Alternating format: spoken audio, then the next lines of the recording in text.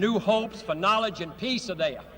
And therefore, as we set sail, we ask God's blessing on the most hazardous and dangerous and greatest adventure on which man has ever embarked. Thank you. Stony, TP 214. Go. Roger, your go for crew departure. Affirmative, Stony, go. Right. Each of these men has had one flight before, and here they are as they left the Manned Space Center.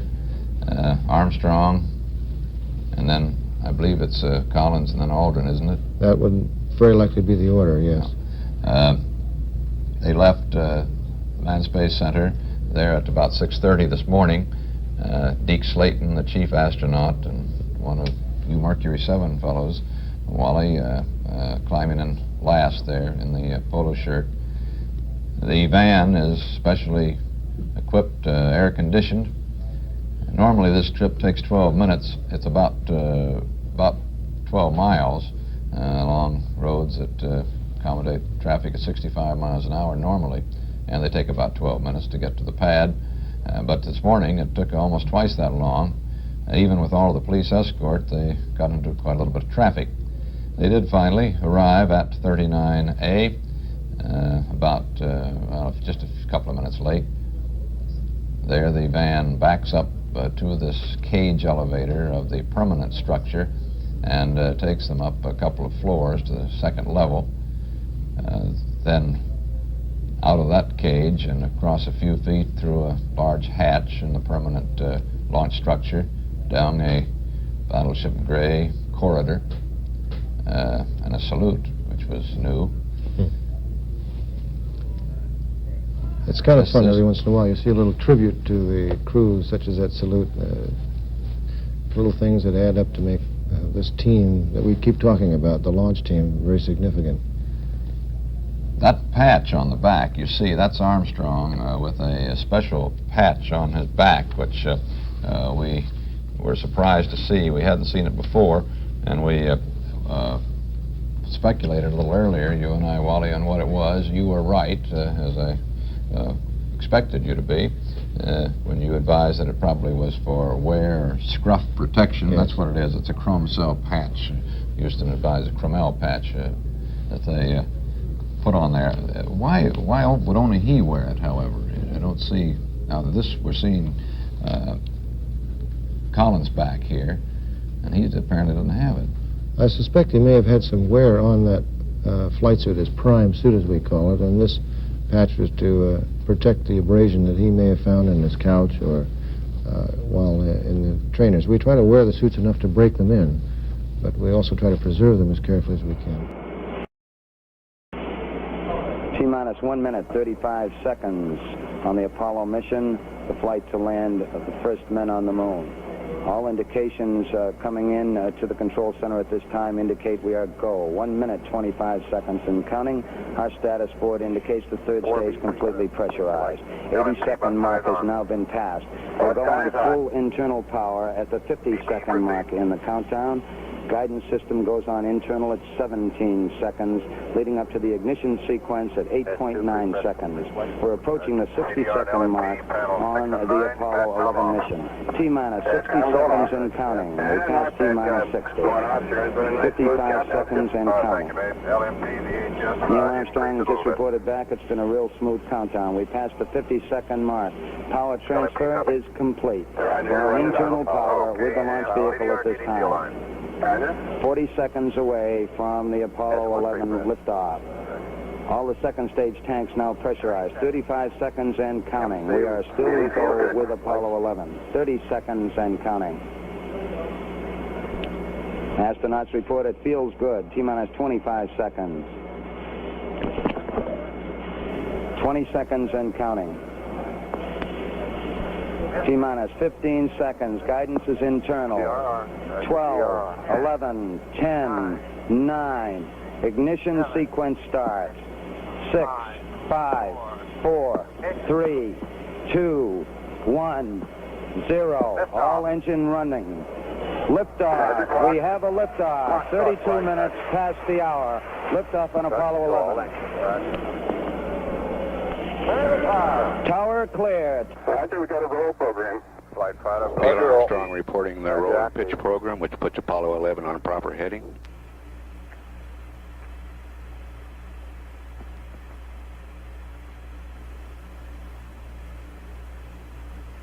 Plus 30 seconds.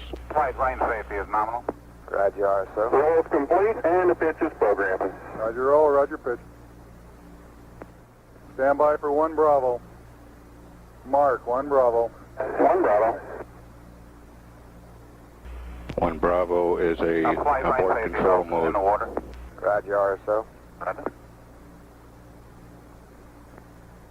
Altitude's 2 miles. Okay. We're leaving. Roger, how you, booster? We're going to flight. Good at 1 minute, Captain. Apollo 11 Houston, you're good at 1 minute. Downrange 1 mile, altitude 4 miles now. Velocity 2,195 feet per second. Fido, flight, how you? Looking good, flight. GNC? Looks good, flight. Ecom? Looking good, flight. Roger.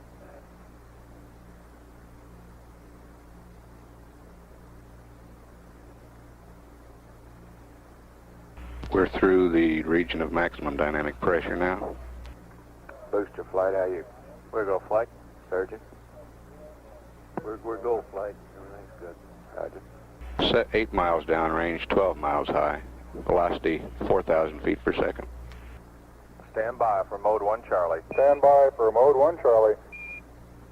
Mark. Mark, mode 1 Charlie. Staging status, booster. Go. Fido, go. Guidance, Cliff Charlesworth taking a staging status. Apollo 11, this is Houston. You are go for staging.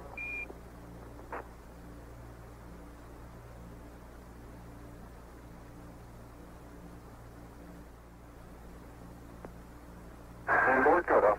Inboard engines out. We confirm inboard cutoff. Confirm inboard. Roger.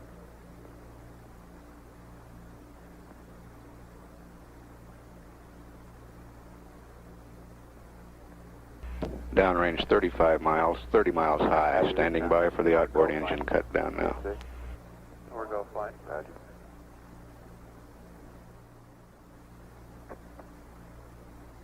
Staging. And ignition. Cut off. Ignition. Roger. Trajectory verified. Roger. Thrusters go all engines. Looks good, Captain. 11 Houston, thrusters go all engines. You're looking good. Hi, Roger. You're loud and clear, Houston.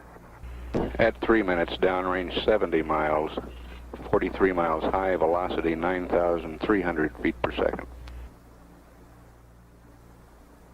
We got first step. Roger, we confirm. First Second step. plane step. Roger. Tower's going. Roger, Tower's tower. going, Fido. Neil Armstrong confirming both the engine skirt separation and the launch escape tower separation. Flight. Houston, be advised the visual is go today. This is Houston. Roger, out. Let me know when it converges, guys. Yeah, they finally gave me a window to look at. Looks good, flight converge. Steering converge, Captain. Good, it must low pressure. Can't have to worry about that. 128 is AOS. Buzz, how's it going? The monitor giving you good service? Oh, yeah, it's flicking an awful lot. Oh, that's right, but I mean, it looks to me like you're home free. Just remember now, you're going to have to get that f-stop probably off 22, maybe not. Focus stays on infinity and the zoom beats me. You can take your choice. You can zoom with that thing all the way in if you take it fairly slowly. Sun is bright, isn't it? All right, yeah, it does do something. And then, that's a pretty nice camera thing, too. What do I do now?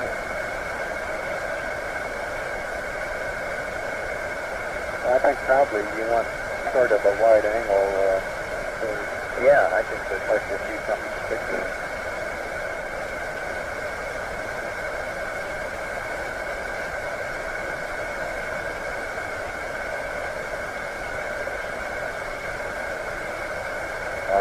Well, if I take normal to the window, it's going to be what? Yeah, that'd be pretty nice.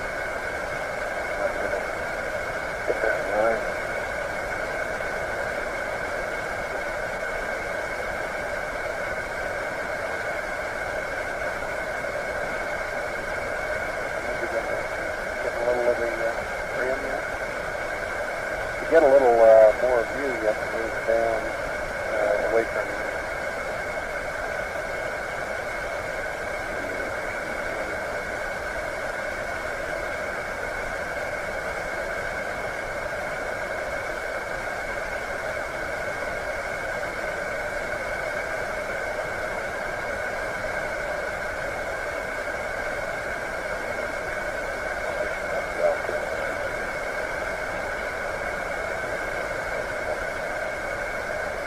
Now, how are we doing checklist-wise? Let's make sure we don't screw up and forget. Working on the attitude reference check right now.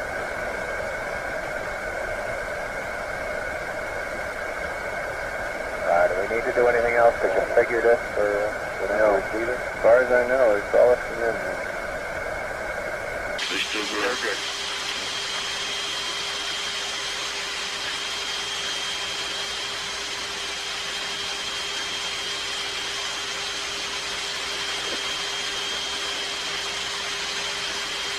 Flies like a space captain's down the simulator.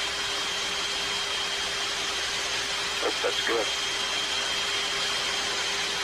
Sure, beautiful. I hope you get some pictures. I got the 16 millimeter. Is it going? 16 frames at S8. Yeah. Infinity. 1250. It's beautiful. They really look nice, doesn't it? Yeah, we're closing at a leisurely pace.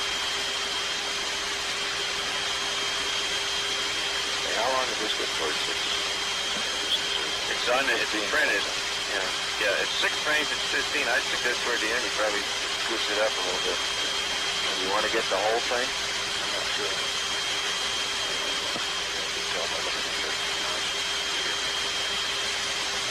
The thing is, it's sitting there. I can't get much with the Hasselblad. It's no good, I'm afraid.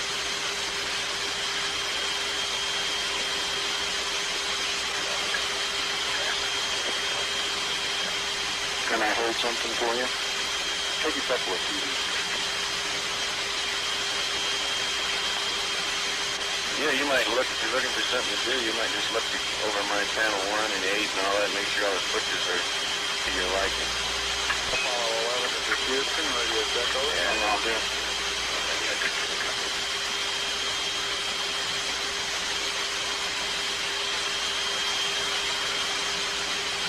There's your RCS is working anyway. How far out are you? Stone Station report that way. We can take on here definitely first.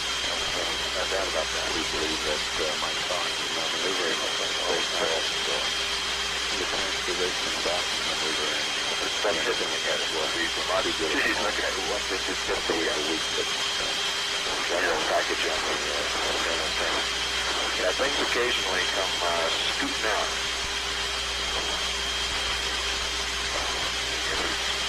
And occasionally, you know, a little piece of something hits the, what do you call that, covering? The whole lamp quivers every so often. All the surface of it, you know, it just kind of shakes like that. Yeah. And just one spot, so it's not being hit. Oh, but it's something. Stand by again, pressure. Just from the aft firing, you think? Stand by, request. Apollo 11, this is Houston broadcasting in the blind. Request Omni Bravo, if you read us. Request Omni Bravo. Out.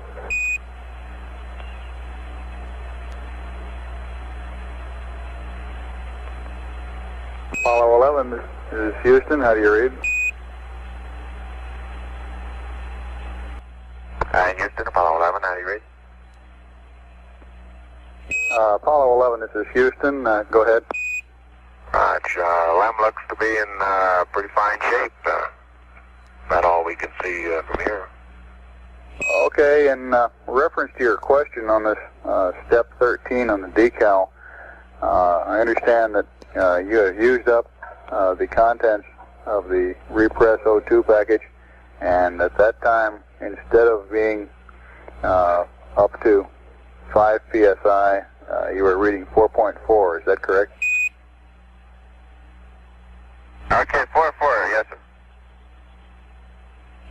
Okay, and you want to know if you can go ahead and use additional oxygen to bring the command module up to 5.0 and continue the equalization? Over. Yeah, we think it's within normal tolerances, Bruce. We just wanted to get your concurrence before we press on with this procedure.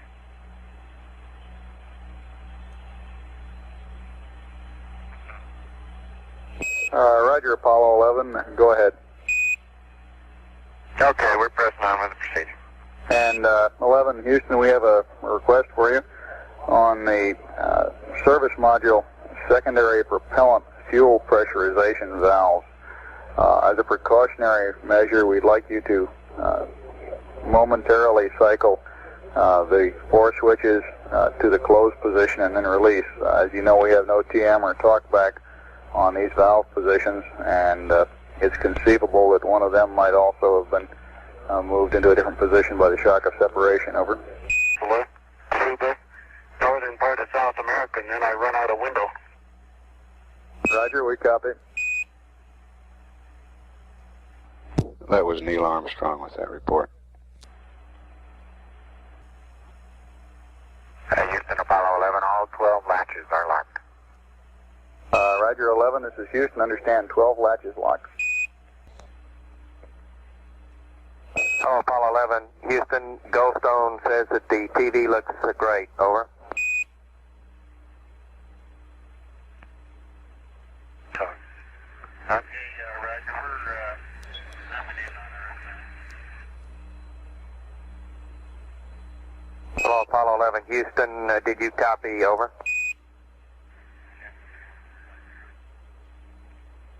We copied, Charlie.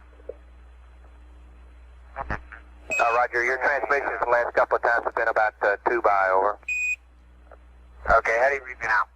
Roger, you're 5 by now. Okay, we're zooming the lens on end so that we'll just about fill the monitor. Roger.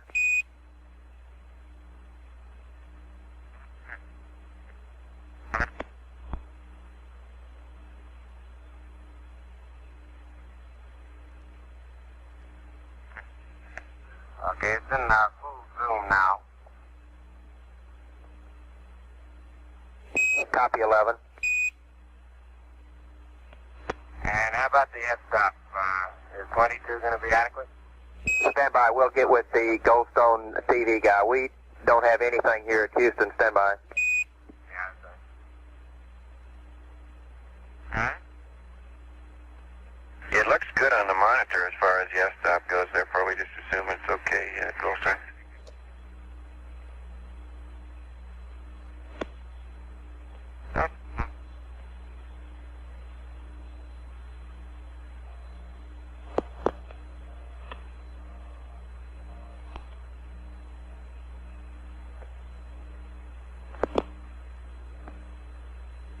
Hello, Apollo 11. Houston, Goldstone says that TV looks really great. 5 by. We don't. The AGC looks like it's working fine. The F-22 is good. We have no real white spots. They're real pleased with it. Over. Okay, you just cut out, Charlie. We understand that it's looking great. We'll leave it the way it is and wait for you to come back on. Roger. How do you read me now? Over. 5 by. Okay, my comments were from Goldstone that they see no white spots as we saw in 10. Looks like the AGC is working real well. The F-22 looks good. Over.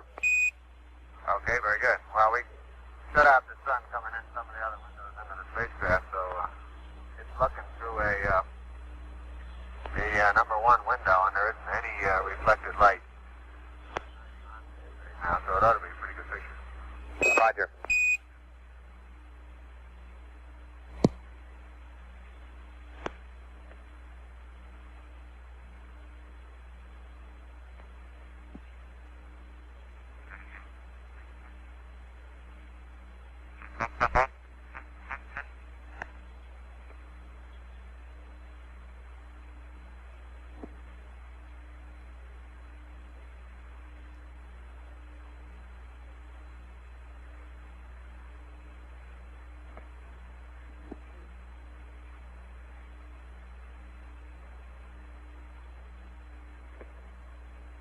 Apollo 11, Houston, we'd like you to keep TV on for about 10 minutes or so we can get some good comparison on the camera. You can do anything your heart desires on the TV, interior, exterior, pan in and out, anything you'd like, over.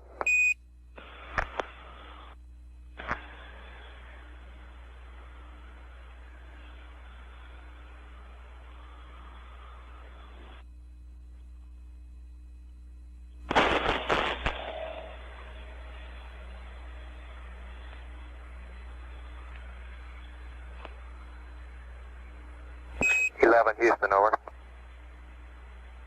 Houston, Apollo 11, over. Roger, go ahead, over. Charlie, I'm sorry, you keep cutting out. We heard up to you can do anything, and then after that, we didn't hear anything, and we knew that wasn't right anyhow, but we can't. But what do you want us to do? Roger, we'll check the uplink on our voice. Transmission on the TV was we'd like to get about 10 minutes worth of signal at Goldstone, so we can look at the camera quality back here at Houston for about 10 minutes or so when they patch it back into us. What we were saying was that you can go interior or exterior on the camera. On the exterior shots, we'd like a little... Stand by. Start over with we were saying.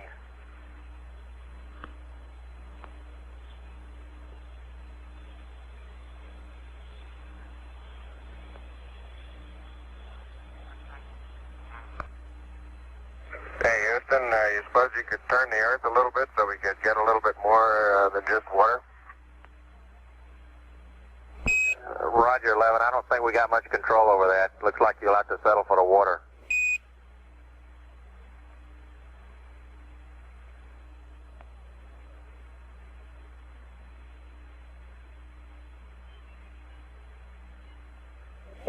Houston, we're going to thinking about changing our voice uplink to another site. If you'll stand by, we'll see if we can improve the quality, over. Okay, Charlie. We'll stand by for your call.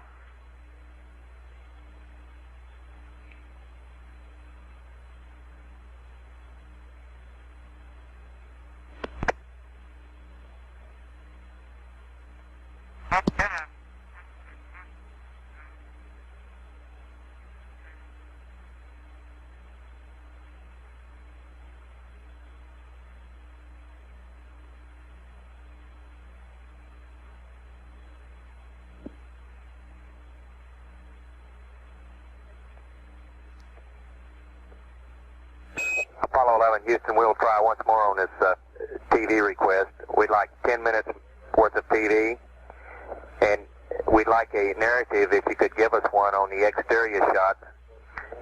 We also suggest you might try an interior position, over.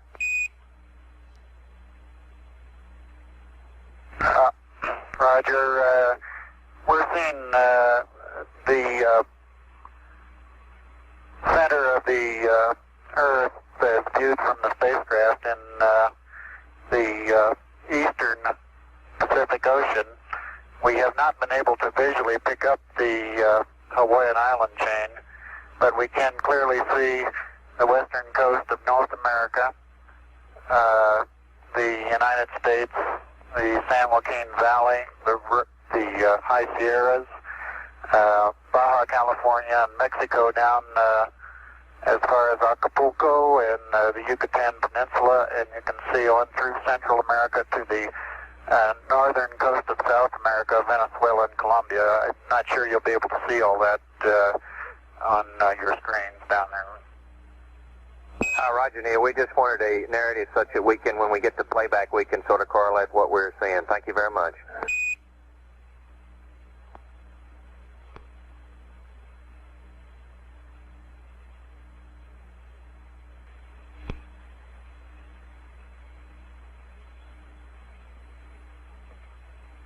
Hello, Apollo 11, Houston. You can terminate TV at your convenience. We've got enough tape, and you can start PTC at your convenience. The rates look super for starting up, over. Roger, Charlie.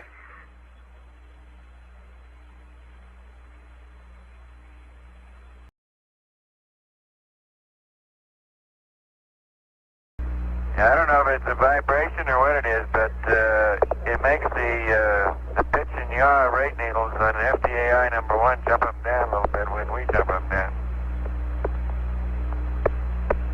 Right.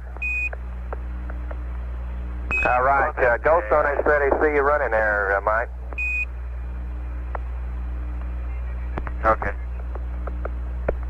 Ask him what he's running from.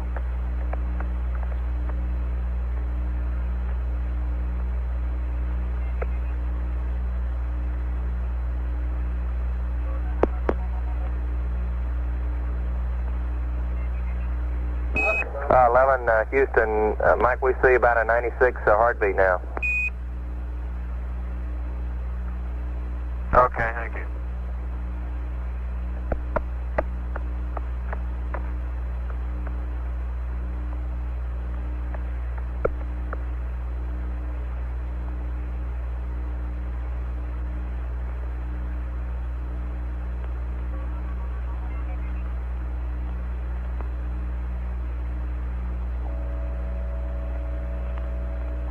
Omni Bravo on board, over. Take on the Bravo, Johnny. Roger. How's everything going down there? You guys happy with spacecraft systems? Roger, affirmative. Everything's looking really good to us, over. Okay, same here.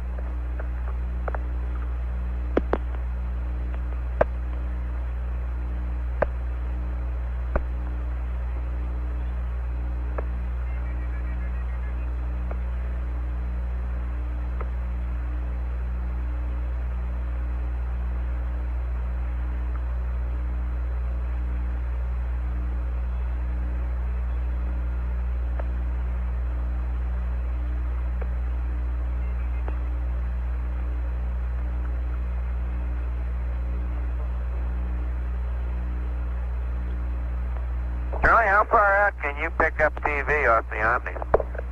Stand by.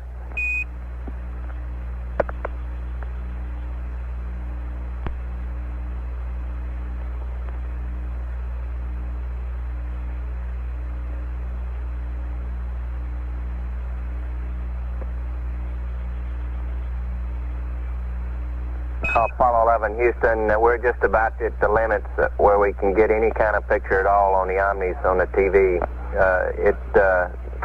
The picture, I guess, would be just almost zero at this point. Okay, well, for this TV program coming up in a couple of hours, you might give some thought to how you want us to stop PTC, if you do, for the best high gain angle, and also it'd be nice if you could stop us at such an attitude that we'd have the Earth out of one of our windows. Roger, 11, we're thinking about that. Okay.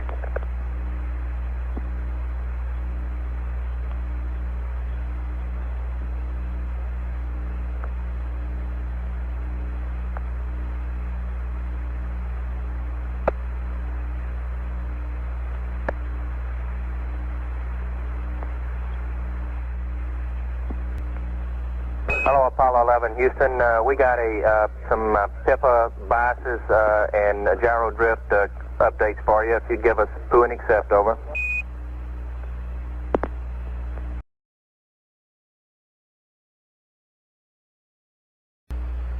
This is Apollo Control at 33 hours 57 minutes. We're less than 3 minutes now from the scheduled television transmission from Apollo 11. We're continuing to stand by for that.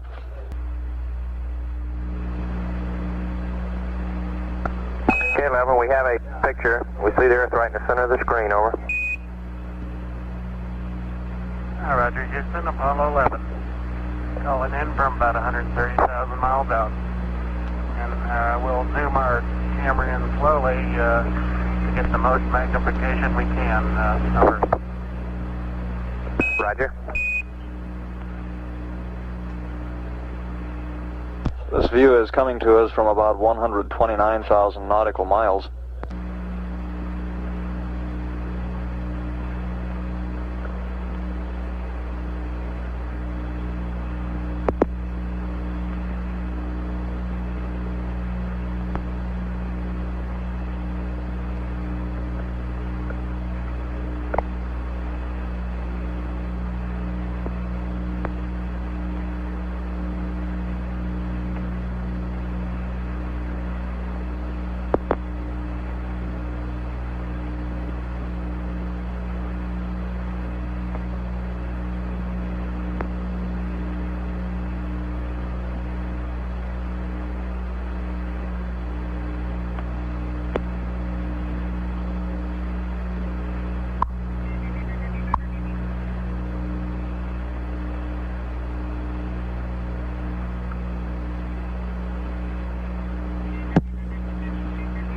11 Houston, the definition is pretty good on our monitor here. The color's not too varsity, at least on this set. Could you describe what you're looking at, over?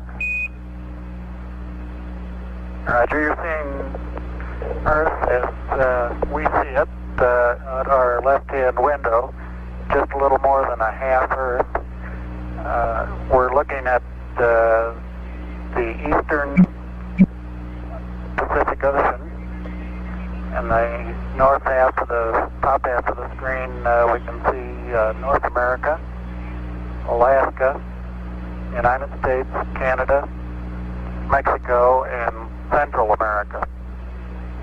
South America becomes invisible just off beyond the terminator or inside the shadow. We can see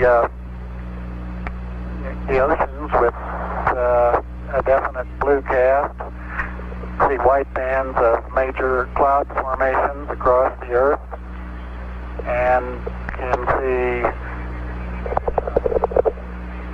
coastlines. Pick out the western U.S., San Joaquin Valley, the Sierra Mountain Range, the peninsula of Baja California, and can see some cloud formations over southeastern U.S.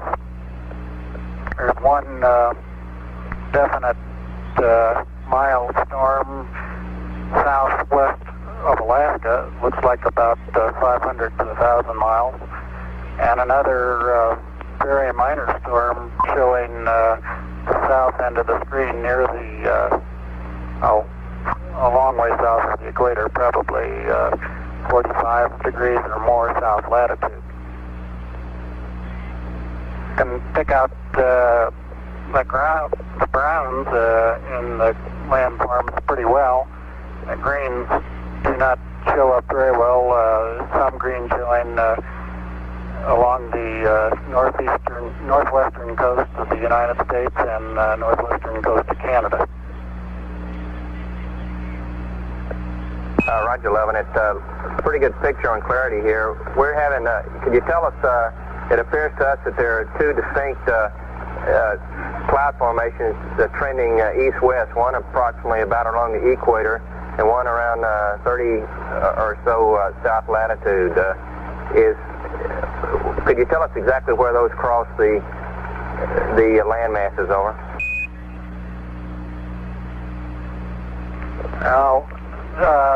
Yes, they cross just south of the lower part of Mexico, probably through Central America. That is the equatorial band, which we assume to be the intertropical convergence zone. The other band, which is about 30 south, correctly seems to appear to join equator at the far left, or just beyond the horizon on the left edge of Earth, or at least looks like it's going to join it. We don't have an explanation for that banding. Roger, Neil. Thank you.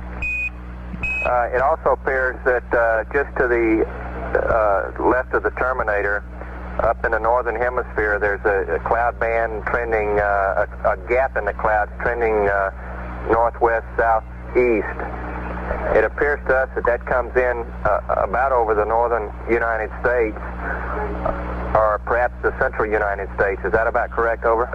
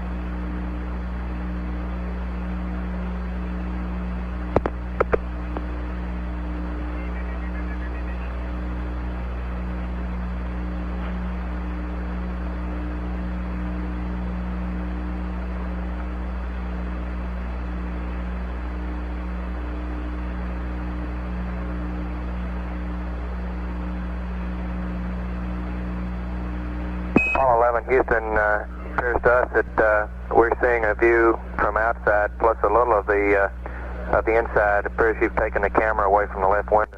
Now, over. That's correct. We're moving it back and reconfiguring for interior lighting. Roger.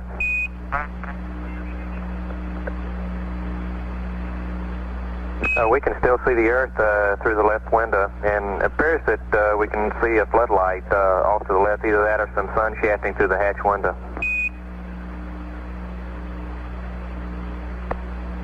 It's a floodlight. Now we're coming in. Can't quite make out who that had.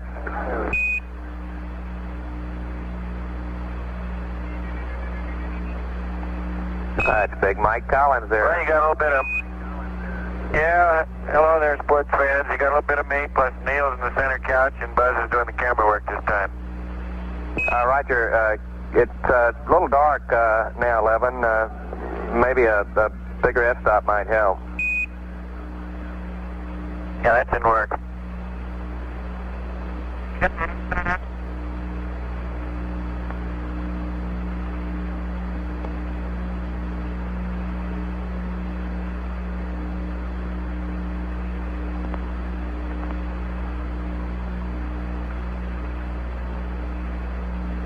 It's getting a lot better now, 11. Mike, you coming in 5 by. I got a good...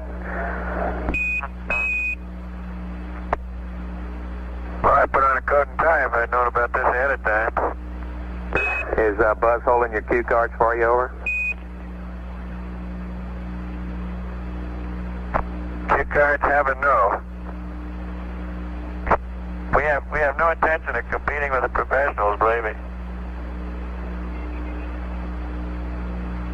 We are very comfortable up here, though. We do have a happy home.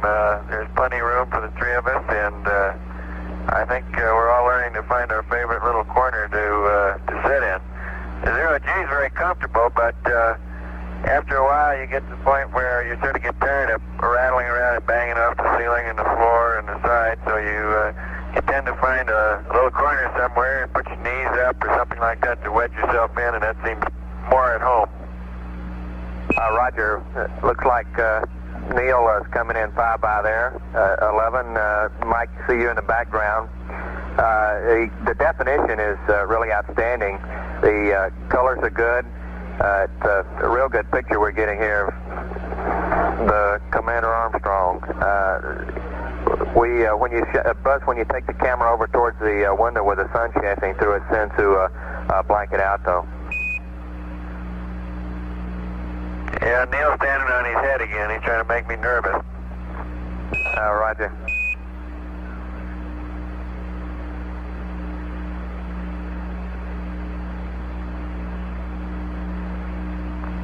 He's disappearing up into the tunnel, of course, as he would going into the lunar module, only backwards. Roger, we can see portions of the LAD now, the systems test meter panel in the lower part of the picture, or we did have it anyway. Okay, and then directly behind his head are our optical instruments, the sextant and the telescope that we use to take sightings with. Roger, copy, and we see the disk keep flashing with a 651. In fact, we can read registers 1 and 2 quite clearly. Yeah, the old high gain angles telling us which way the Earth is. Copy. That's a beautiful picture. Clarity is outstanding.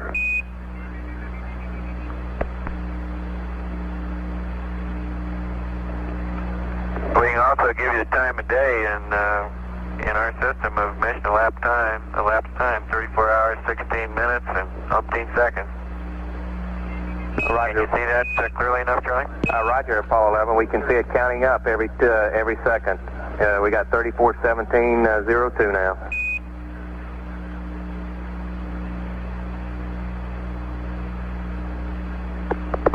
Okay, back to the high gain angles. Roger. Swing amp. Now we've amputated those.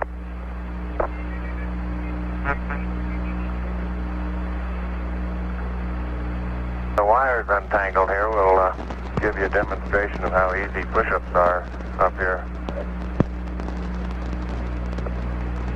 11, roger. Good view of Buzz there.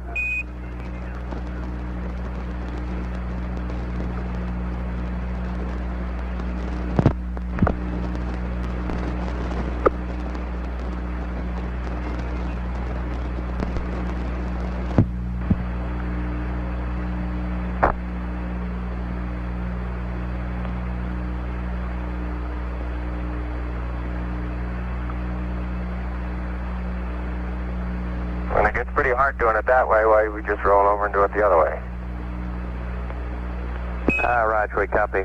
Couldn't figure out whether that was a chin-up or a push-up. Just take your choice, I guess.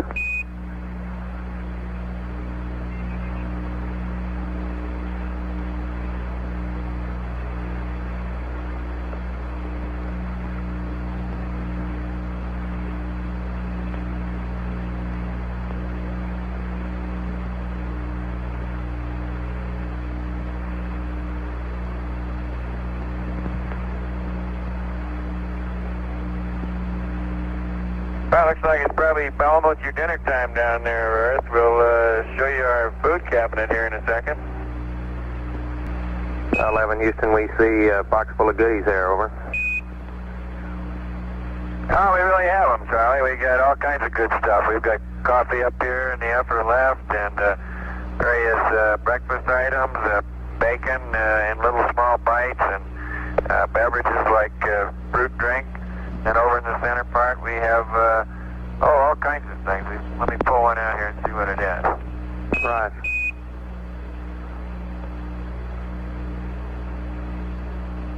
Would you believe you're looking at chicken stew here? All you have to do is 3 ounces of hot water for 5 or 10 minutes. Now, we get our hot water out of a little spigot up here with a filter on it that filters any gases that may be in the drinking water out, and we just stick the end of this little tube in the end of the spigot and pull the trigger 3 times for 3 ounces of hot water, and then mush it up and slice the end off it, and there you go, beautiful chicken stew. Sounds delicious.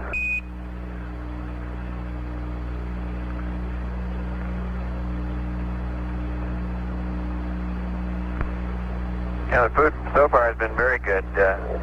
We couldn't be happier with it. Roger. Run that flashlight a second. The surgeons are saying thank you there for that. And it is sort of down in a dark corner, so we have a flashlight here to help us see things. And if I can let go of it carefully, it'll just hold itself right where it is. Roger. As long as disturb it will.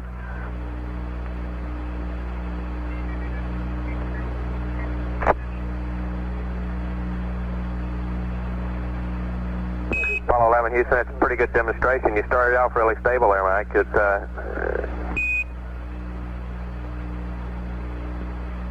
the problem is no matter how carefully you let go, you bump it just a tiny little bit, set it in motion, and once in motion, there she goes. Try that again. It looks fairly stable now with slow rotation.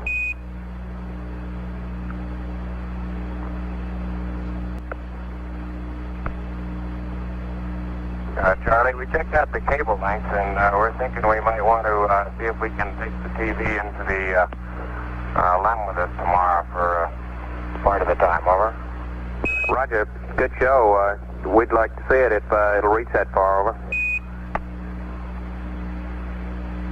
We'll give it a try. Roger.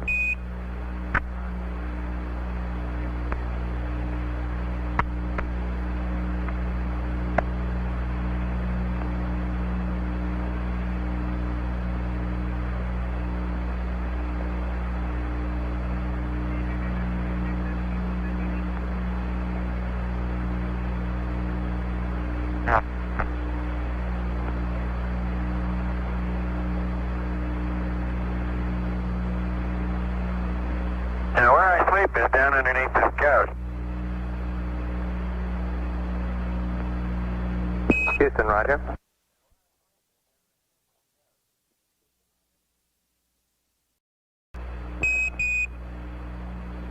slowly sinking into the sack there.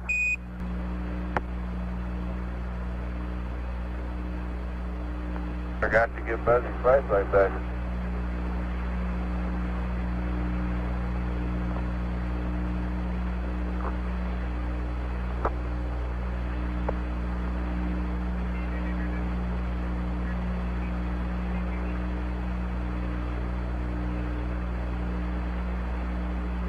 Apollo 11, Houston, could you give the folks a view of your patch if on your CWGs, over?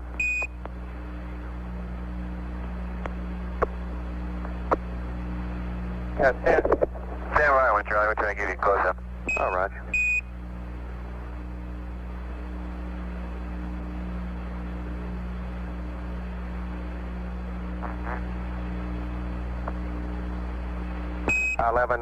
Houston, we have the patch. Could you attempt to improve the focus slightly, over?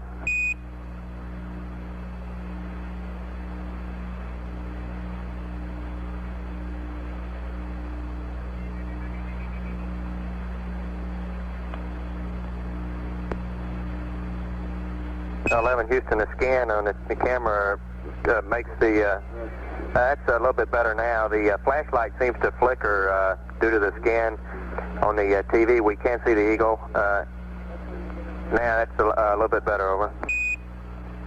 Could you open the f-stop a little bit more, over?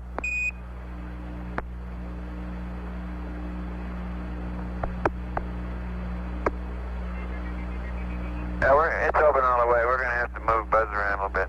Roger.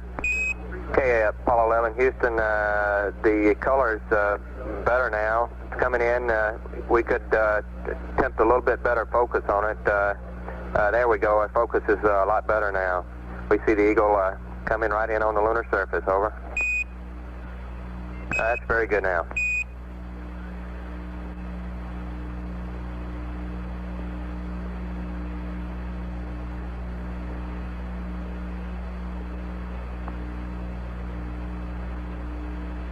Apollo 11, Houston, that's very good now. We can see the Earth in the background, Apollo 11, and the eagle coming in. Probably pretty hard to see the olive branch, isn't it? Roger, it is. Well, that's what he has in his talons, is an olive branch. Copy.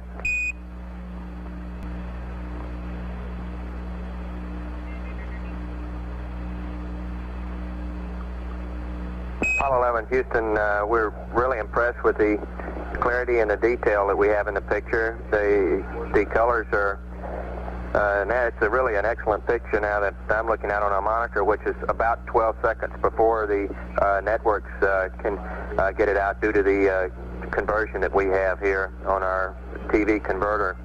We're looking at the controls and display, the main display console, and we can see the disky up on the panel, over.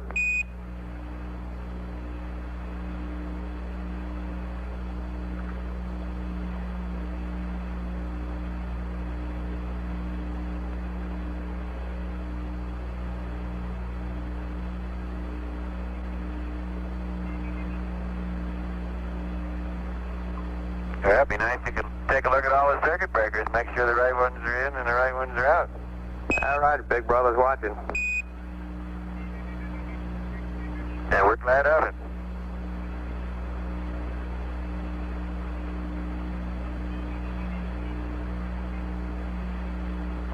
Well, you guys sure been doing a good job of watching us, Charlie. We appreciate it. Spacecraft's been beautiful, 11. We had really no complaints at all. Looks, things are really great.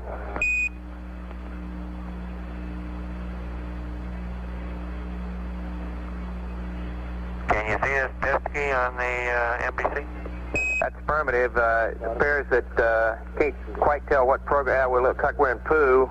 We see you punching in a verb 35, I think it is. Over. Yeah, might as well tell the ECOMs or tell the GNCs and everybody to hold on to their hat and I'll push the enter button. Right.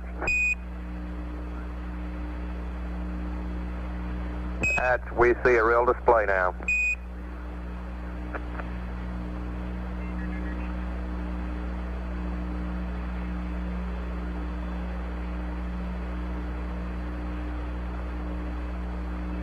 That's a good demonstration of how the crew has the interface with the computer, talking to the programs and all that we have in the computer.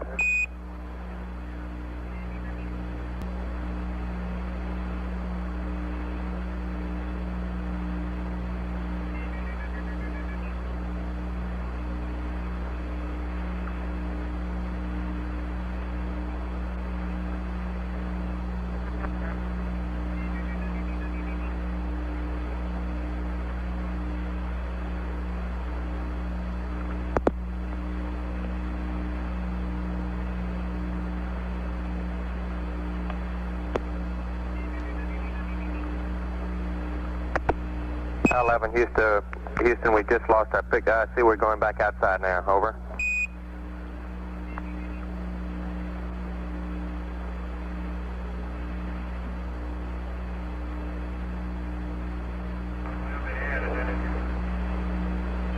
Houston, you copy, over?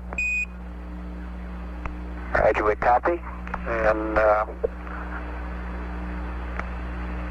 as we pan back out to the distance at which we see the Earth, we'll have Apollo 11 signing off. Roger, Apollo 11. Thank you much for the show. It's a real good half hour. Appreciate it. Thank you very much. Out.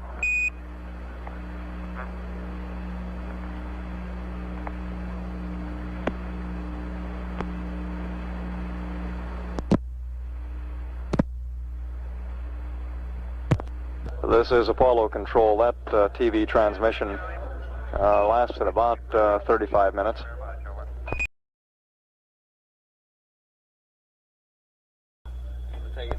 Planned wake-up time for the crew is 71 hours elapsed.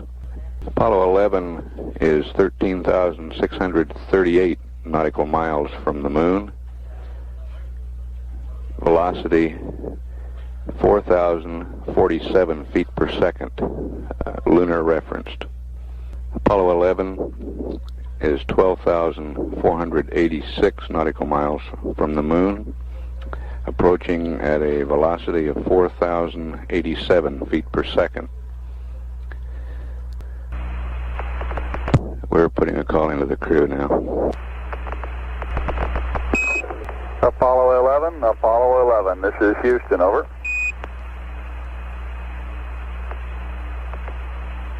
Good morning again, Houston, Apollo 11. Roger, 11, good morning.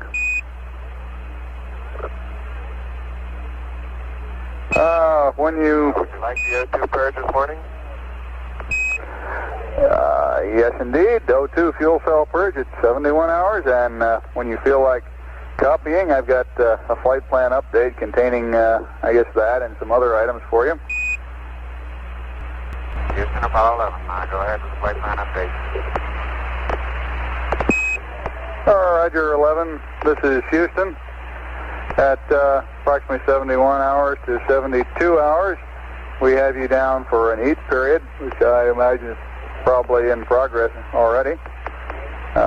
71 hours O2 fuel cell purge. 72 hours GET. A CO2 filter change number 6. Secondary radiator flow check. And we'll send you up a P-37 block data on 2-hour fast Parasentian fast return mode abort.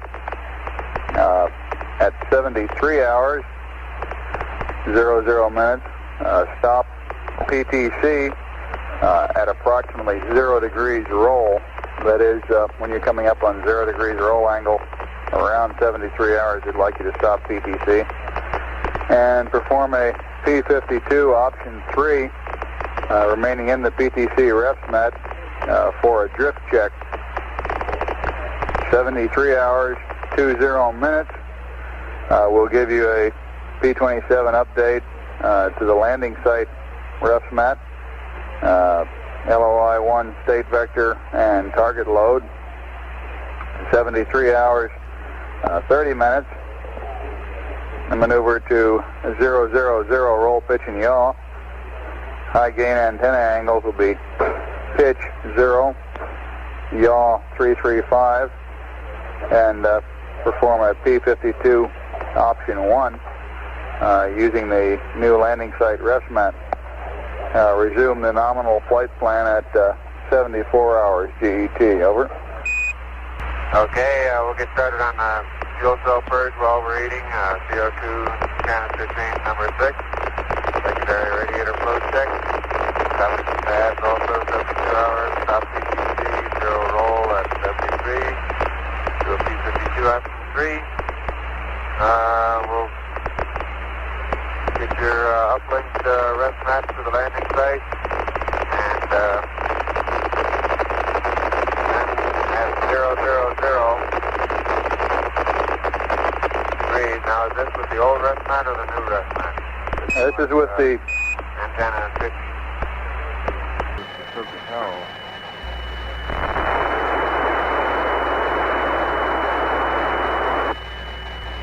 This is Apollo Control, Houston. We've had loss of signal as the Apollo 11 spacecraft begins its pass around the far side of the moon at 85 hours 42 minutes.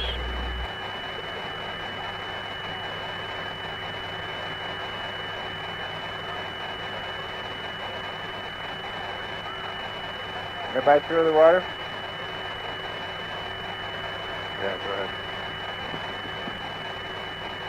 Everything you got? Nope. Doc, hey, remember when they told us about that putting buttons on the seat of these things? No, I don't remember. Yeah, they were working up this elaborate scheme. You had your choice between that and Velcro. What'd you choose? I mean, don't keep me hanging. Well, whatever I chose, they didn't give me. Didn't have anything. Nothing on it. What you choose? They told me you guys had Velcro on yours. Well, maybe on the other side.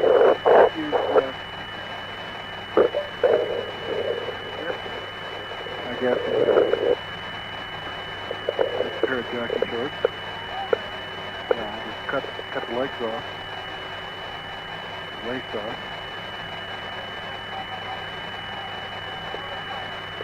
Yeah, I guess it's good.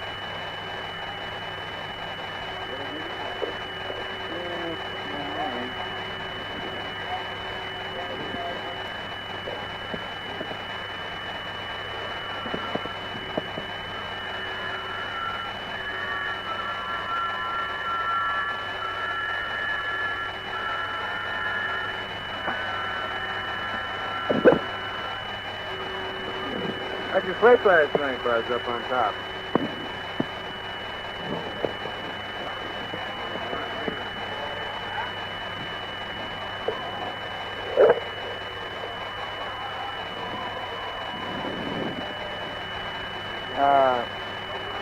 You open up the outer one and you put the inner one in there and squeeze it and it breaks. And then you gotta take the set to go by the insertion and mush it all up. You get that stuff evenly distributed and good.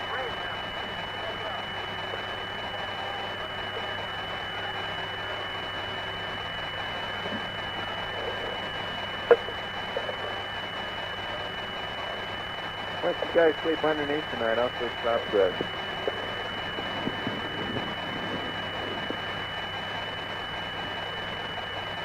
Oh, you're gonna sleep topside tonight, huh? Yeah, that's right. It doesn't matter.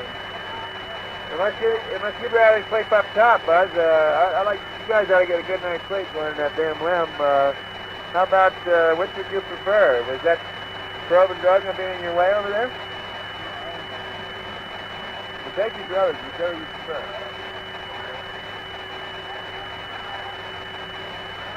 Is there another suitcase right up here? Just kind of looking around for it.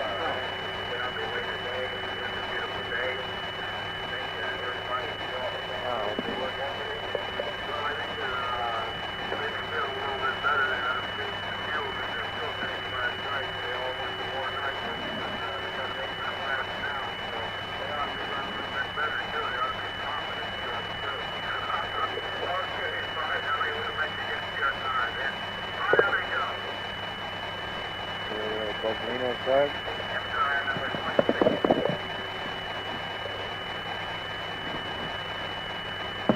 You.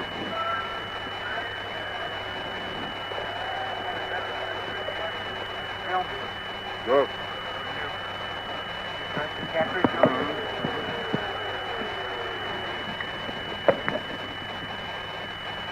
Yeah, I got bunch. Well, I thought today went pretty well. Tomorrow the next day like today, good day.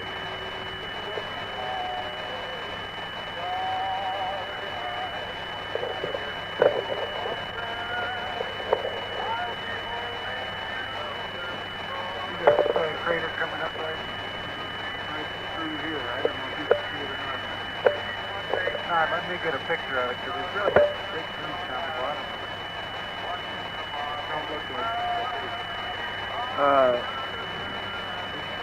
Not this way. Go ahead. Yeah. I'm not sure we should be shooting at what we're shooting at or 125th. I guess we're all right. And this light stuff, I guess we're all right. Thank you.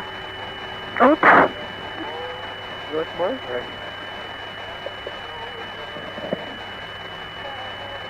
What time is it now? 88 hours? Something like that?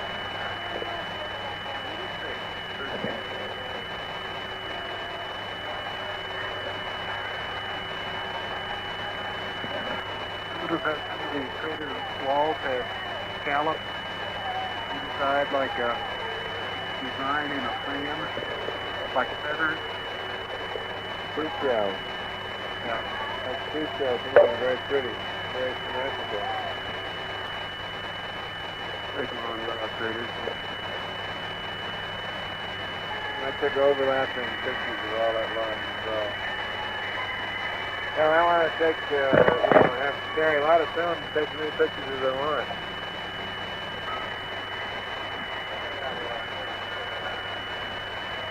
Oh, okay, let me go do that.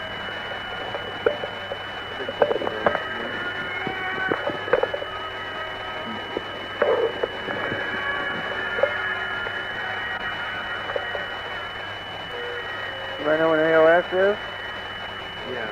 When is ALS referring to that thing? It's like 3 or 4 minutes early.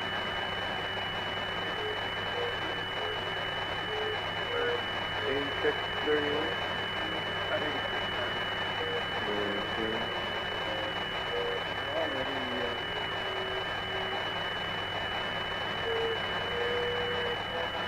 Where the hell is the horizon with the world coming over it? I guess it's behind it, huh?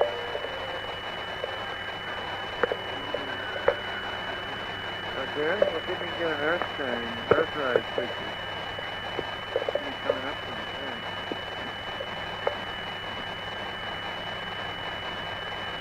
Yeah. Black and white. There's a color one right in there. Remember the temporary source there. And a temporary source there, there's a color.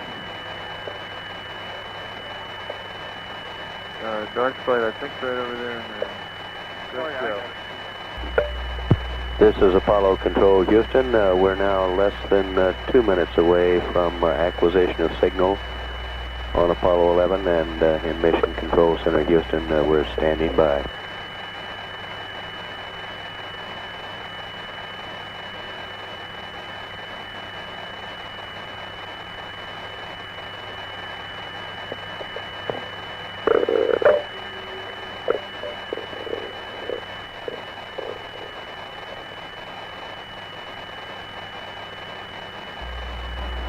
Mark, 1 minute from predicted acquisition of signal.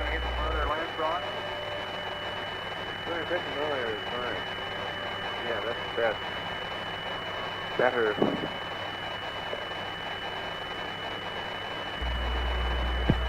We should be acquiring. We're standing by.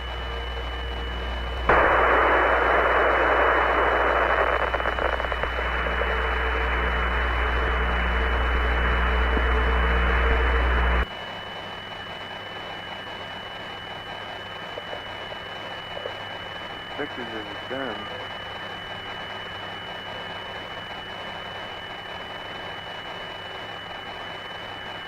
Another master alarm coming in here.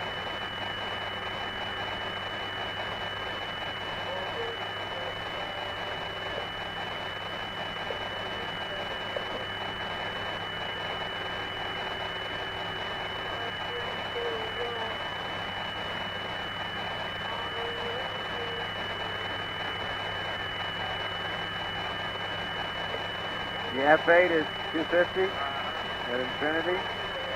Good deal. Keep clicking, we got a lot of time. Yeah, it's so peculiar.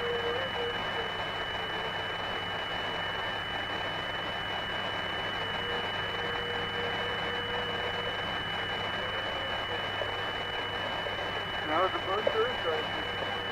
Good deal. Glad to hear. Good? Yeah. Good. It's good, man. A lot of trouble. Look at that gilding the lily.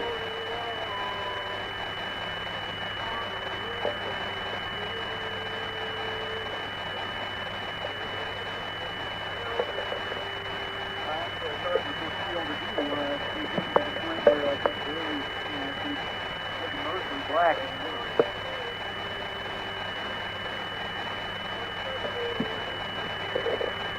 Houston, Apollo 11, over. 11 Houston, loud and clear here, over. Okay, we just appeared to get a solid lock for the last, about a minute. The tune for max needle's been wandering up and down, and the pitch and yaw needles have been wandering around, but it appears to have reacquired by itself solidly now. We're just finishing up our fuel cell purge. Hydrogen on number 3 is the last to go off. It'll be coming off just in a second. Roger, 11.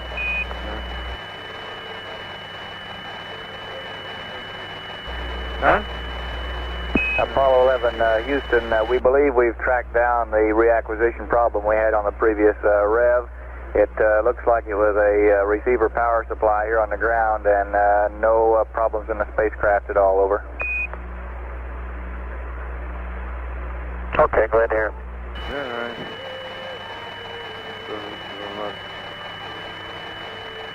That's slow.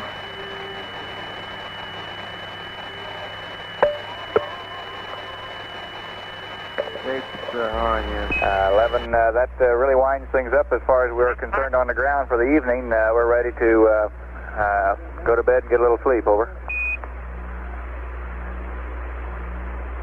Yeah, we're about to join you. Roger. This is Apollo Control, Houston. 86 hours, 33 minutes. You heard that last exchange. The Mission Control Center has isolated our earlier loss of lock on with the S-band antenna to a faulty power supply at Goldstone, which in turn introduced noisy data, causing a ground-based receiver to go out of lock. This power supply, a 24-volt one, has already been replaced at Goldstone. In summary, the spacecraft looks good, and the difficulty was caused here on the ground. At 86 hours, 34 minutes, we now read our orbit at 64.9 nautical miles apoloon, 54.6 nautical miles paraloon. This is Apollo Control, Houston.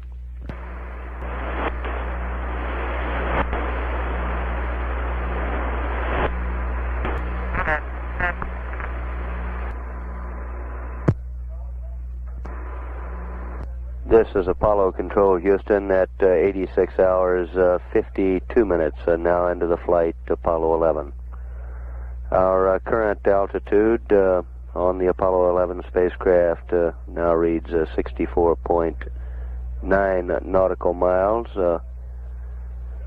This corresponds with our apoloon of 64.9 nautical miles. Our paraloon on this pass, 54.6 nautical miles. We've had no further conversation with the Apollo 11 crew, nor do we expect to do so. We will take the loop down at this time and stand by if any further conversation should develop. At 86 hours, 53 minutes into the flight, this is Apollo Control, Houston.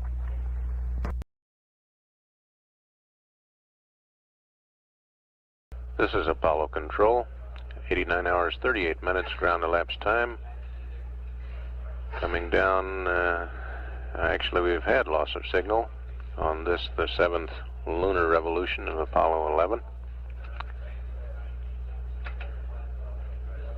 Should have acquisition again at 90 hours, 25 minutes through the Honeysuckle Creek, Australia station. The crew has been asleep about 2 hours, a little over 2 hours, when the third man finally went to sleep, Mike Collins, after a brief interchange with the ground. At 3 hours, 57 minutes remaining in the sleep period. This is Apollo Control, 91 hours, 36 minutes, ground elapsed time. Less than 1 minute remaining until loss of signal with Apollo 11 as it goes under the lunar far side in the 8th lunar revolution. 2 hours remaining in the crew rest period, which means that midway through the next front side pass, the crew will be wakened, if they're not indeed already awake. Still standing by for the wake-up call. Standing by for Ron Evans' big moment as he makes his call to the spacecraft. This being the sleep watch, his job has been rather easy, or at least he hasn't had too much conversation with. Here we go. Apollo 11, Apollo 11. Good morning from the block team. Good morning. Good morning. We got about 2 minutes to LOS here, Mike. Oh, morning, Ron. You guys wake up early. And the rates were low. They might have gone back to sleep, I thought, there for a minute. Yeah, there it comes back. Why we got data back? You got good data on the LMP. Roger. Definitely. Apollo 11, Houston, we have good data on all 3 crewmen. No, play that on the commander we do not have yet. This is Apollo Control following the separation burn at the time of 100 hours, 39 minutes, 50 seconds. The descent orbit insertion burn is now scheduled at 101 hours, 36 minutes, 13.5 seconds.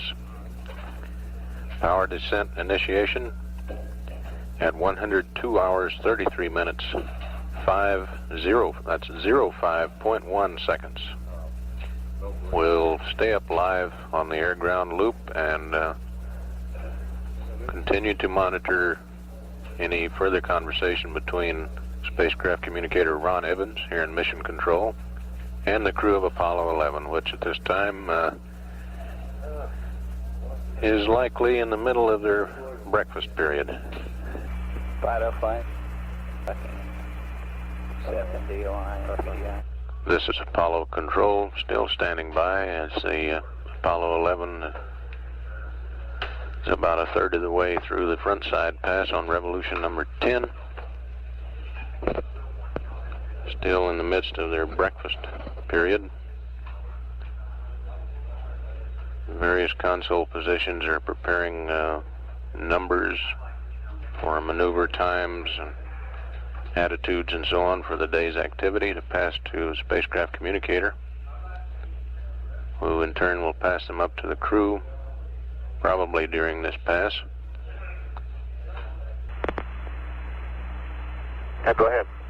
Roger, GET 91 plus 30 minus 7%, Alpha minus 8, Bravo minus 2.5, Charlie minus 10, Delta minus 6.5, H2 total minus 2 pounds, oxygen total plus 9 pounds. Over. Okay, thank you. And on board, we're reading for Quad Alpha 75%, Bravo 78, Charlie 78, and Delta 77%. 11 Houston, we copy. Roger, the Black Bugle just arrived with some morning news briefs, if you're ready. Go ahead. Roger. Okay. Church services around the world today are mentioning Apollo 11 in their prayers. President Nixon's worship service at the White House is also dedicated to the mission. And our fellow astronaut, Frank Borman, is still in there pitching, and will read the passage from Genesis, which was read on Apollo 8 last Christmas. The Cabinet and members of Congress, with emphasis on the Senate and House Space Committees, have been invited along with a number of other guests.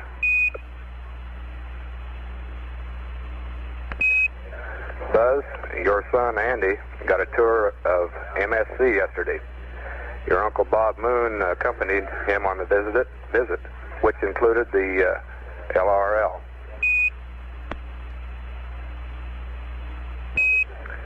Among the large headlines concerning Apollo this morning is one asking that you watch for a lovely girl with a big rabbit. An ancient legend says a beautiful Chinese girl called Chang'o has been living there for 4,000 years. It seems she was banished to the moon because she stole the pill of immortality from her husband.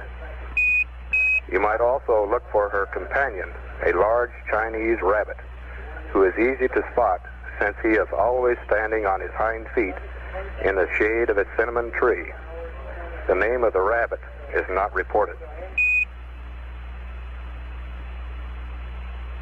Okay, we'll keep a close eye for the bunny girl. Roger. You residents of the spacecraft Columbia may be interested in knowing that today is Independence Day in the country of Colombia. Gloria Diaz of the Philippines was crowned Miss Universe last night. She defeated 60 other girls for the Global Beauty title.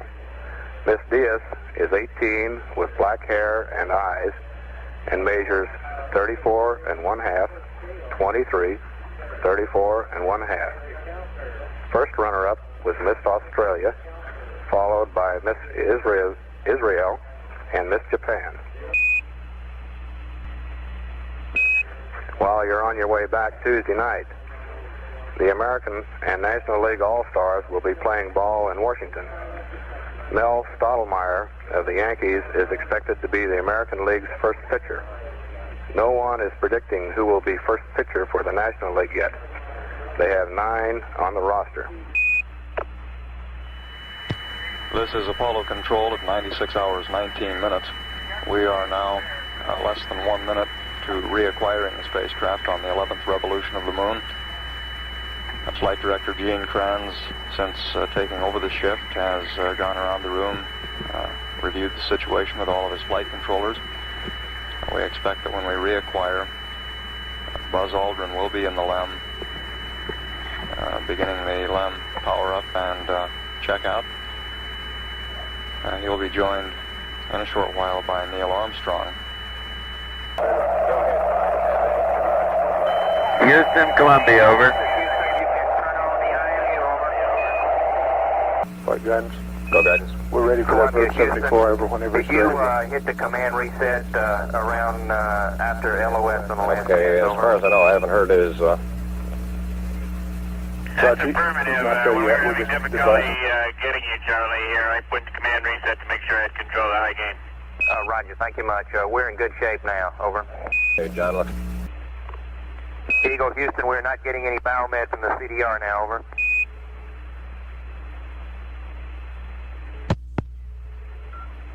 Roger, understand.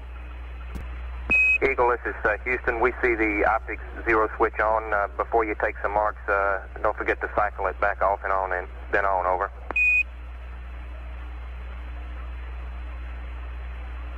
Roger, Houston, Eagle here. I wish we had one of those optics. I'll tell Mike about it. Roger, Columbia, excuse me, sorry about that. Flight guidance dump is complete, we're checking now. This is Apollo Control. Armstrong is now in the lunar module, in Eagle, and the LEM activation and checkout appears to be going along very well, somewhat ahead of schedule. Topcom Control, how are you looking down there?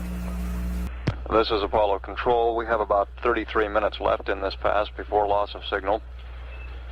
Neil Armstrong confirmed that the LEM power switch occurred at 95 hours 54 minutes, which would have put that activity about 30 minutes ahead of the flight plan schedule, and that appears to be about the pace that the crew is holding, that Armstrong and Aldrin are holding in getting the LEM activated and checked out.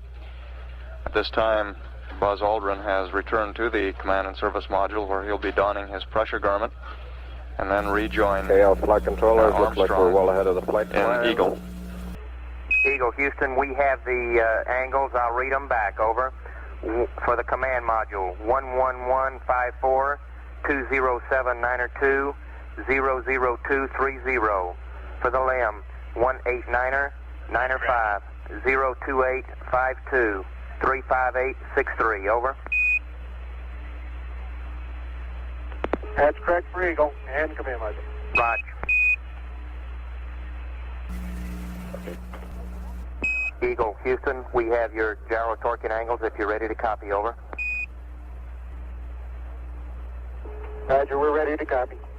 Roger, Eagle, for X minus 00060, Y plus 00620, Z plus 01080, over.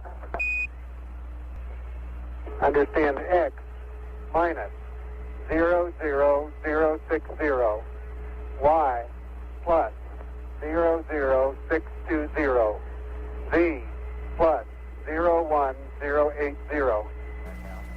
Roger, Eagle, good read back out. During that pass, Armstrong and Aldrin in the lunar module began checking out, activating the lunar module, and they appeared to finish about 30 minutes ahead of the scheduled time in the flight plan. They began early and maintained the pace. Both spacecraft looking very good at this time, and everything progressing very smoothly. On the next revolution, Revolution 12, the crew will continue activation and checkout of lunar module systems. The following revolution, Revolution 13, they will undock from the command and service module. Okay. Just waiting on a chance to get in. Apollo 11, Houston, we are go for undocking, over. Roger, understand. Houston, Columbia. Go ahead, Columbia, over. Roger, there'll be no television in the undocking. I have all available windows, either full of heads or cameras, and I'm busy with other things. Roger, we concur. We concur, over. Aft Omni flight. Roger, aft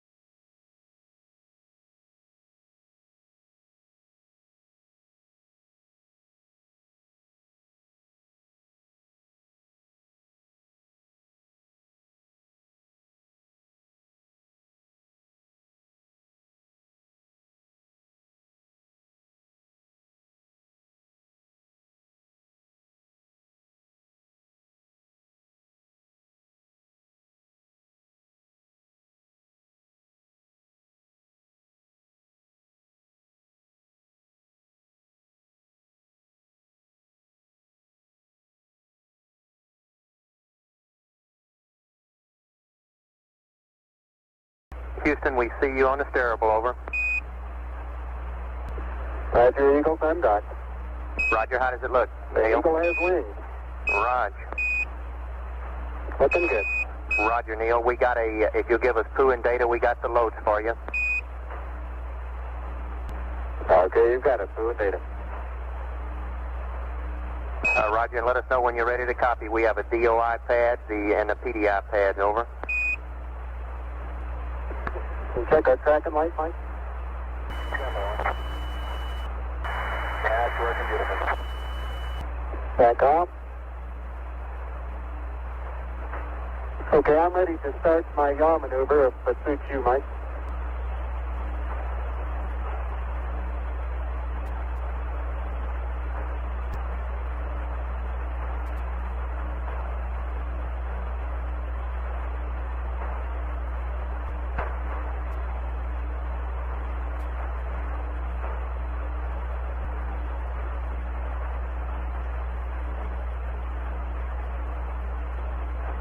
Would look like you're going to be able to do this without the firing thrusters, Mike?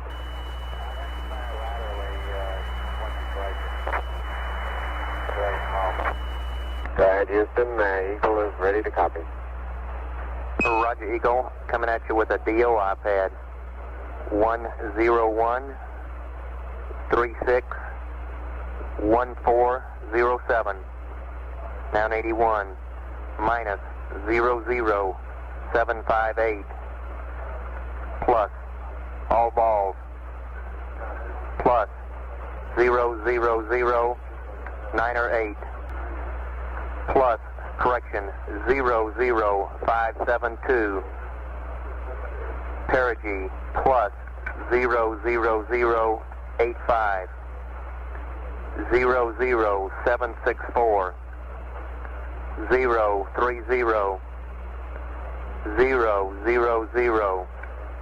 293. Noun 86. Minus 00759er. Plus all balls. Plus 00090. Rest of the pad is NA. Stand by when you read back. If you're ready to copy the PDI data, I have it for you, over. Go ahead. Understand you're ready to copy the PDI data, Eagle, over. That's affirmative. Go ahead with the PDI. Roger.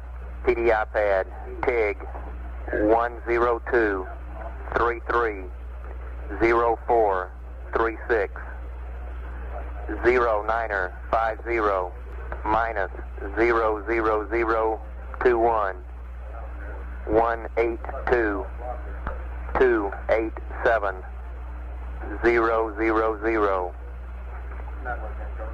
plus 56 9er 19er. PDI abort, less than 10 minutes. 105 12 3000. PDI abort, greater than 10 minutes. 103 40 0000. 107 11 3000. No PDI plus 12. 102 44 2700.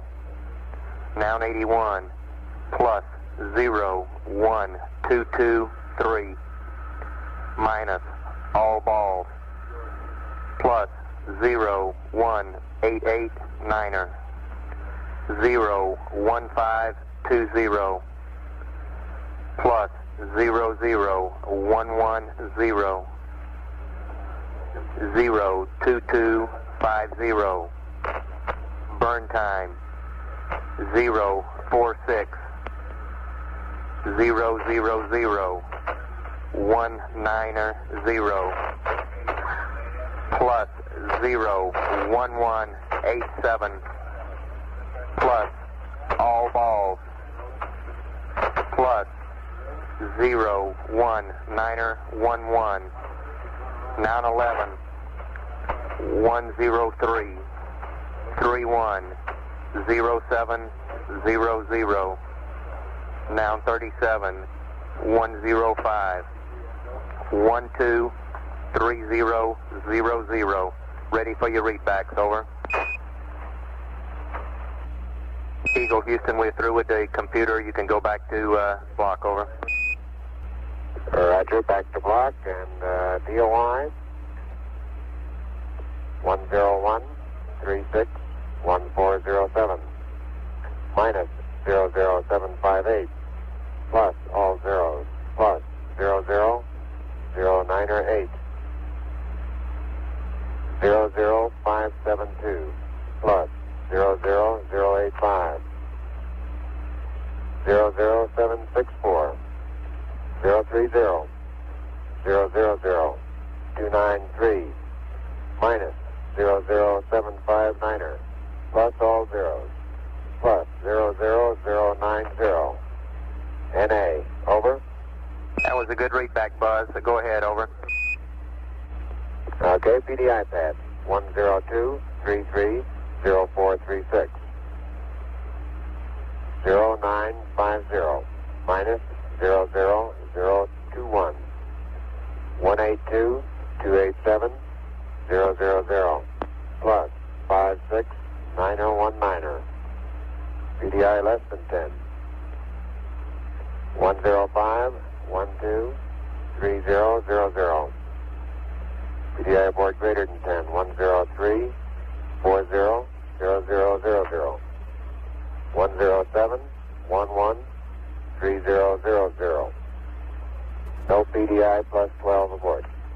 102 44 2700 plus 01223 minus all zeros plus 01889er 01520 plus 00110 02250 046 00019er plus 01187 plus 0000 0 plus 01911 103 310700 105 12 3000. Over.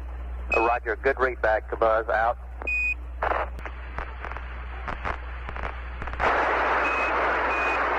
Eagle Houston, if you read your go for power descent, over.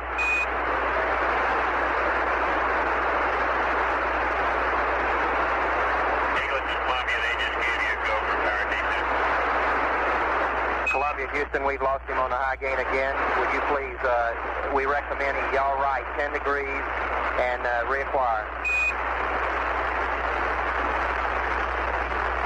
Eagle, this is Columbia. Your go for PDI, and they recommend you yaw right 10 degrees and try the high gain again. Eagle, you read Columbia? Right, we read you. Okay. Eagle Houston, we read you now. Your go for PDI, over. Roger, understand. Stabilization control circuit breakers. Take your gimbal AC closed. Take your gimbal AC closed. Circuit breakers. And override off. Gimbal enable. State scale 25. Eagle Houston, your alignment is going, yags. On my mark, 330 till ignition. Roger. Mark, 330 till ignition. Roger, copy. Hot translation 4 jets. Balance couple on. Okay, throttle minimum. Throttle auto CDR. Stop button reset. Stop button. Set. Abort stage reset. At control, 3 up in the mode control. Okay, control is set. Ags is reading 400 plus 1. Standing by for arm. Buzz Aldrin reading off the checklist there to Neil Armstrong. 77.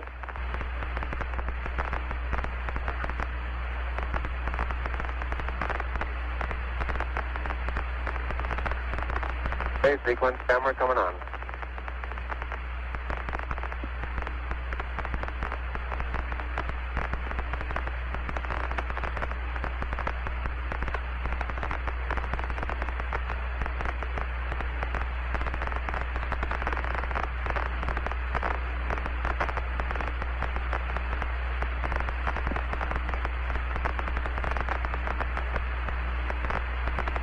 Eagle Houston, if you'd like to try high gain pitch 212, yaw 37, over.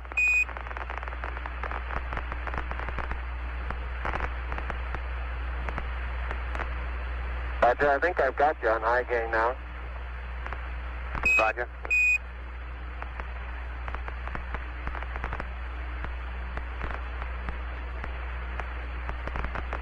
Coming up on 1 minute to ignition. They getting the angles though? I'll set them in to use them before we yaw around. Roger, pitch 212, yaw plus 37.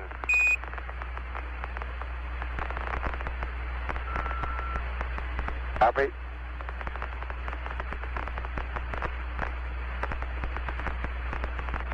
Arm defense.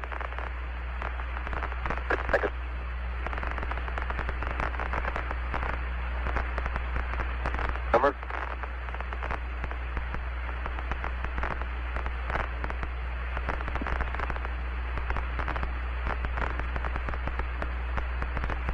Current altitude about 46,000 feet, continuing to descend.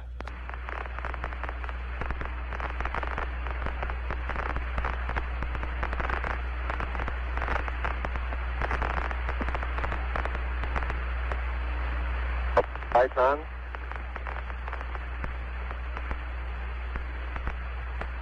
One, zero. Ignition 10%.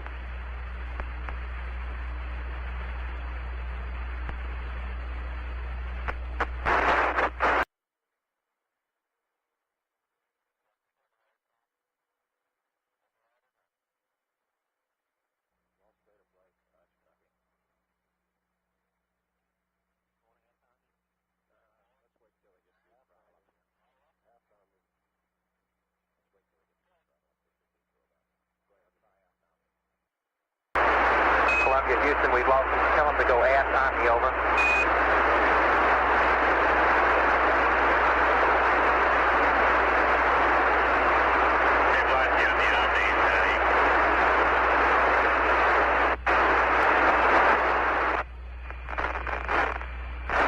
Okay, we're do it, Mike. Thank you, Neil. I'll leave it in flu. Relay to us. See if they got me now. I got good signal strength in flu. Yeah, you should have him now, Houston. Eagle, we got you now. It's looking good, over.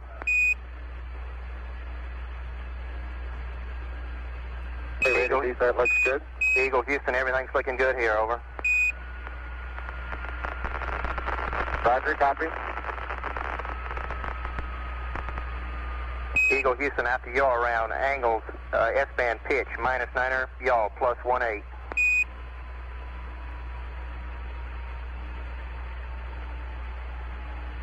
Copy.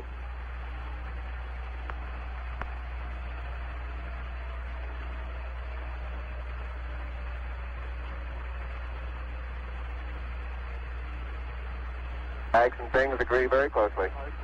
Roger.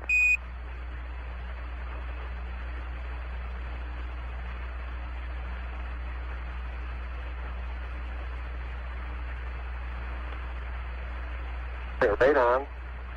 Altitude's a little high.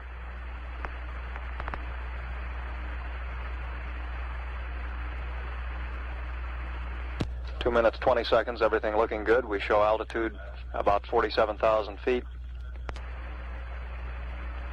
Yeah.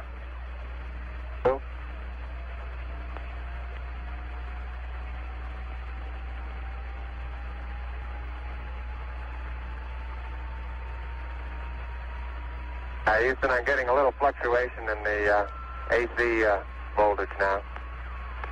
Roger. Just the meter maybe, huh? Stand by. It's looking good to us. You're still looking good at coming up 3 minutes.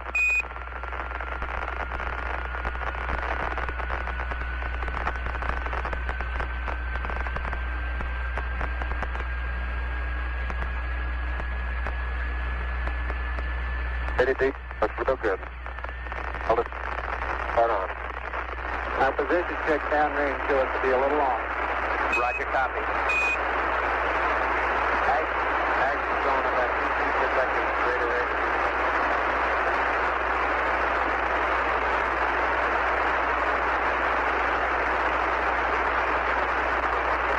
Show it to be about standby.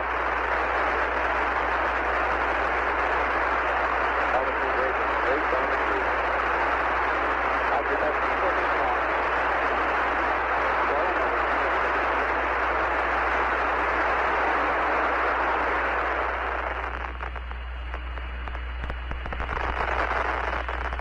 I think it's going to drop.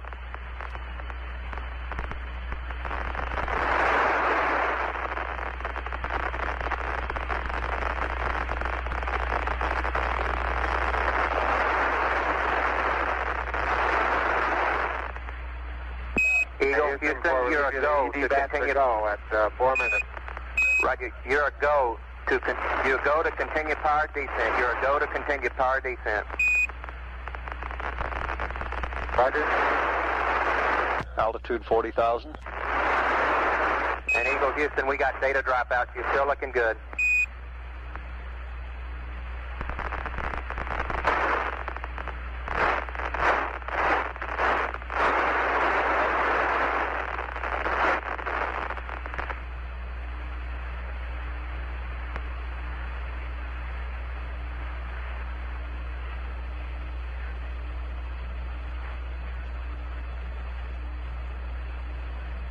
Okay, we got good lock on. Altitude lights out. LH is minus 2,900. Roger, we copy. At the Earth, right out our front window. Houston, you're looking at our Delta H. That's affirmative. Program alarm. It's looking good to us, over. 1202. 1202. Good radar data. Altitude now 33,500 feet.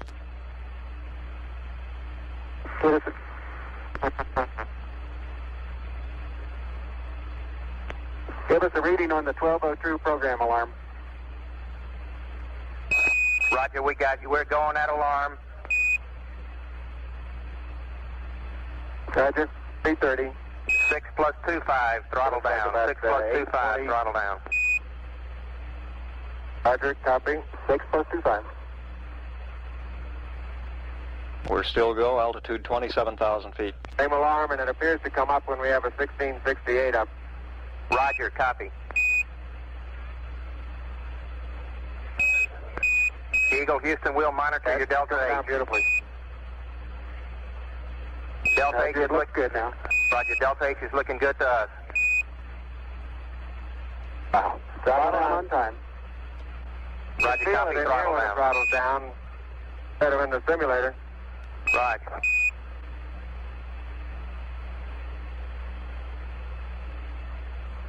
Eggs and things look real close.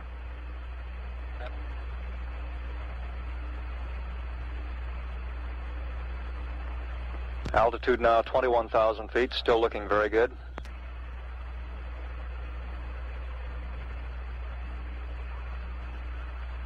Velocity down now to 1,200 feet per second. You're looking great to us, Eagle. Okay, I'm still on flu, so we may tend to lose as we gradually pitch over. Let me try auto again now, see what happens. Roger. Okay, looks like it's holding. Roger, we got good data.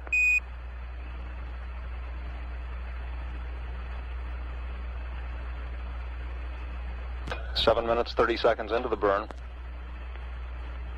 Altitude 16,300 feet.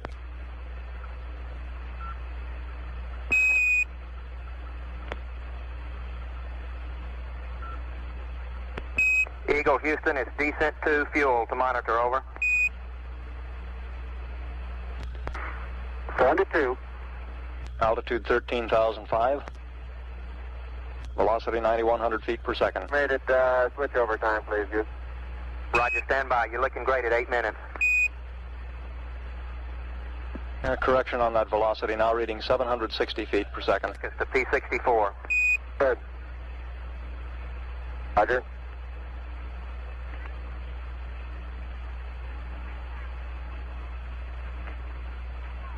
Fido says we're go, altitude 9,200 feet. 830, you're looking great.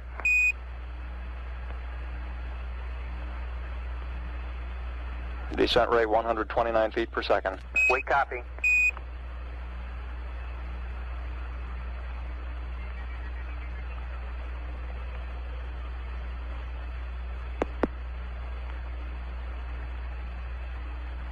Eagle, you're looking great. Coming up 9 minutes.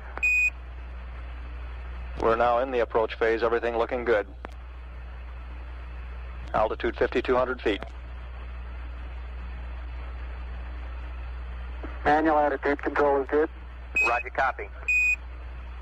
Altitude 4,200. Houston, you're a go for landing, over. Roger, understand. Go for landing. 3,000 feet. Copy. Alarm. 1201. 1201. Roger, 1201 alarm. We're go. Same type. We're go. 2,000 feet. 2,000 feet. Into the ag. 47 degrees. Roger. 47 degrees. Eagle looking great. You're go. Altitude 1,600. 1,400 feet, still looking very good. Roger, 1202. We copy it. 35 degrees. 35 degrees. 750. Coming down to 23. 700 feet, 21 down. 33 degrees. 100 feet down at 19. 540 feet down at 30. Down at 15.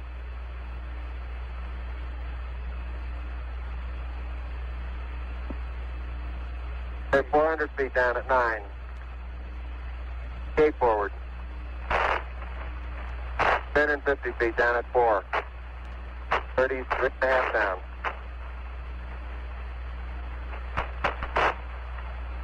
They're tagged on horizontal velocity. 300 feet down, 3.5. 47 forward. Put up.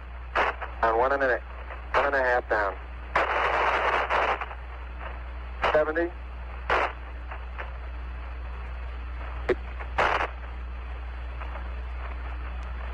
Got the shadow out there. 50 down at 2.5. 19 forward. Altitude, velocity, light. 3.5 down. 220 feet. 13 forward. 11 forward, coming down nicely. 200 feet. 4.5 down. 5.5 down. 160 feet. 6.5 down. 5.5 down. 9 forward. Good. 120 feet. 100 feet, 3.5 down, 9 forward. 5%. 185. Okay, 75 feet. Car's looking good, down a half. 6 forward. 60 seconds. Lights on. 6. Down 2.5.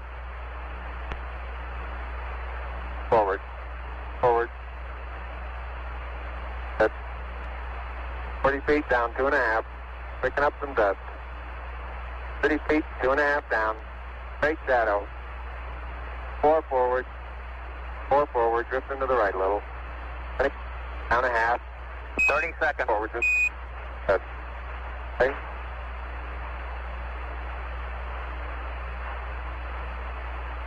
Contact light. Okay, engine stop. ACA at a descent. Mode control, both auto, descent engine command override off. Engine arm off. Port 13 is in. We copy you down, Eagle. Houston, Tranquility Base here. The Eagle has landed. Roger, Tranquility. We copy you on the ground. You got a bunch of guys about to turn blue. We're breathing again. Thanks a lot. Thank you. You're looking good here. Roger, we rigged you 5 by Columbia. He has landed Tranquility Base. Eagle is at Tranquility, over. Yeah, I heard the whole thing. Well, good show. Fantastic. Stop reset. Okay, Houston, I'm on the porch. Roger, Neil. Okay, stand by, Neil. Columbia, this is Houston, 1 minute, 30 seconds to LOS. All systems go, over. Columbia, a minute, Neil. Okay. Need a little slack? Neil Armstrong on the porch at 109 hours, 19 minutes, 16 seconds. You need more slack, bud? No, hold it just a minute. Okay. 25 minutes of BLSS time expended now. Okay, everything's nice and straight in here. Okay, can you pull the door open a little more? Right. Okay. Did you get the main down? I'm going to pull it now. Houston, the Mesa came down, all right. Houston, Roger, we copy, and we're standing by for your TEV.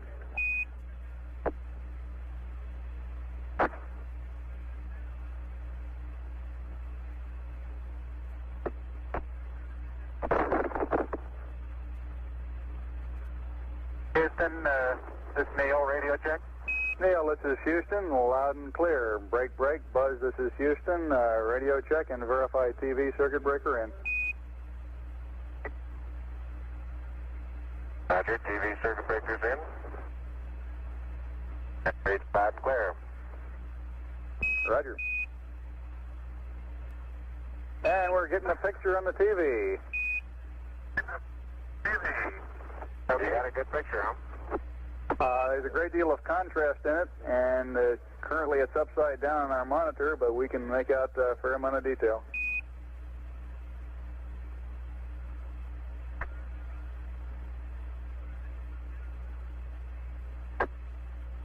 Okay, would you verify the position, the opening I ought to have on the camera?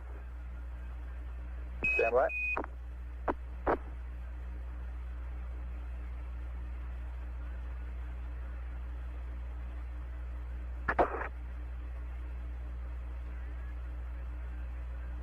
Okay, Neil, we can see you coming down the ladder now. Neil, we can see you coming.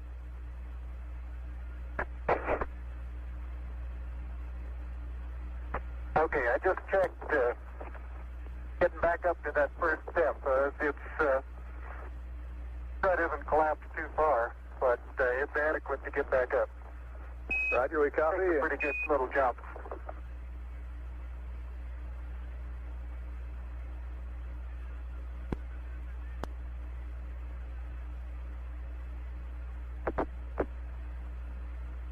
Buzz, this is Houston. F2, 1/160th second for shadow photography on the sequence camera. Okay. I'm at the foot of the ladder. The LEM footbeds are only depressed in the surface about 1 or 2 inches, although the surface appears to be very, very fine-grained as you get close to it. It's almost like a powder. Ground mass is very fine.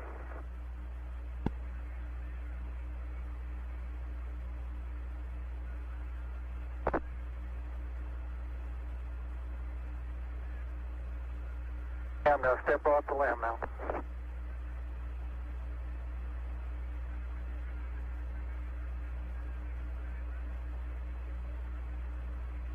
That's one small step for man, one giant leap for mankind.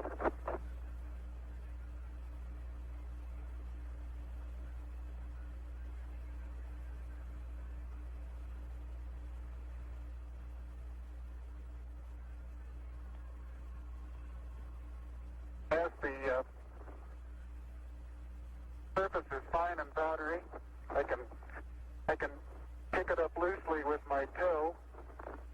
It does adhere in fine layers, like powdered charcoal, to the sole and sides of my boot. I only go in a small fraction of an inch, maybe an eighth of an inch, but I can see the footprints of my boots and the treads in the fine sandy particles. Yeah, this is Houston. We're copying.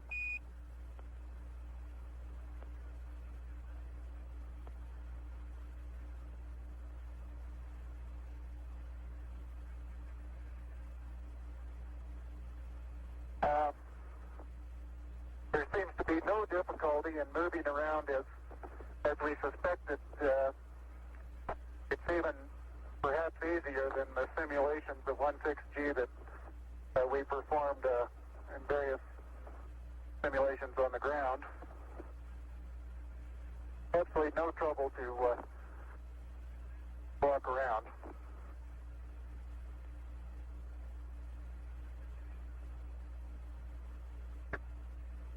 The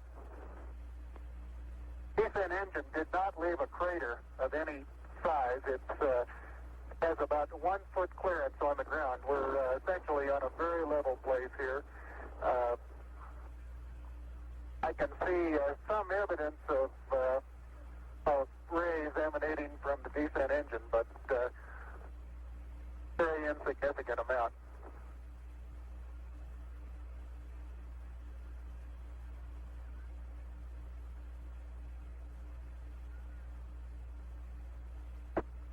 Okay, Buzz, we ready to bring down the camera? I'm all ready. I think it's 2 miles squared away in good shape. Okay. Okay, you'll have to pay out all the LEC. It looks like it's coming out nice and evenly.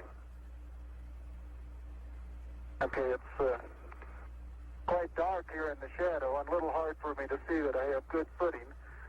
I'll work my way over into the sunlight here without looking directly into the sun.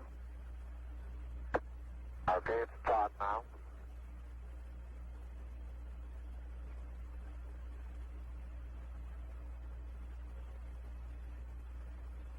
Unofficial time on the first step, 109.2420.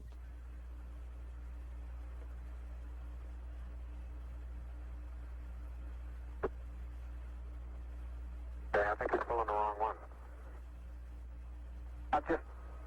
I'm ready to pull it down now.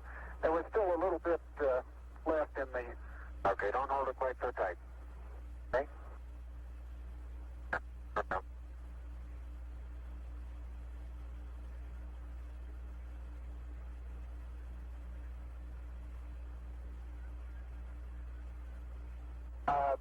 Looking up at the limb, I'm standing directly in the shadow now, looking up at Buzz in the windows. And I can see everything quite clearly. The light is sufficiently bright, backlighted into the front of the limb, that everything is very clearly visible.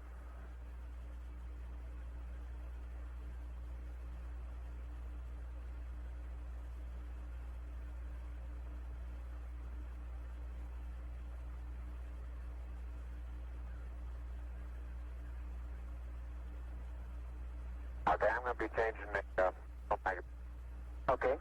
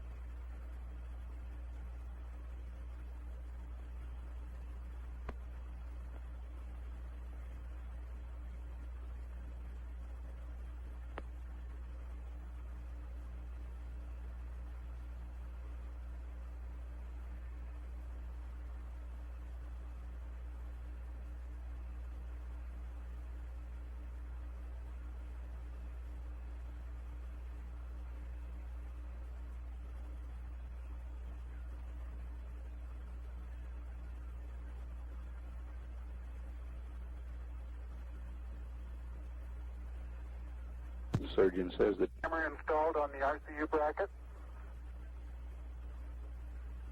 Surgeon says the crew is doing well. Data is good, crew is doing well. And I'm still in the LEC on the secondary stretch.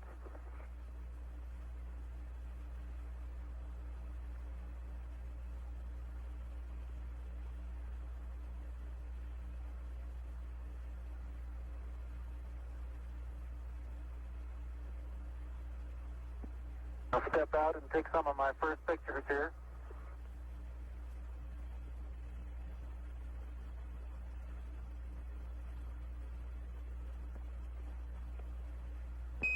Roger, Neil, we're reading you loud and clear.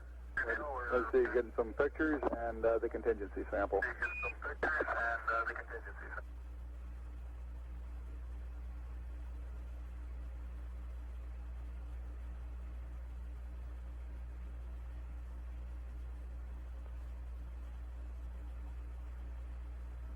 .35 and a half minutes of PLSS time expended now.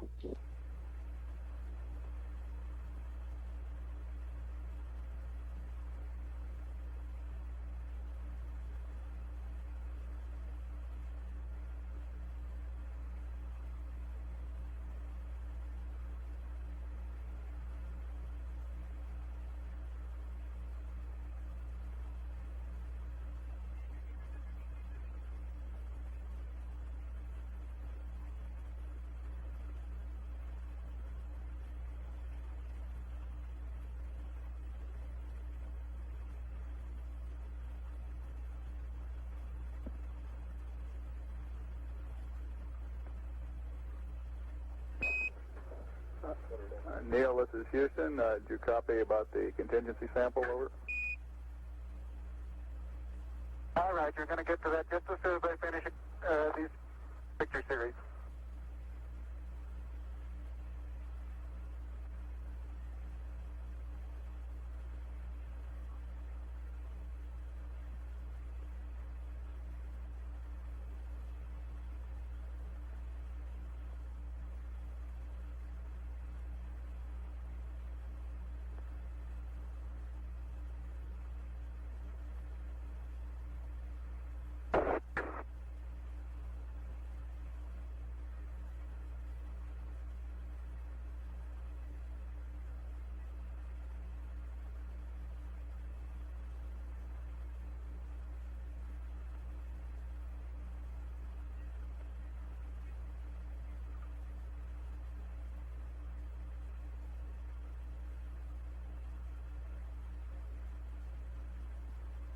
Okay, going to get the contingency sample there, Neil? Right.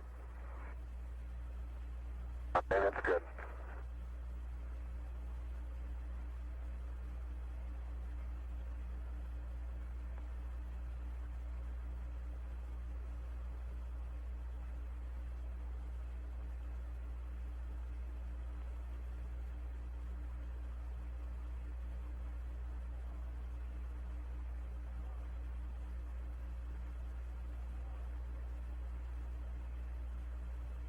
Okay, the contingency sample is down and it's up sample.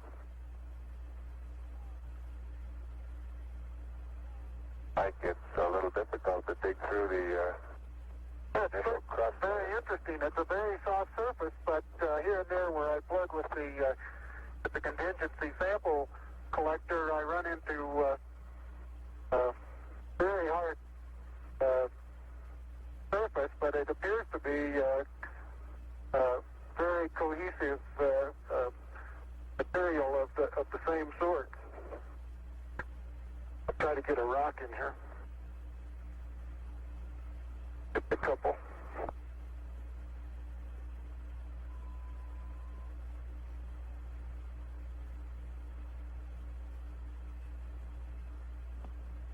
Oh, that looks beautiful from here, Neil.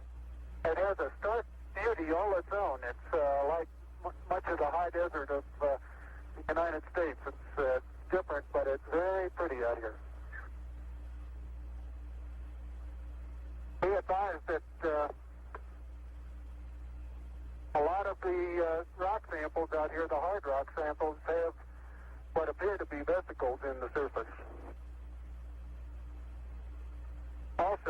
I'm looking at one now that appears to have some sort of phenocryst. Houston, roger that.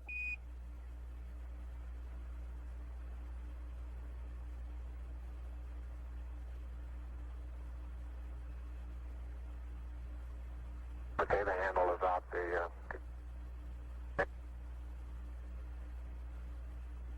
push it in about 6-8 inches into the surface. Like it's pretty easy to. It is. It's. I'm sure I could push it in farther, but it's hard for me to bend down farther than that. And now you could throw so you far. can really throw things a long way up here.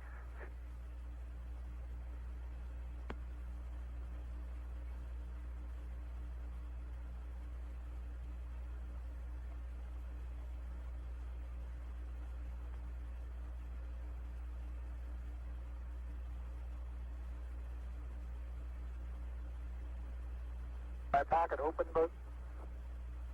Yes, it is. It's not up against your suit, though. Hit it back once more. More toward the inside. Okay, that's good.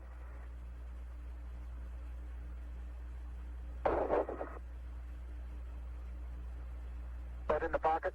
Yeah, push down. Got it? No, it's not all the way in. Push it. There you go.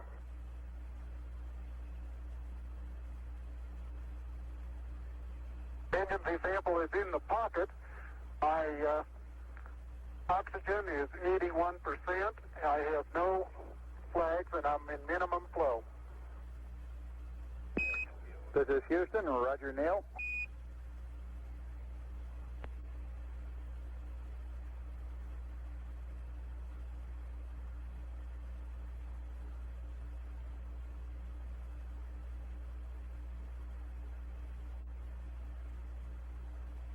Okay, I got the camera going at 1 frame a second. Okay.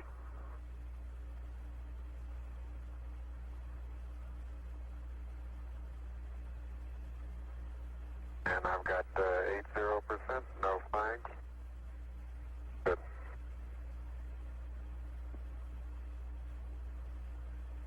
Are you getting a TV picture now, Houston? Neil, yes, we are getting a TV picture.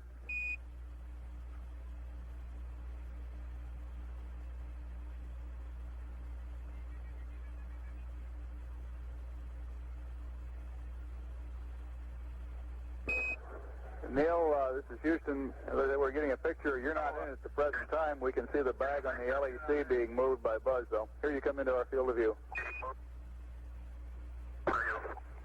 Oh, okay. First, let me move that over the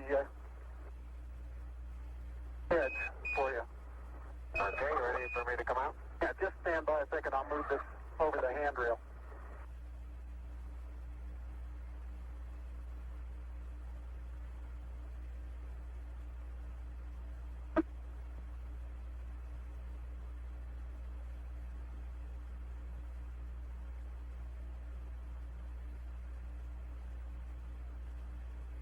Okay. All right, that's got it. Are you ready? All set.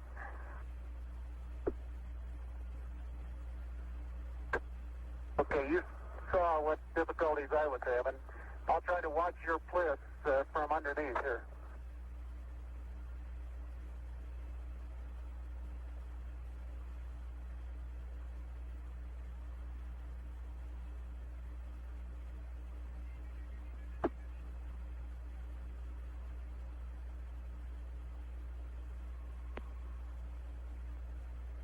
All right, the backup camera is position.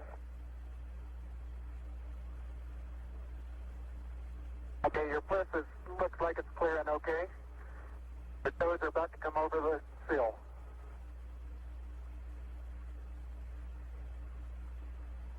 Okay, now drop your bliss down. There you go, you're clear. And laterally you're good. Got an inch clearance on top of your bliss. Okay, you need a little bit of arching of the back to come down. Like with the airplane. feet from the Okay, you're right at the edge of the porch. Okay. Back in from...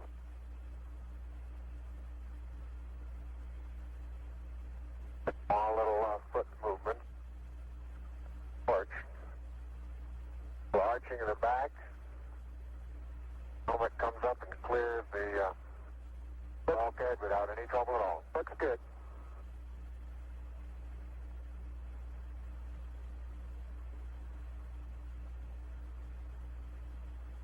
.45 minutes PLSS time expended.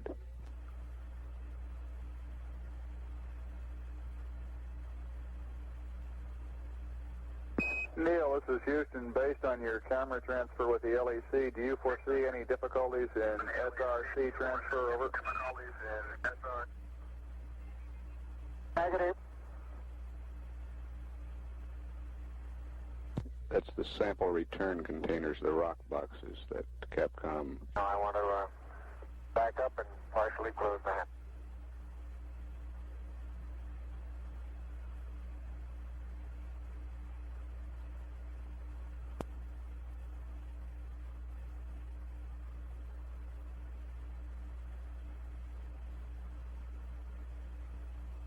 Making sure not to lock it on my way out.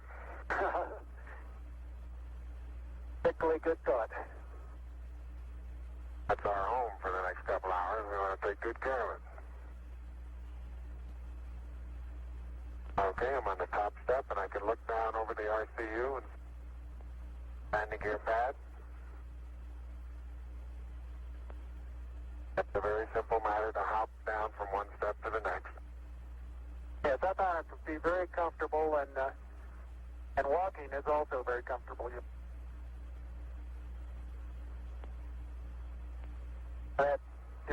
You've got 3 more steps and then a long one.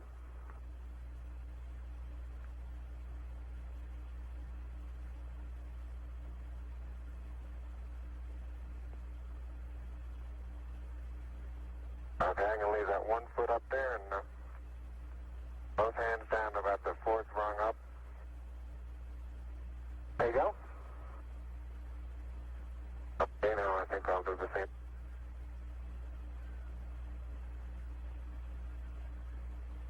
A little more. About another inch. There, you got it? That's a good step. Yep.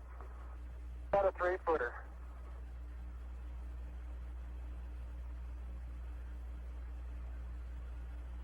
Beautiful view. Isn't that something? Magnificent sight out here. Magnificent desolation.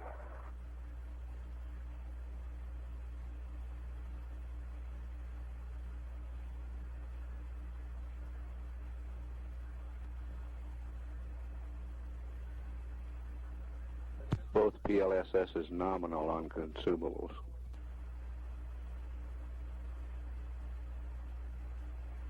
Looks like the secondary strut have little thermal effects on it right here, Neil. Yeah, I noticed that. Seems to be the worst, although similar effects are on all around. There's very, very fine powder, isn't it? Isn't it fine? Right in this area, I don't think there's much of any but fine powder. Some clouds together, and it's hard to tell whether it's a cloud or a rock. Notice how you can pick it out. Yeah, and it bounces and then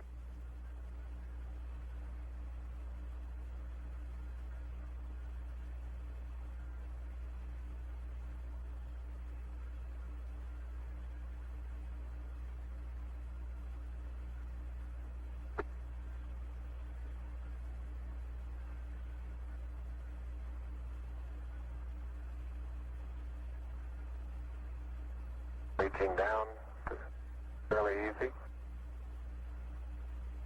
Get my suit dirty at this stage.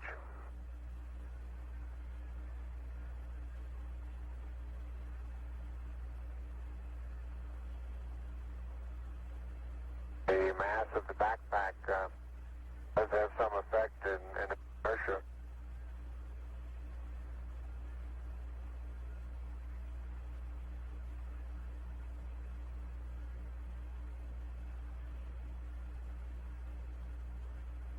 There's a slight tendency, I can see now, to backwards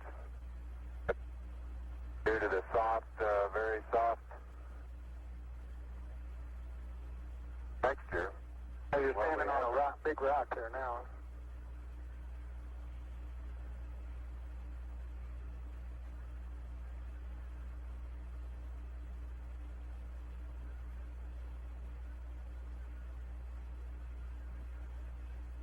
Sure didn't. No, it didn't. That's no crater there at all from the engine. No. I wonder if that right under the engine is where probe might aim. I'd like that. Yeah, I think that's a good representation of our sideward velocity at touchdown. Hold it to probe.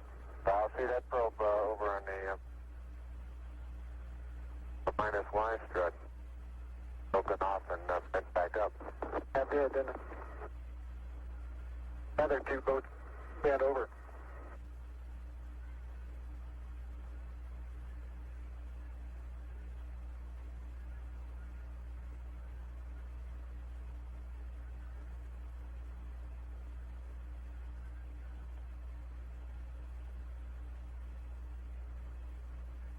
Can't say too much for the visibility right here without the visor up. Pretty dark. It looks like there's a surface of a flat, rounded rock.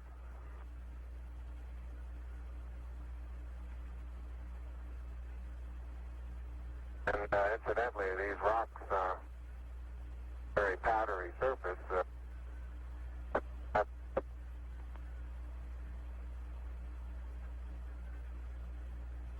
Say again, please, Buzz. You're cutting out. And here's some... I say that the rocks are rather slippery. Roger. Very powdery surface. When it's on there, it's fill up all the very little fine porises. They'll tend to slide over it rather easily.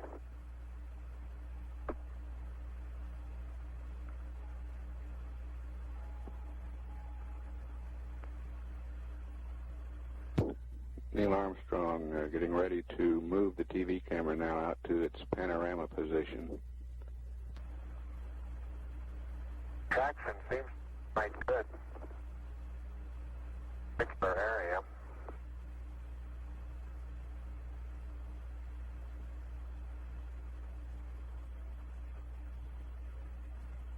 Start to lose my balance in one direction, and recovery is quite natural and very easy.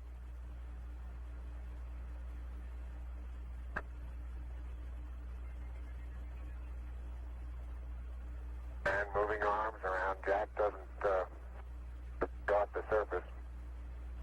Not quite that light-footed. And I have the insulation off the Mesa now. The Mesa seems to be in good shape. Have to be careful that you're leaning in the direction you want to go, otherwise you slightly inebriate. In other words, you have to cross your foot over to stay underneath where your center of mass is.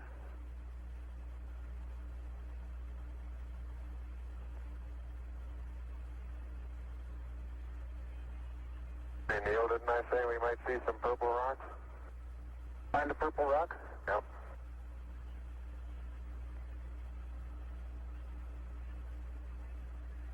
Very small, sparkly fragments are rock. They're reflected sun in places.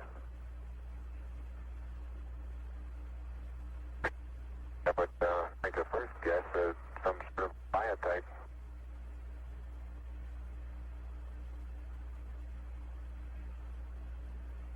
We'll leave that to the further analysis. But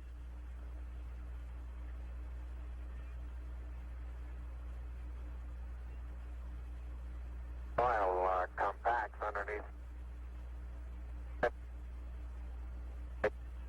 basically no, if you don't sink down more than a quarter of an inch.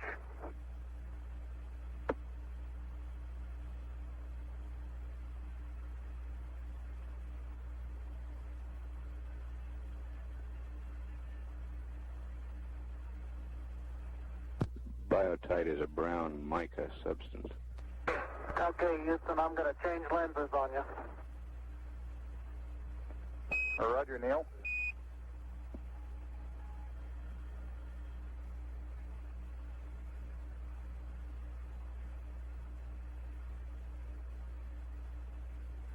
Life support consumables still looking good.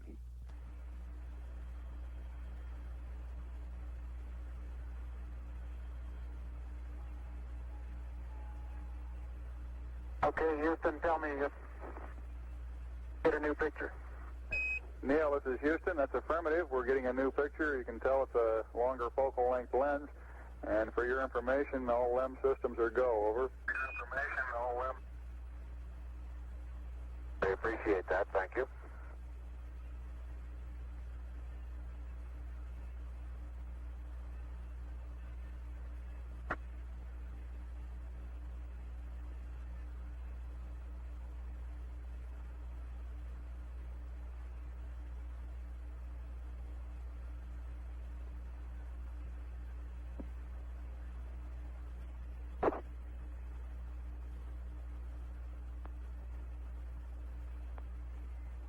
Dale is now unveiling the plaque that is.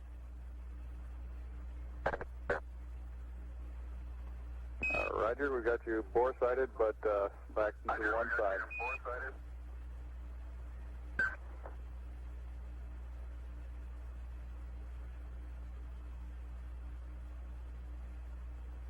For those who haven't read the plaque, we'll read the plaque that's on the front landing gear of this LEM. First, there's two hemispheres, one showing each of the two hemispheres of Earth. Underneath it says, "Here men from the planet Earth first set foot upon the moon, July 1969 AD. We came in peace for all mankind."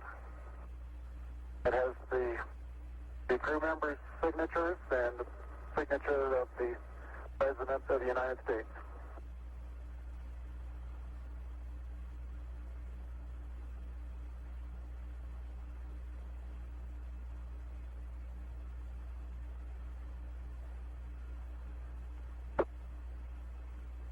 Ready for the camera? I'll get it. Now you're taking TV on him.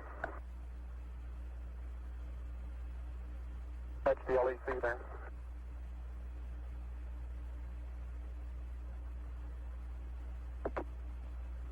I'm afraid these mob materials are going to get dusty.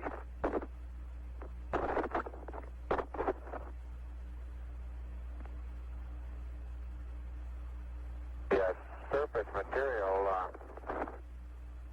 powdery. I don't know how good your lens is, but if you can smudges like gloves.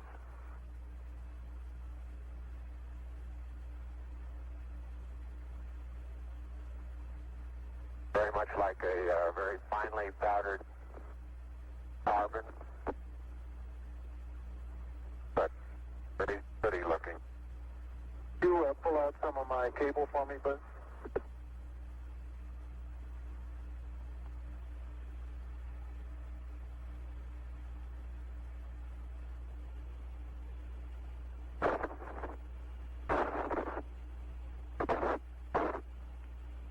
Houston, how close are you able to get things in focus? This is Houston. We can see Buzz's right hand. It's somewhat out of focus. I'd say we were focusing down to probably about 8 inches to a foot behind the position of his hand when he was pulling out the cable.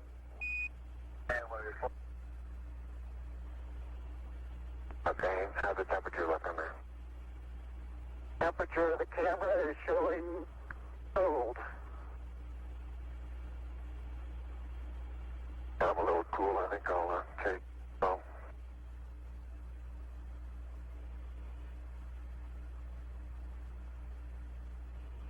I'm on intermediate now, Houston, and I show 3.78.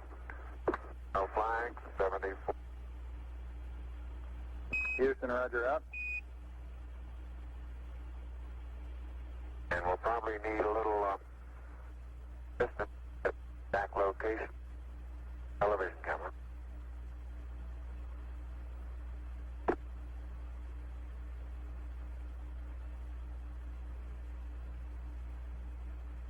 And Neil, it look at the minus Y strip. The direction of travel there. Traveling from right to left. Right. So this one over here underneath the SN engine where the probe first hit. Minus my probe first hit. I got plenty of cable. You got plenty more.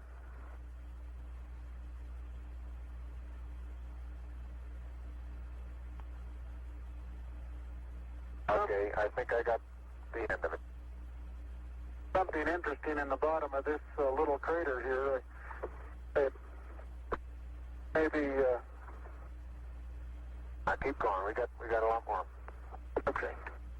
Getting a little harder to pull out here.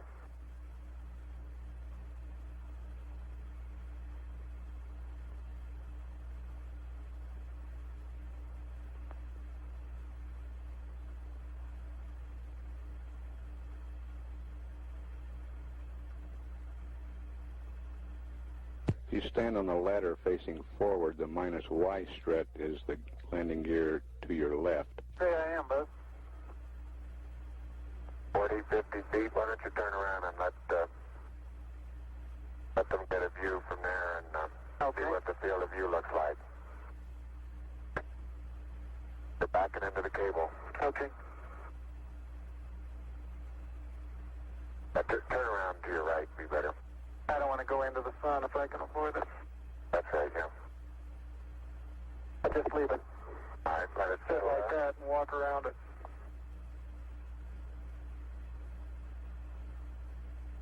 Houston, how's that field of view going to be? Pick up the Mesa far away? Good.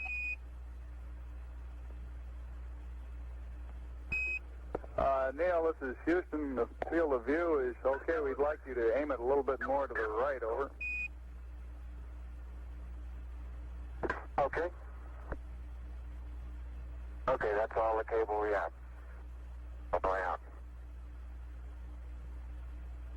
I'll start working on the shoulder. A little bit too much to the right. Can you bring it back left about 4 or 5 degrees?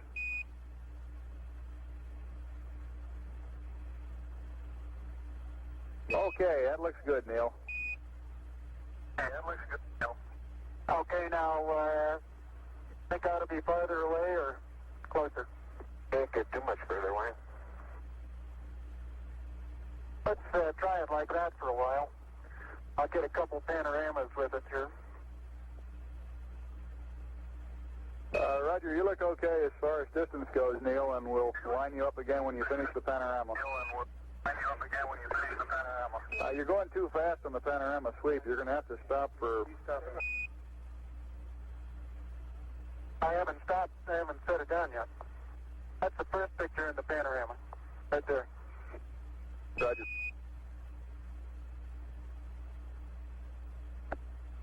It's taken just about northeast. Tell me if you got a picture, Houston. Well, we got a beautiful picture, Neil. Okay, I'm going to move it.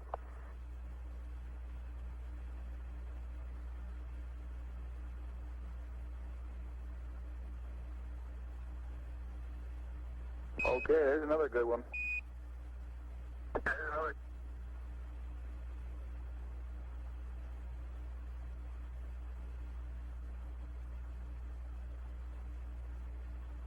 Okay, we got that one.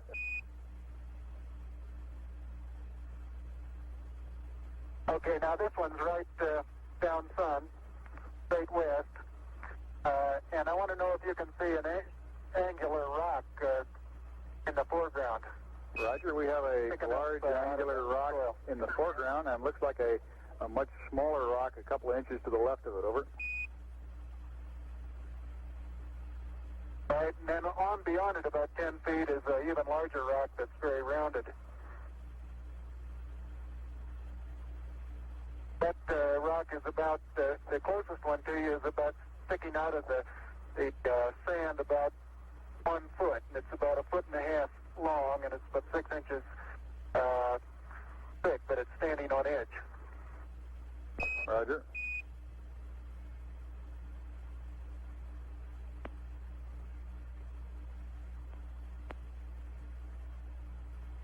Okay, Neil, I've got the table out. Got a bag deployed. We got this view, Neil.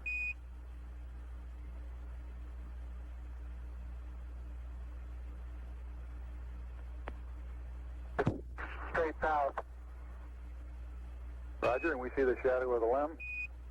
In the hill, Roger, the little hill just beyond the shadow of the limb is a pair of elongate craters. About probably the pair together is 40 feet long and 20 feet across, and they're probably 6 feet deep. We'll probably get some more work in there later.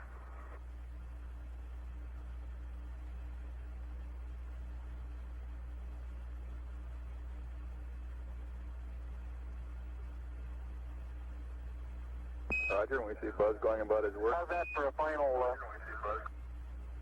For a final orientation, we'd like it to come left about 5 degrees. Over.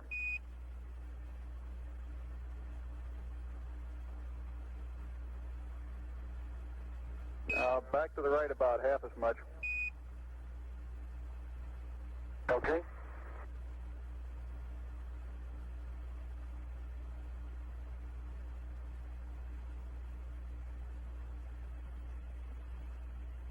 Okay, that looks good there, Neil. Yeah, it looks good there. Okay.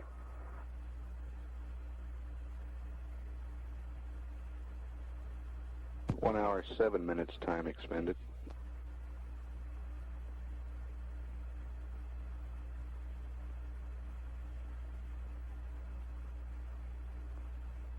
Okay, you can make a mark, Houston.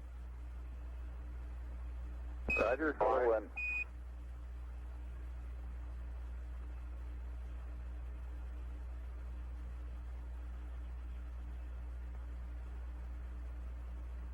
And incidentally, you can use the shadow that the staff makes to assist you in getting it perpendicular.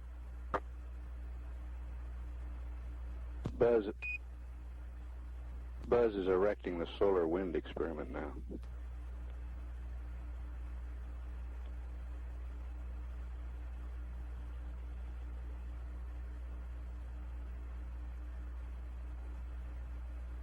Some of these small depressions get soft, and you tend to think, oh, maybe 2 or 3 inches.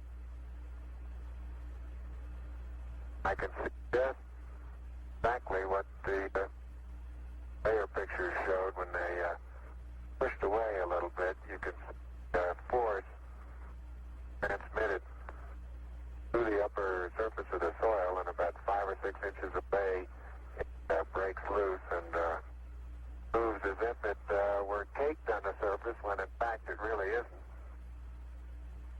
I noticed in the soft spots where we have footprints nearly an inch deep that the soil is very cohesive, and it will retain a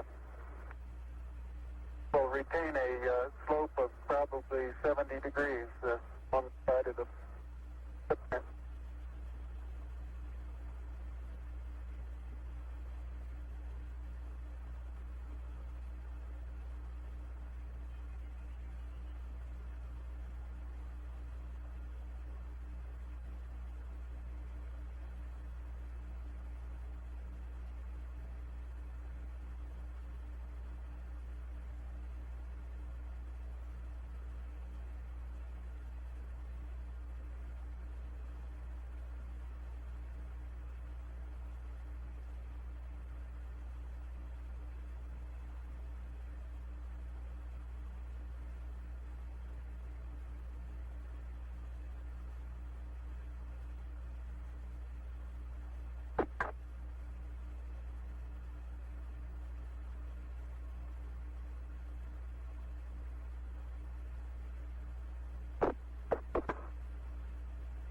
All LEM systems still looking good.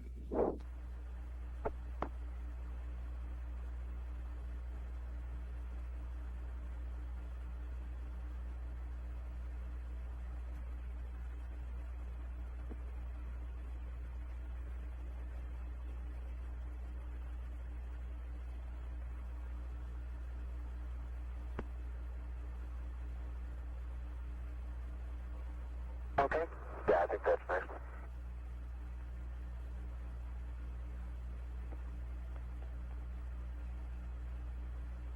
Dead end, come on.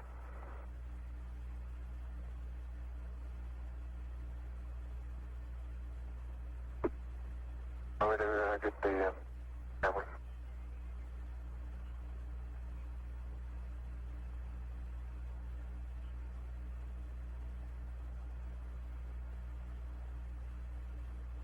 Take that part.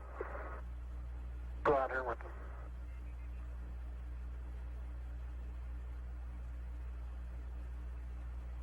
Head up to the rock here.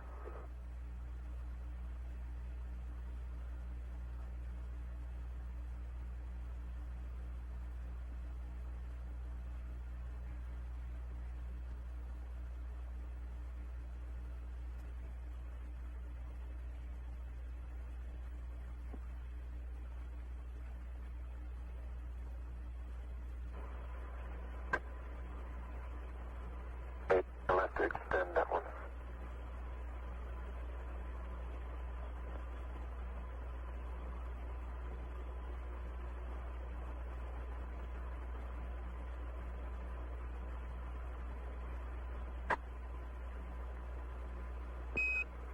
Columbia, this is Houston, ALS, over. Houston, ALS, over.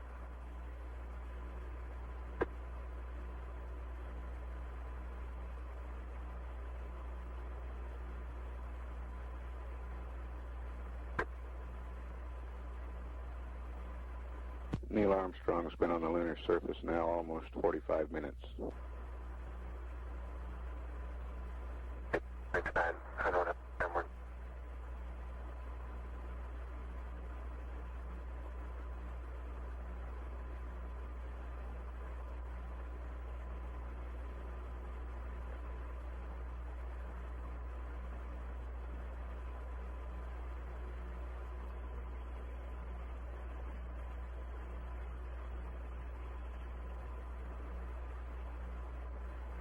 Columbia, I gain over.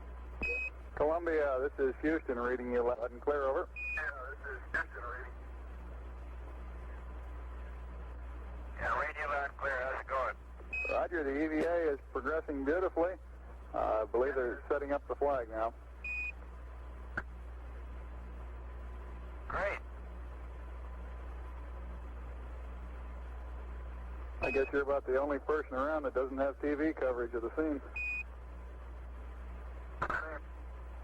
That's all right, I don't mind a bit.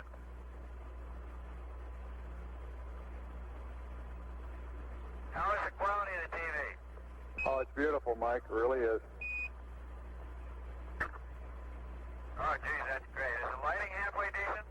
Yes, indeed. They've got the flag up now, and you can see the stars and stripes on the lunar surface.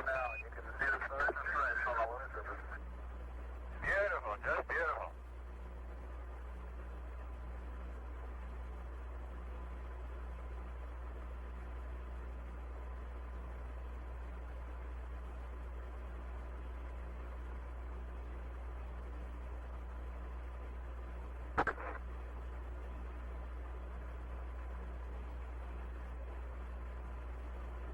What's this?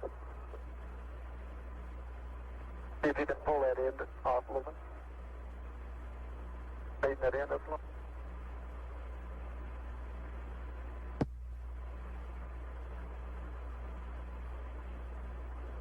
It won't go out.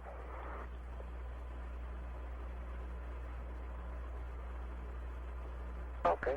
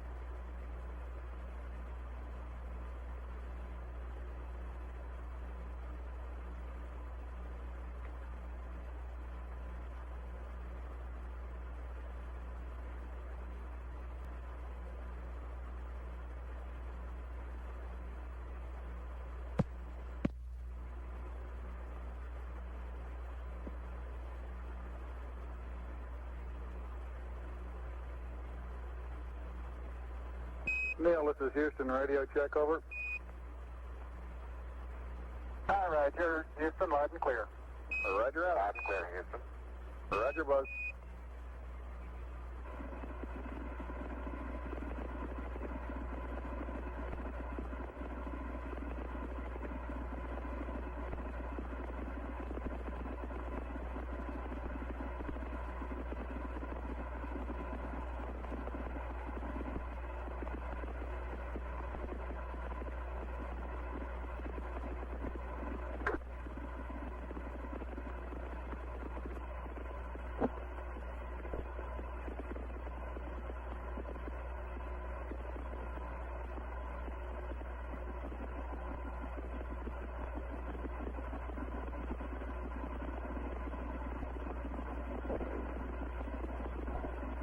I'd like to evaluate the various paces that a person can traveling on the lunar surface.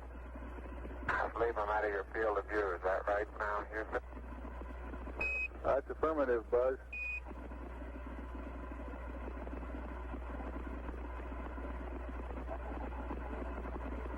You're in our field of view now. You do have to be. All right, you do have to be rather careful to keep track of where your center of mass is.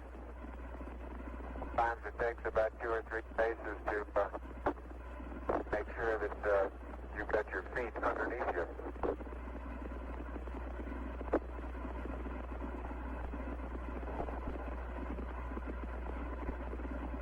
And about 2 or 3 or maybe 4 easy paces can bring you to a fairly smooth stop.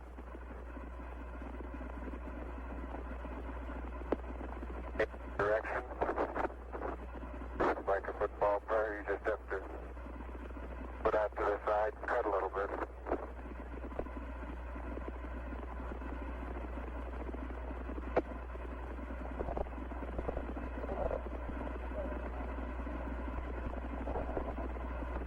So-called kangaroo hop does work, but it seems your forward ability is not quite as good as it is in the conventional, more conventional one foot after another. As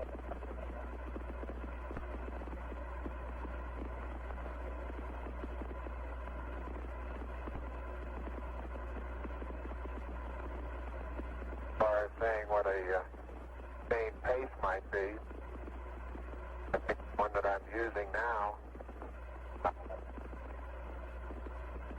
would get rather tiring after several hundred. But this may be a function of the suit as well as lack of gravity force here.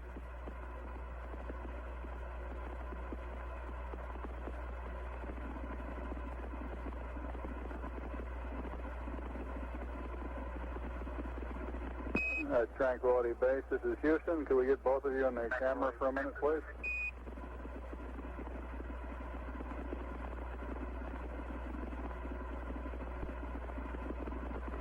Say again, Houston. Roger, we'd like to get both of you in the field of view of the camera for a minute.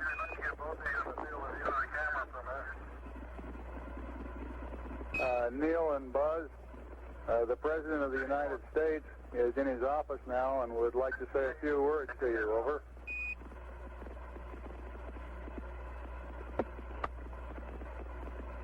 That would be an honor. Go ahead, Mr. President. This is Houston out. Hello, Neil and Buzz. I'm talking to you by telephone from the Oval Room at the White House. And this certainly has to be the most historic telephone call ever made from the White House. I just can't tell you how proud we all are of what you have done. For every American, this has to be the proudest day of our lives.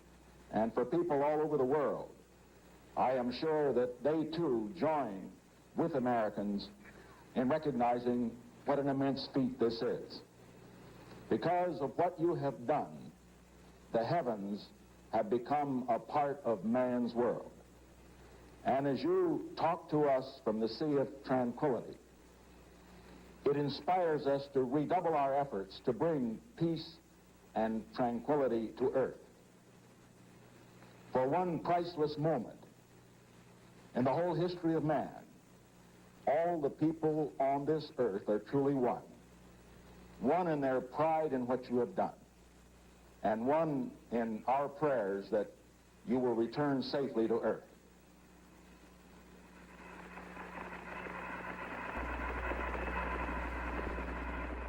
Thank you, Mr. President. It's a great honor and privilege for us to be here representing not only the United States, but men of peace of all nations, men with interest and a curiosity, and men with a vision for the future. Honor for us to be able to participate here today. And thank you very much, and I look forward, all of us look forward to seeing you on the Hornet on Thursday. Look forward to that very much, sir.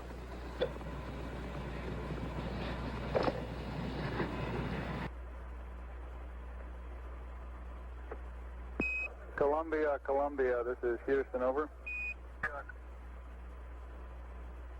Loud, clear, Houston. Roger, I've got a P-22 auto optics pad for you.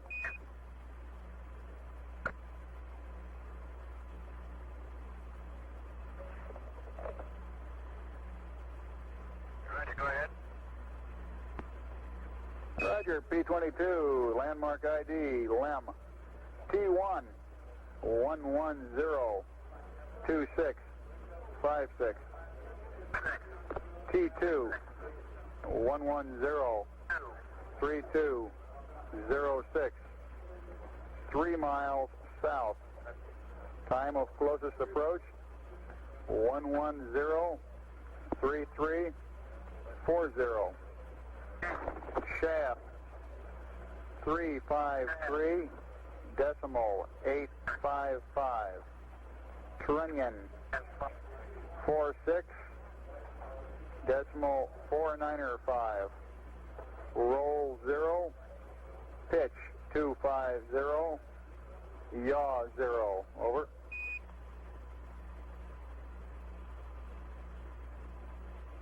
Roger, thank you. Impact now required. Roger, out.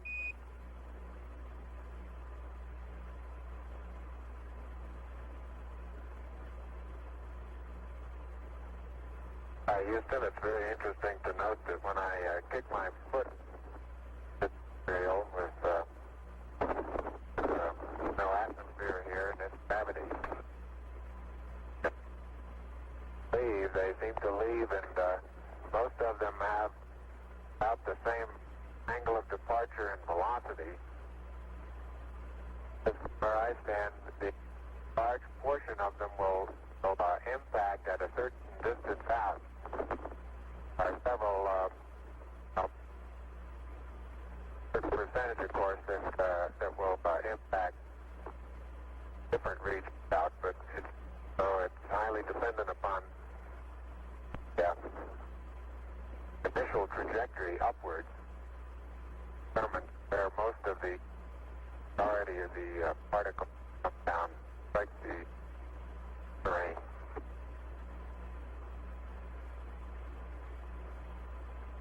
Roger, Buzz, and break, Columbia, this is Houston. When you track out of high gain antenna limits, request Omni Delta, over. Oh, man. I've noticed several times in going from the sunlight into the shadow that just as I go in, I catch an additional reflection off the LEM, along with the reflection off my face onto the visor, makes visibility very poor just at the transition sunlight into the shadow. I essentially have so much glare coming onto my visor, I'm under shadow until helmet actually gets shadow, and then it takes a short while for my eyes to adapt to lighting conditions. Inside the shadow area, visibility, as we've said before, is not too great, but both visors up. We can certainly get what sort of footprints we have and the general condition of the soil. Then after being out in the sunlight a mile, it takes, watch it, Neil. Neil, you're on the cable. Okay. Yeah, lift up your right foot. Right foot. It's still, your toe is still hooked in it. That one? Yeah, it's still hooked in it. Come in. Okay, you're clear now. Thank you. Let's move that over this way. Neil Armstrong has the scoop for the bulk sample collection.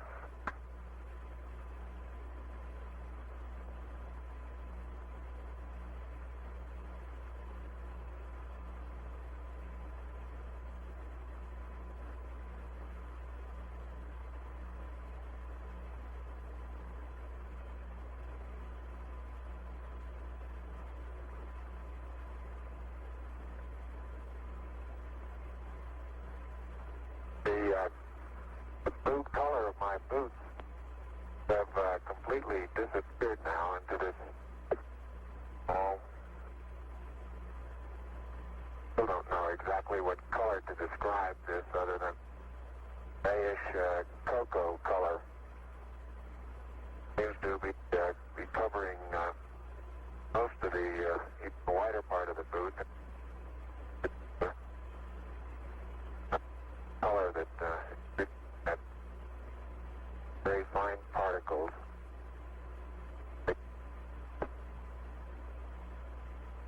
Buzz, this is Houston. You're cutting out on the end of your transmission. Can you speak a little more closely into your microphone? Over.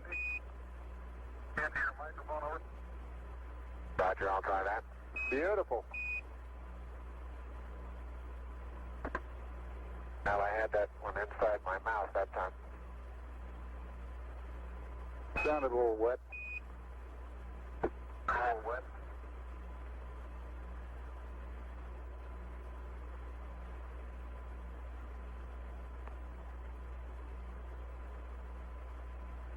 Neil's been on the surface an hour now.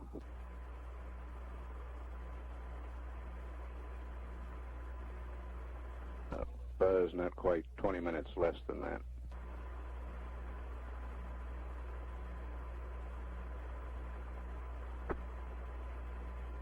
In general, time spent in the shadow doesn't seem to have any thermal effects.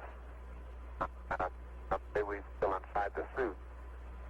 There is a difference, of course, in the coming radiation and the helmet, so I think there's a tendency to feel a little cooler in the shadow than we feel out in the sun.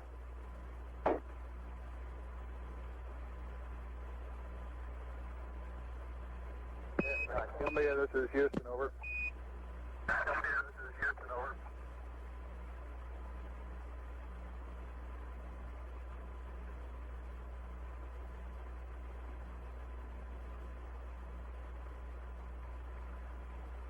One hour and a half expended on the PLSSs now. Columbia, this is Houston, over.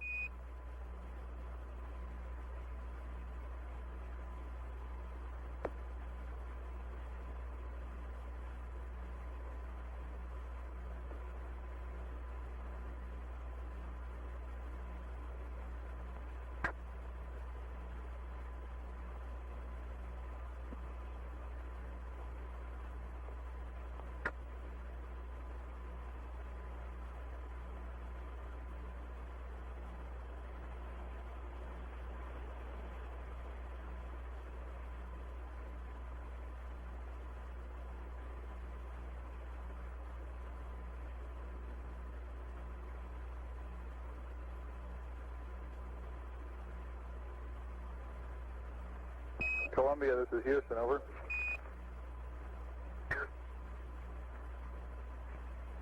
Houston, Columbia, Delta. Roger, you should have VHF AOS with the LEM right about now. VHF LOS will be at 40 minutes, 15 seconds, over. Thank you.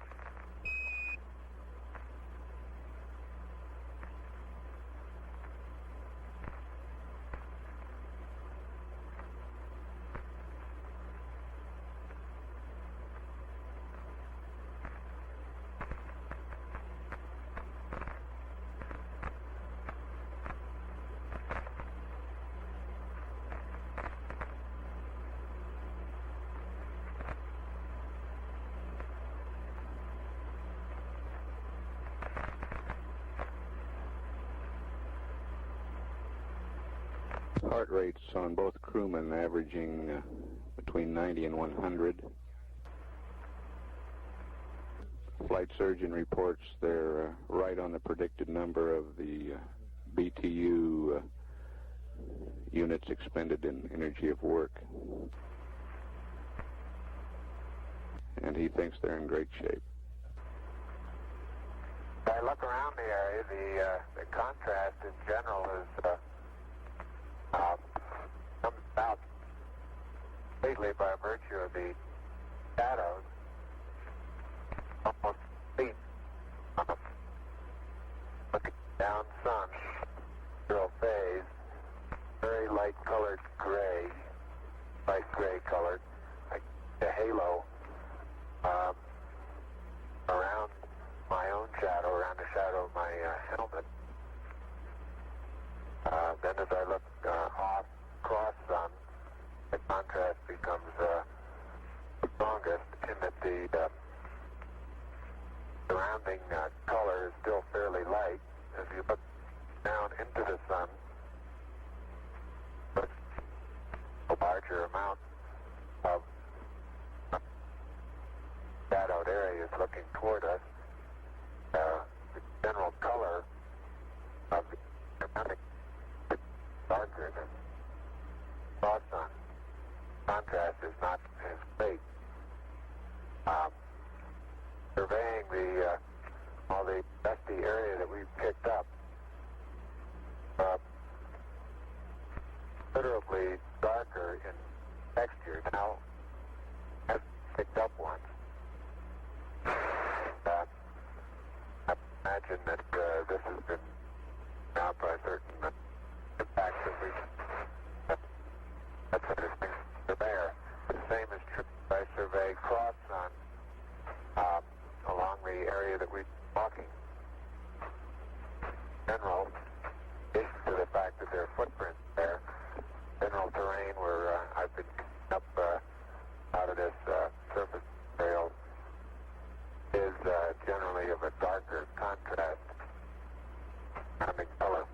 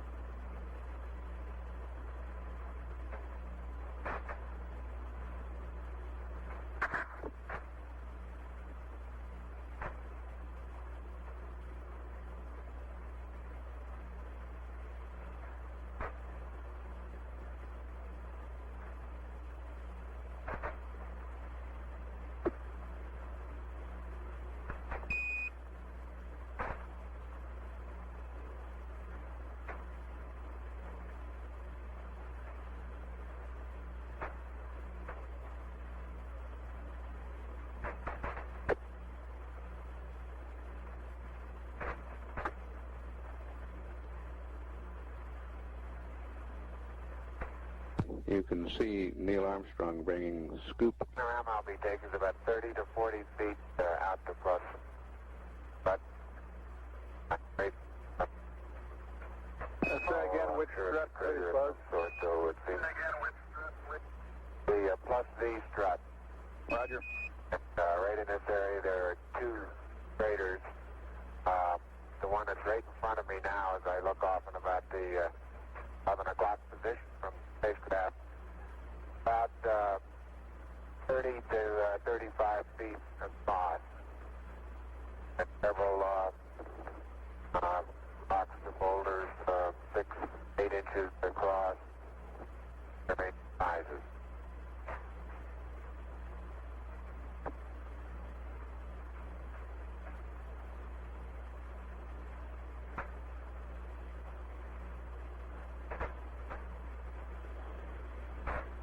Neil is filling the bulk sample bag attached to a scale. You can see him in the picture. Buzz is behind the limb at the minus Z strut.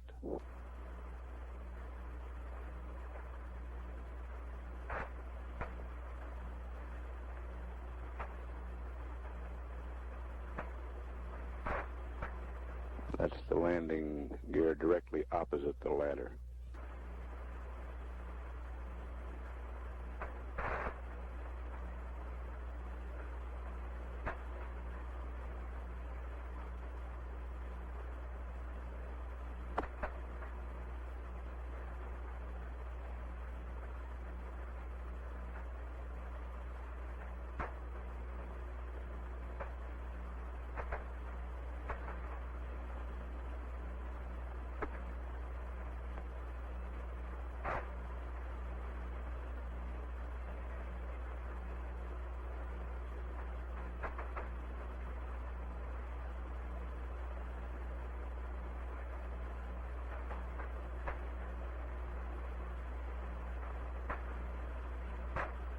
Needle's been on the surface about an hour and 10 minutes now.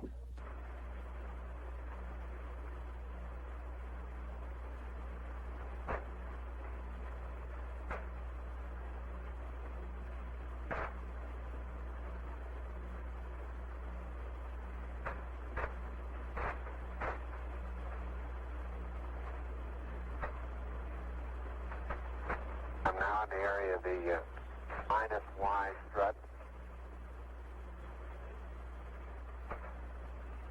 Taking some section photographs.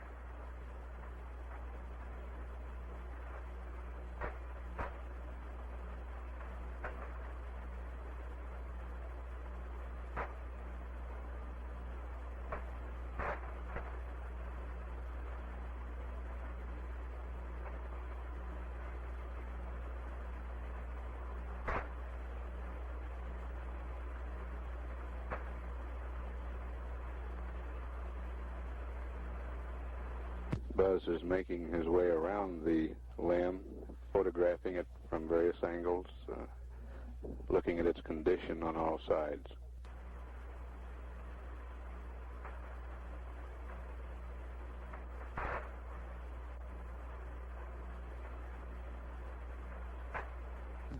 Neil's still occupied with the bulk sample.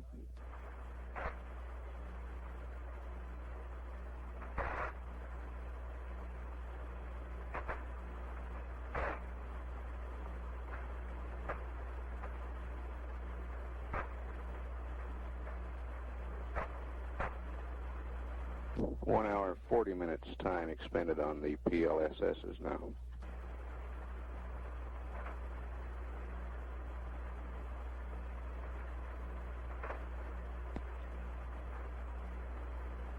How's the bulk sample coming, Neil? Bulk sample is just being sealed.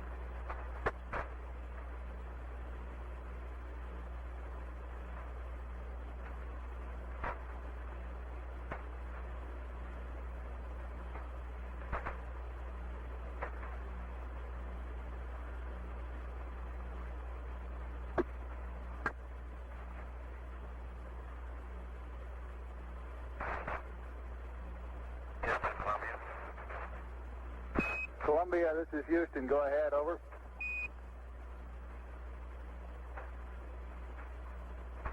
Roger, no marks on the left that time. I did see a suspiciously small white object with coordinates are.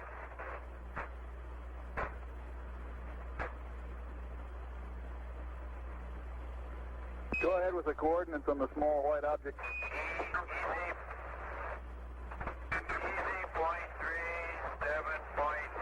But I clearly see them, and it's right on the southwest rim of a crater. I think they would know it if they were in such a location. It looks like their limb would be pitched up quite a degree. It's on the southwest wall of a smallish crater. Roger, copy Echo decimal 3 and 7 decimal 6.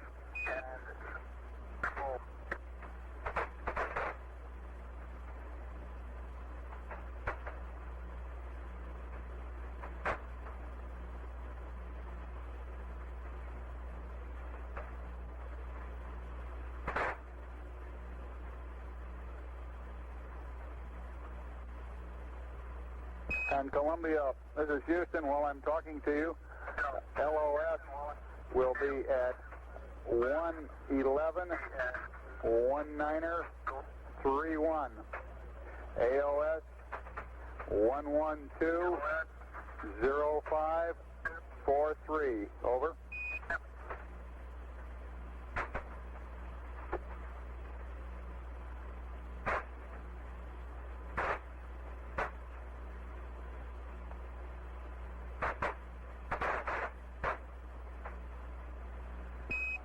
Columbia, this is Houston. Did you copy LOS, AOS times? Over. Copy.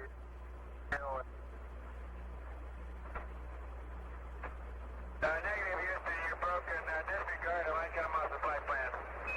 Roger, out.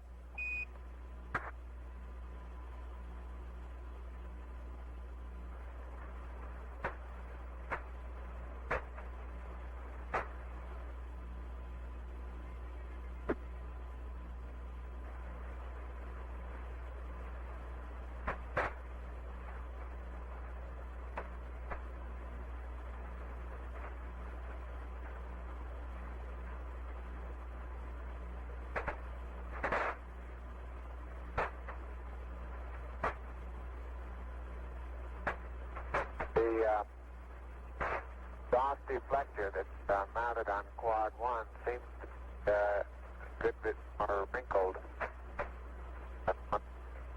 right now on Quad 4.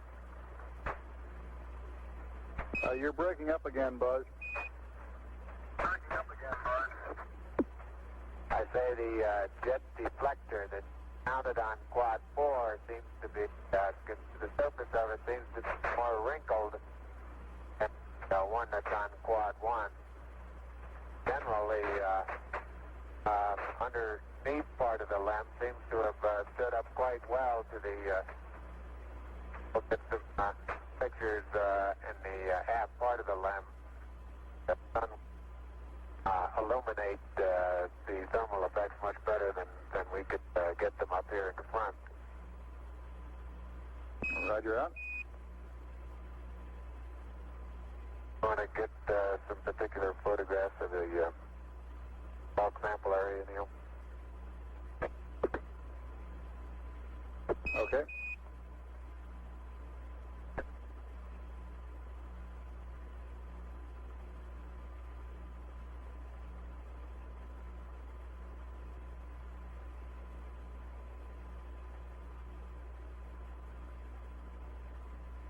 And Houston, Buzz here. I'm showing 3.78 SI.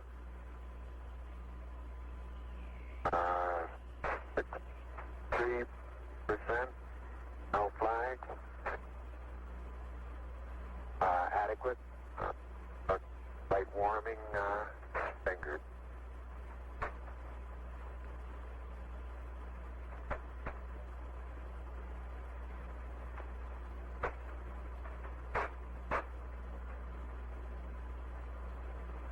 Roger, and Neil has 66%.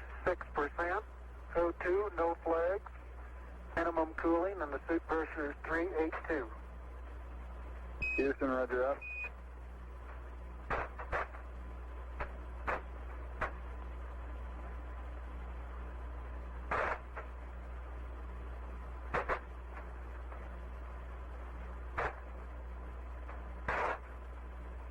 Neil has finished collecting and packing the bulk sample. Buzz, this is Houston. Have you removed the close-up camera from the Mesa yet? Over.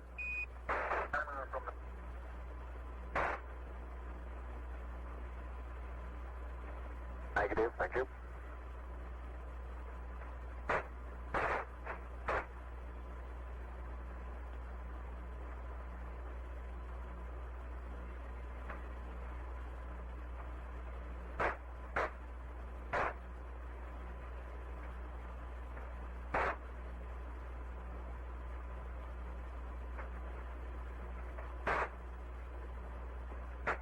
Get a panorama here.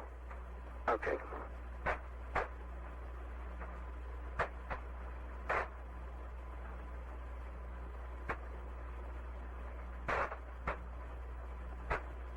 Got it? Got it.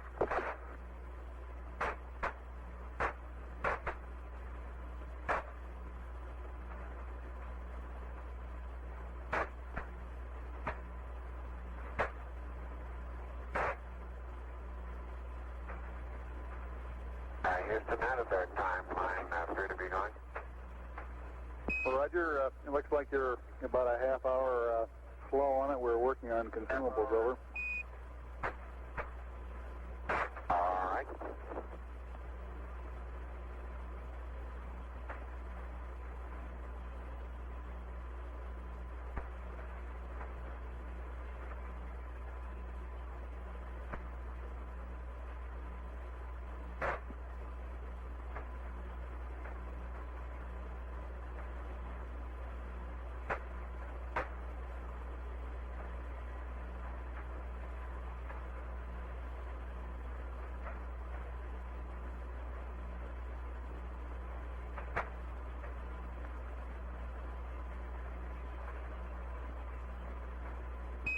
Neil and Buzz, this is Houston.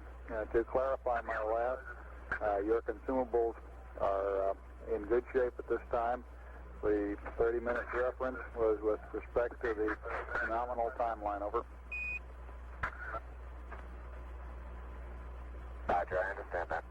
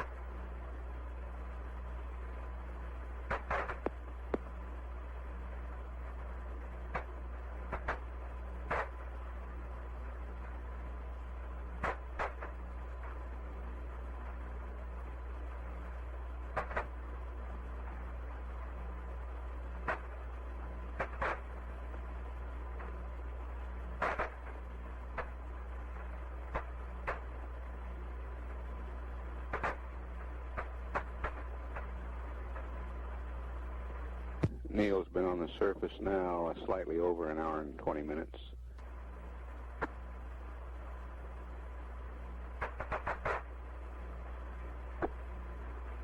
Hey, don't note any abnormalities in the limb. Quads seem to be in good shape. The primary and secondary struts are in good shape. Antennas are all in place.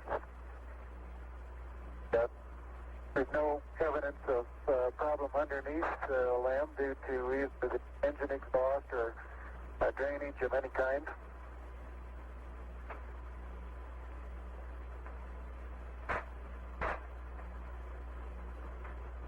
Roger up. It's very surprising, very surprising lack of penetration of all four of the foot pads. I'd say if we were to try and determine just how far below the surface they would have penetrated, you'd measure in 2 or 3 inches, wouldn't you say, Neil? At the most, yeah. That fly strut there is probably even less than that.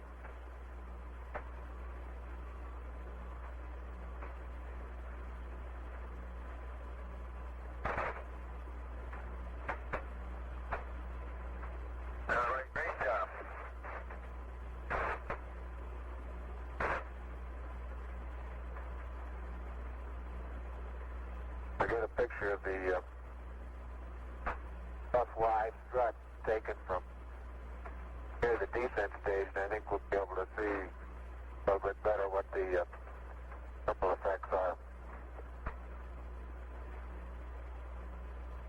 Seem to be quite minimal.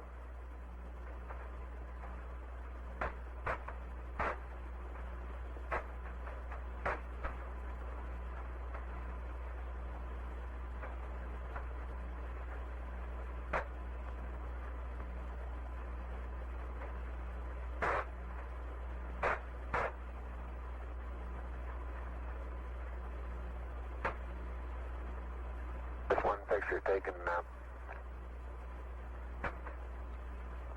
the right rear of the spacecraft, looking at the skirts of the descent stage. So a slight darkening of the surface color, a rather minimal amount of radiating or etching away or erosion of the surface. And now on descent, both of us remarked that we could see a large amount of very fine dust particles moving out.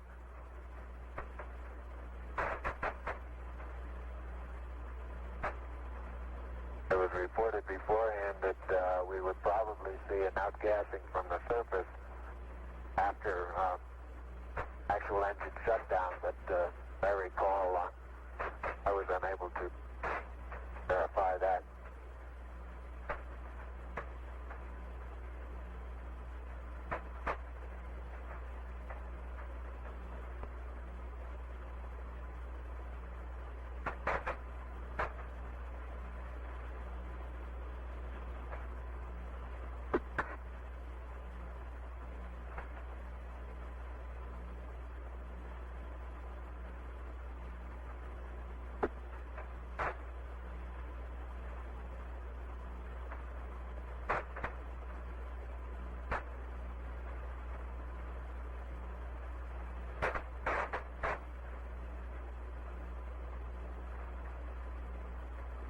Just too big an angle, Neil.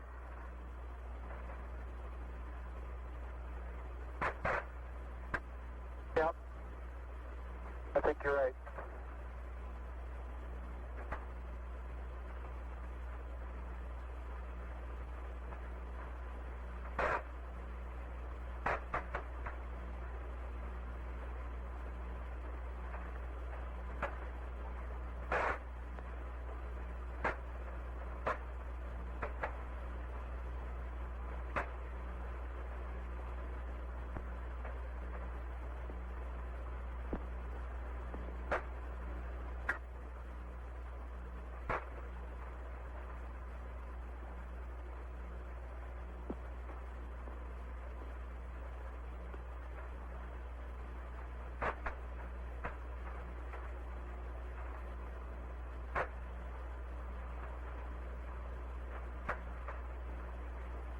Go back at the minus V strut now. Stereo pair we're taking to the bed will take very little force of impact that we actually had.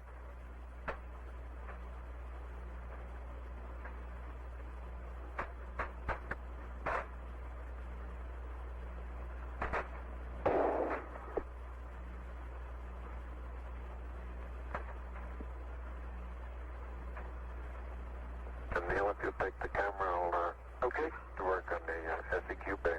Okay. Columbia, Columbia, this is Houston. I noticed that Columbia, this is Houston.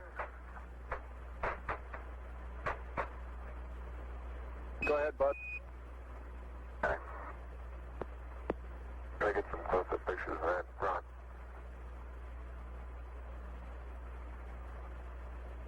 I was saying that Houston don't stop and take a photograph of something and then want to start moving again sideways. Quite a tendency to start doing it with just gradual sideways hops until you start getting momentum. Roger.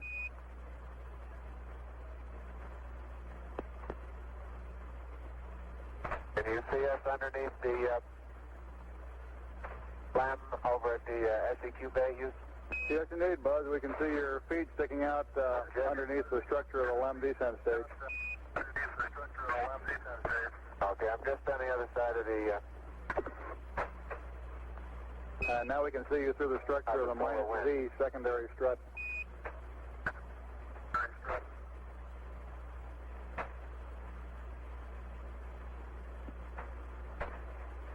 The SEQ bay contains the scientific experiments to be left on the surface of the moon.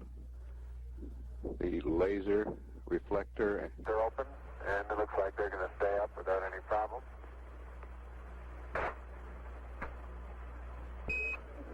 Columbia, Columbia, this is Houston. We're about to lose you on the Omnis. Request high gain antenna. React mode. Pitch 20. Yaw 135. Over.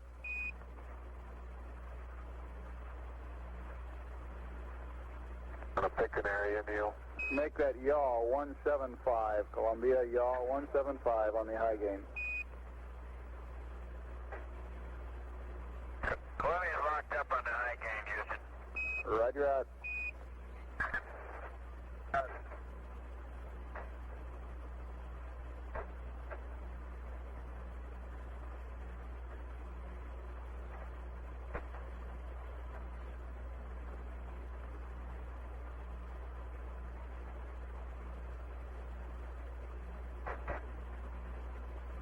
The surgeon says everything looks fine.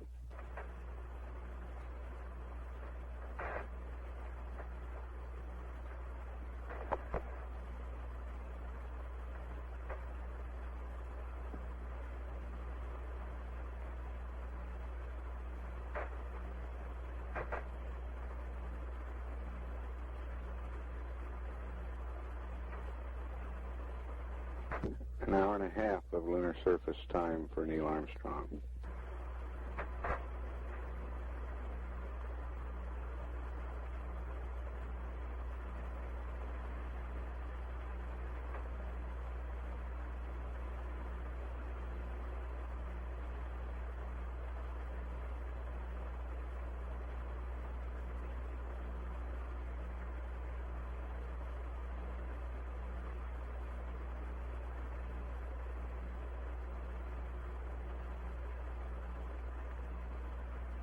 Houston, the passive seismometer has been deployed manually. Roger.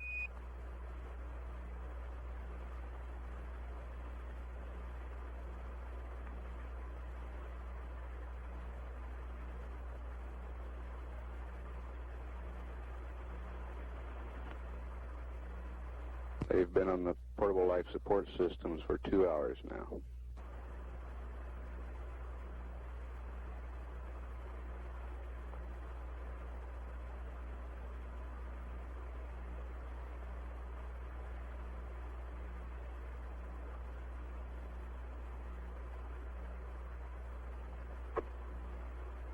And the manual deployment of the LR cubed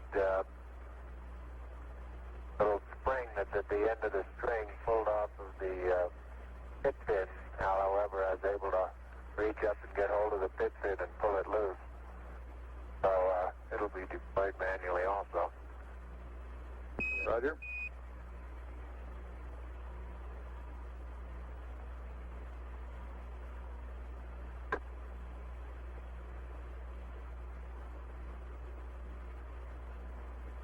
And the panorama is complete, and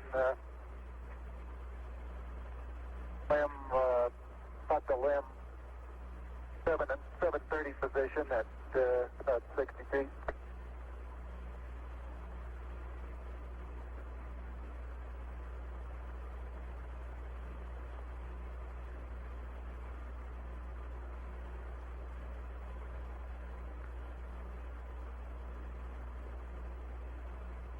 That's Neil Armstrong to the left of the screen. By that. Doors are closed and locked. Roger.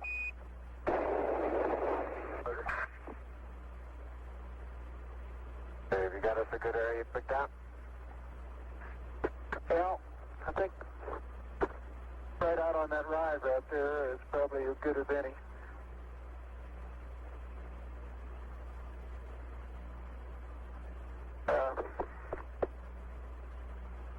Right over here. Let's probably stay on the high ground there and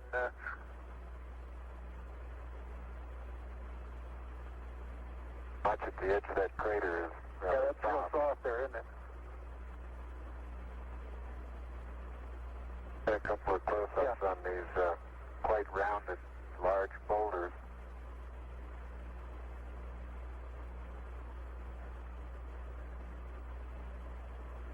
Buzz Aldrin coming into view on the right, carrying the 2 experiments. About 40 feet out. I'd say out to the end of that next... Now it's going to be a little difficult to find a good level spot here. Top of that next little ridge there, wouldn't that be a pretty good place?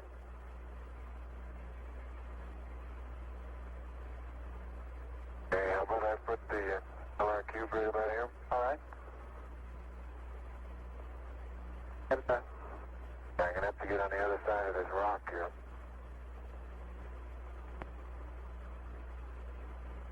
I would go right around that crater to the left there. Isn't that a level spot there?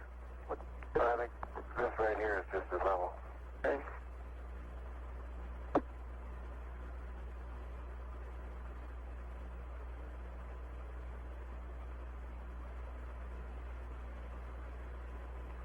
And they will be out of the camera's field of view while setting up these experiments.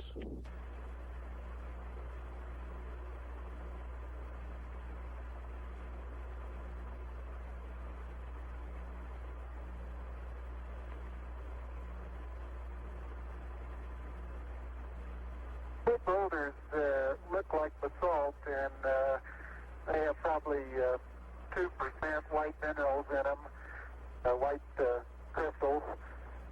And the thing that I reported as vesicular before, I don't believe I believe that anymore. I think it's small craters. They look like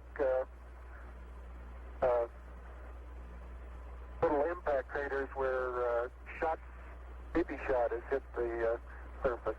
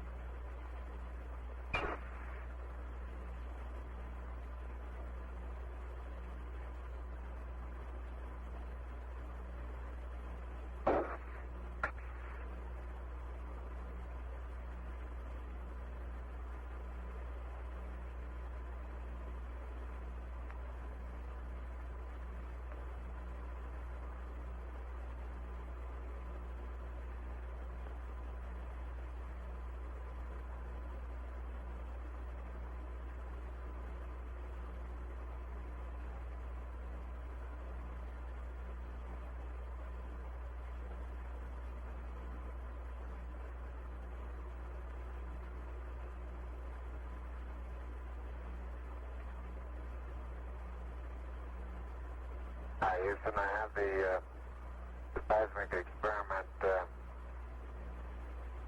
flipped over now, and I'm aligning it with the sun. I'm having a little bit of difficulty getting the beast to go in the center. Wants to move around and around on the outside. Doesn't find any spot, any home. You're cutting out again, Buzz.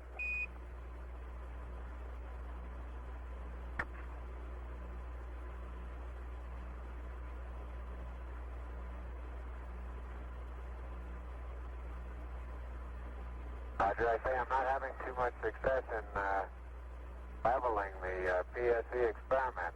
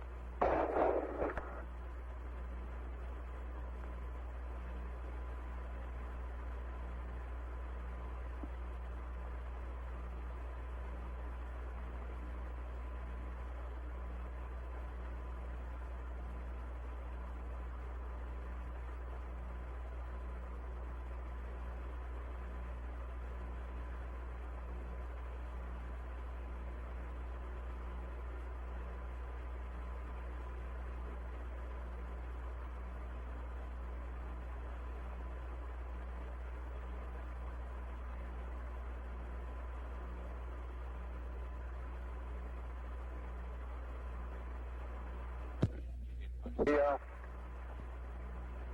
laser reflector is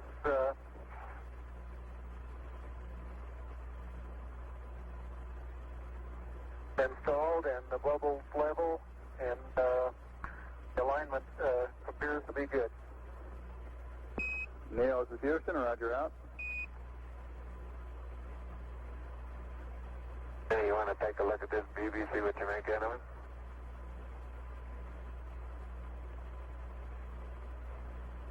I found it pretty hard to get perfectly level, too.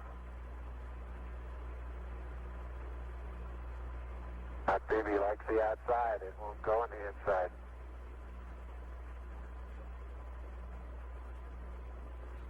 That little cup is convex now instead of concave. I think you're right. I believe it is. Houston, I don't think there's any hope of using this leveling device to come up with an accurate level.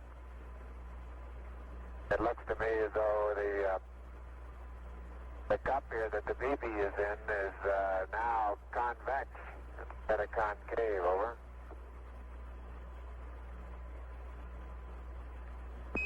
Roger 11. Press on. If you think it looks level by eyeball, go ahead. Okay.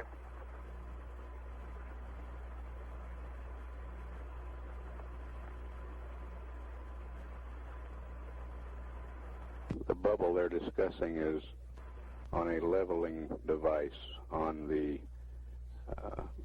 passive seismometer.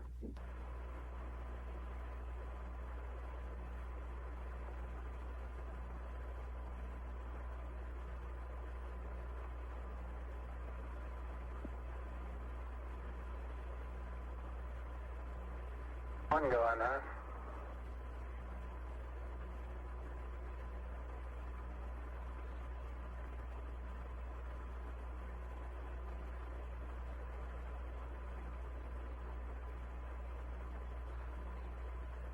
There you go. Good work. Good show. Hey, whoa, stop. Back up.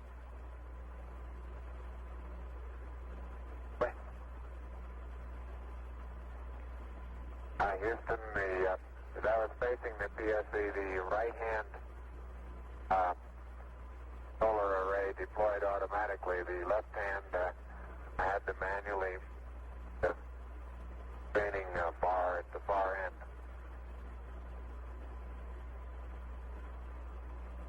And all parts of the solar array are clear of the ground now. Buzz, this is Houston. Understand you did successfully deploy both solar arrays. Over. Roger, that's affirmative.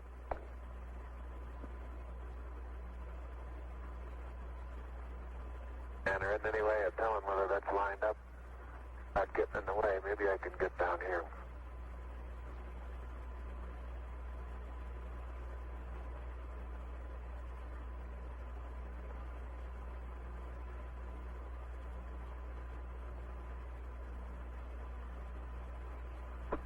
Yeah, that appears to be pointing.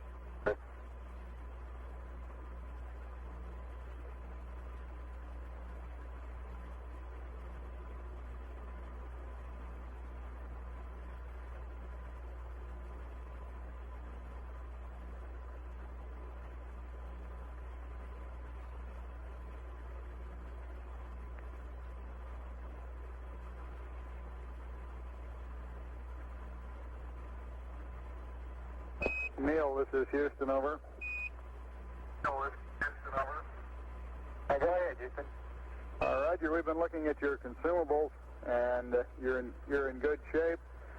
Subject to your concurrence, we'd like to extend the duration of the EVA 15 minutes from nominal. We will still give Buzz a hack at 10 minutes prior for heading in. Your current elapsed time is 2 plus 12, over.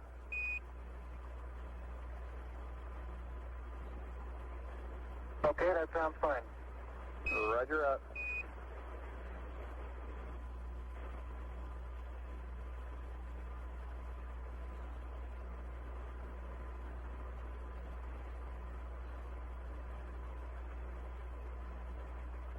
That 212 is the time expended on the PLSS. This is Houston. If you're still in the vicinity of the PSE, could you get a photograph of the ball level, over? I'll do that, Buzz. Right, we'll get a photograph of that. Houston, what time would you estimate we could allow for the documented sample, over?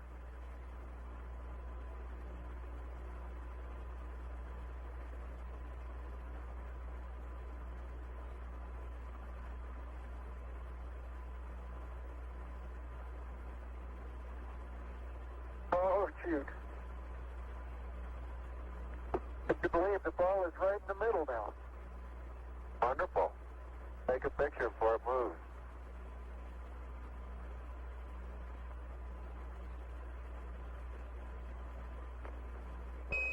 Neil, this is Houston. We're estimating about 10 minutes for the documented sampling, over.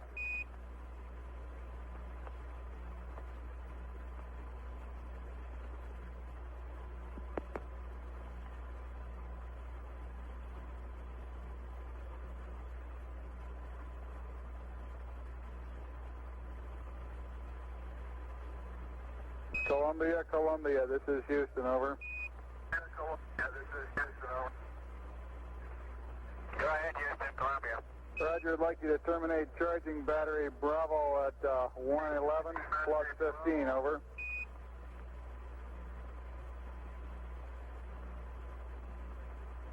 How about right now? Roger.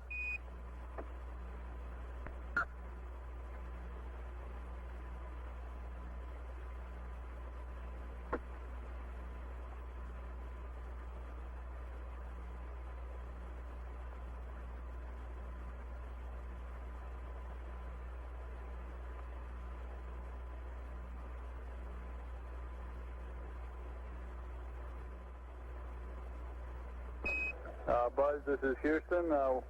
You've got about 10 minutes left now prior to commencing your EVA termination activities, over. Termination activities, over. Roger, I understand.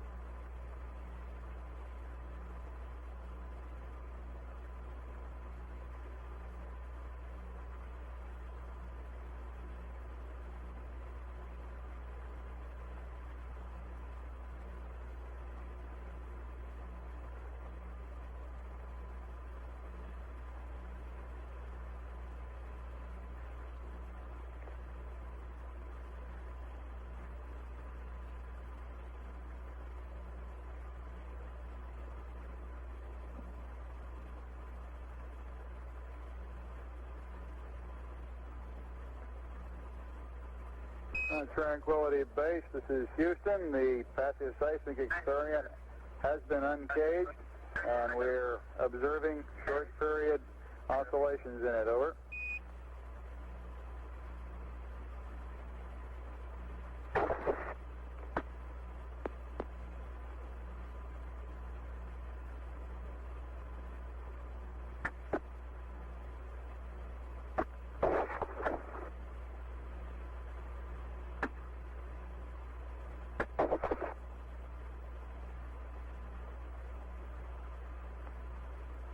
Neil Armstrong has been on the surface now about an hour and 50 minutes.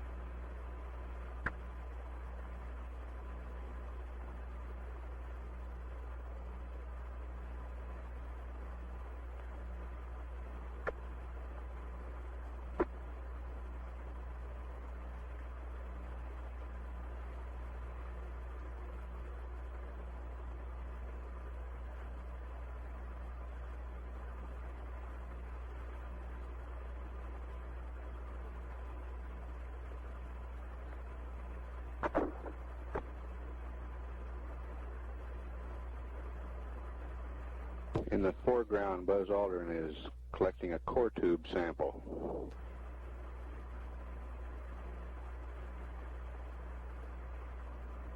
I hope you're watching how hard I have to hit this into the ground to the tune of about 5 inches, Houston. Roger.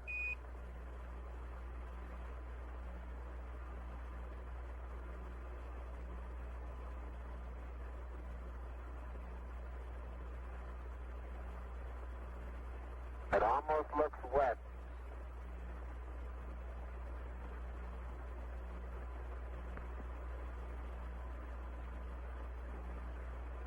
Got it. Sample.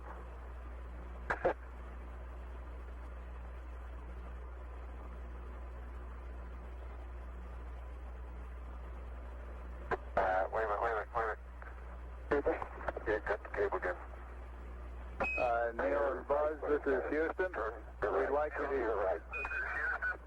Turn to it. Not clear? Not quite. Neil, this is Houston. We'd like you all to get 2 core tubes and the solar wind experiment. 2 core tubes and the solar wind, over. Roger.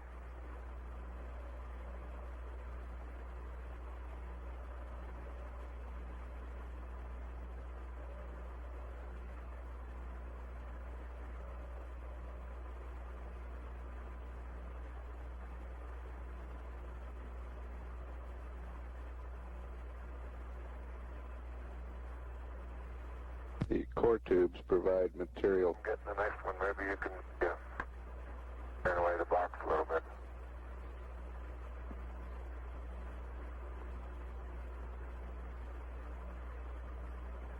Yeah, I'll take care of it.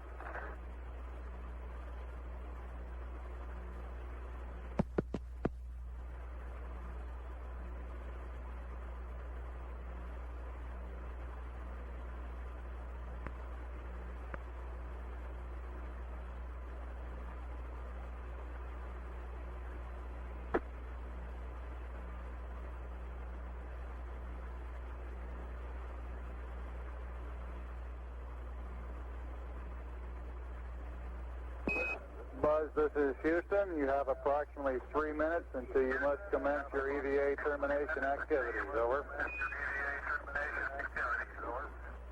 Roger, understand.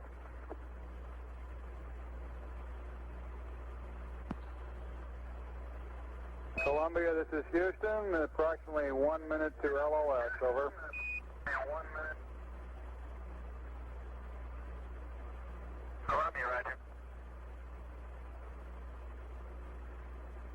And do you plan on commencing your sleep on the backside this path? If so, we'll disable uplink to you while we're talking to the LEM. Over.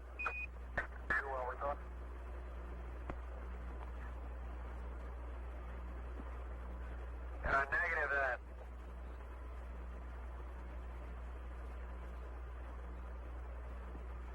Houston, were you able to record in a documentary way where the two core tube samples were taken?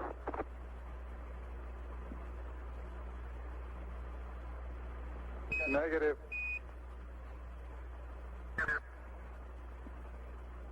Well, I didn't get a stereo pair of those tubes, but they're right in the vicinity of the solar wind.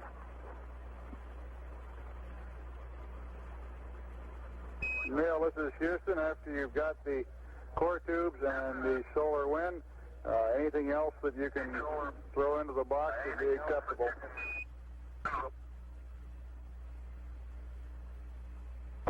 I do.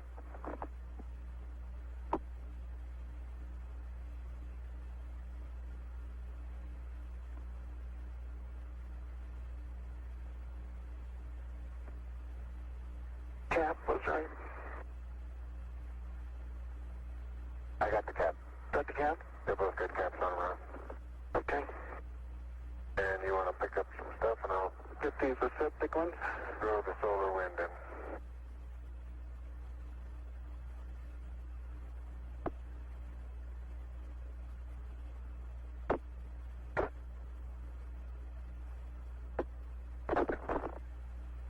Buzz Aldrin retrieving the solar wind experiment.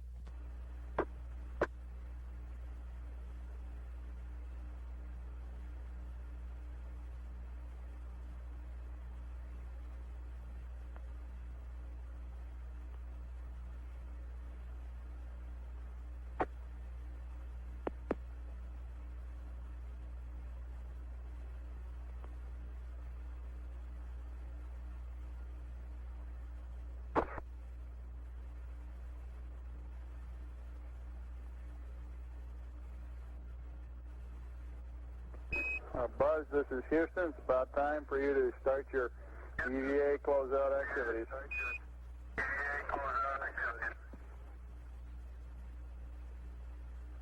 Roger. They've been on their life support system. On their life support systems, 2 hours and 25 minutes.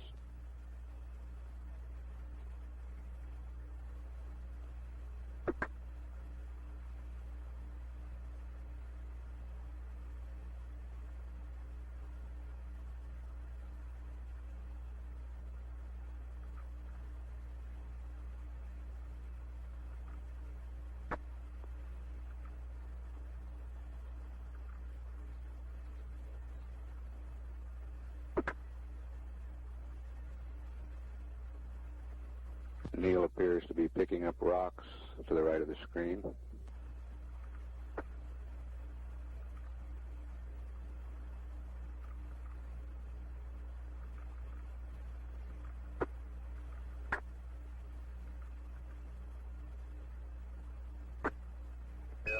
Neil and Buzz, this is Houston. I'd like to remind you of the close-up camera magazine before you start up the ladder, Buzz. Okay. Got that over with you, Neil? Now that close-up camera's underneath the mesa, I'll have to pick it up with the top. And I'm picking up several pieces of really vesicular rock out here now.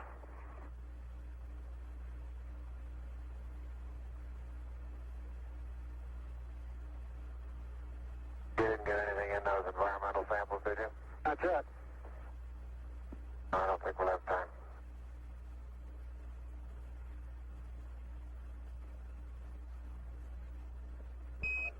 Roger, Neil and Buzz. Let's press on with getting the close-up camera magazine and closing out of the sample return container. You're running a little low on time. Roger.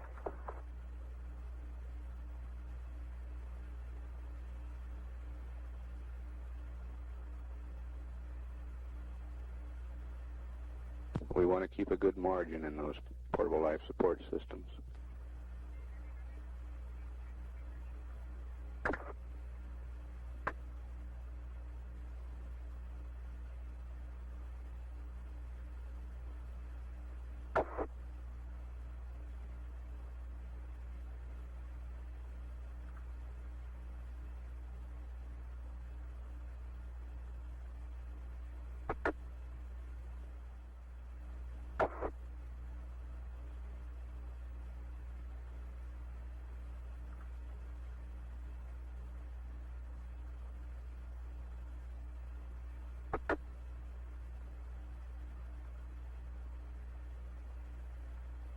Okay, can you quickly pick this in my pocket, Neil, and I'll head on up the ladder.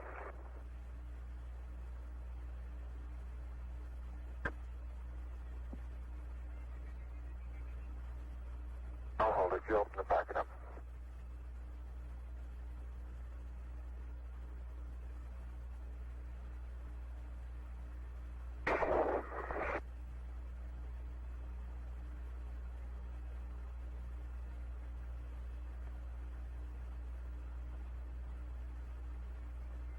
Off that door. Okay, just hold it right there.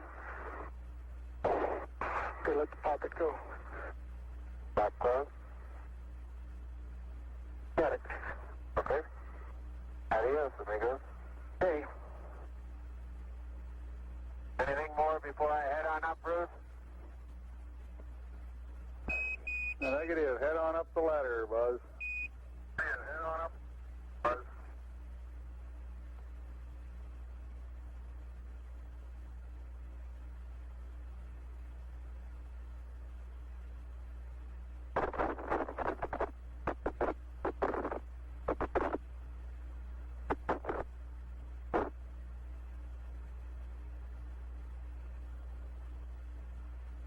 That white dot right above the horizon on the right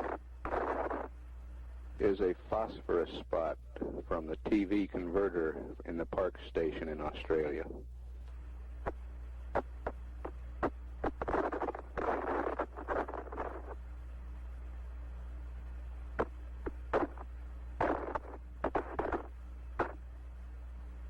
How you coming, Neil? Okay.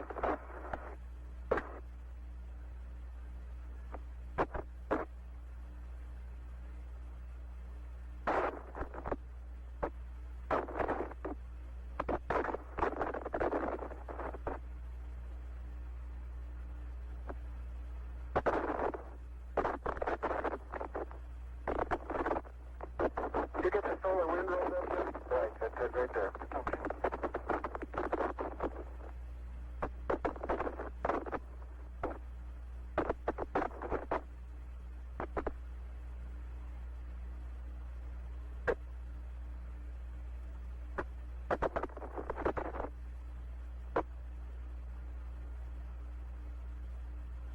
I think you can reach this hook that's hanging over here. You might entertain the idea of sending up the second one that way. Okay.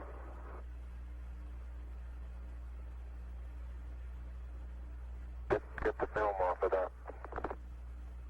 Oh well. Better. Yeah.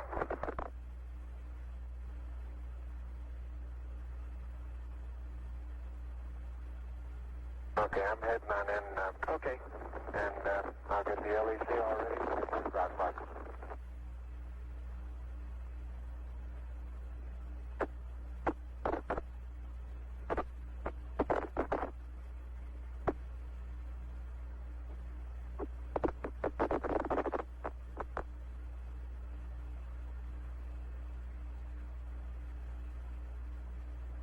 Neil's been on the surface a few minutes longer than 2 hours.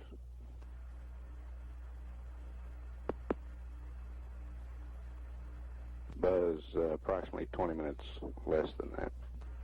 Neil, this is Houston. Did the Hasselblad magazine go up on that sample return container also? Sample return container also. I've got the Hasselblad magazine hooked to the SRC now, yeah. Roger. Roger.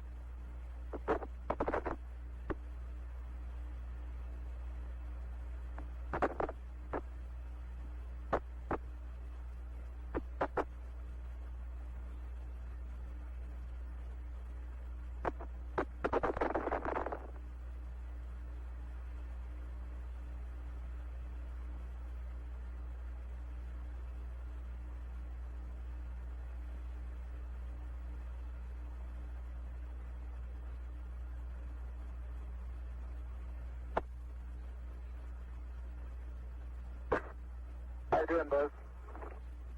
I'm okay.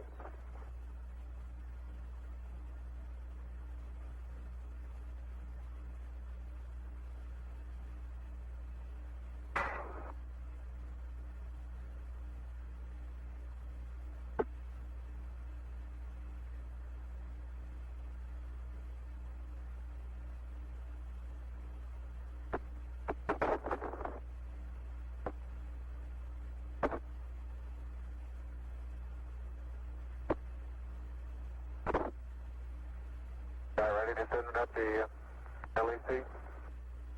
Yeah, just about.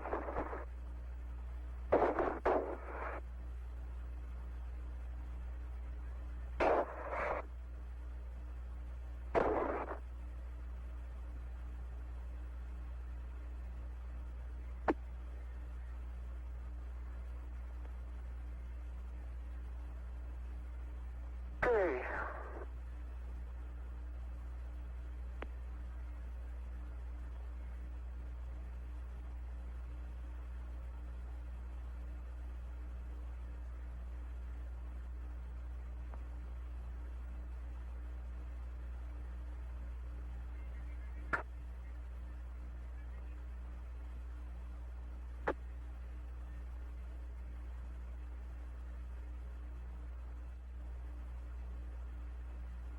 Okay, that's got it clear.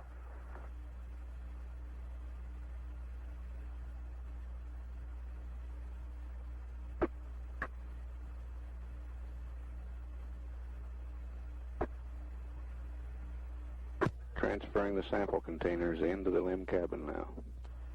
Uh-oh. Camera came off. I mean, the film pack came off.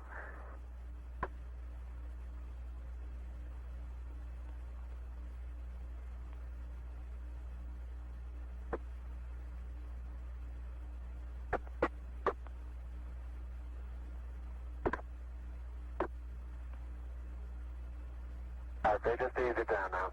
Don't pull so hard on it. All right, let it go.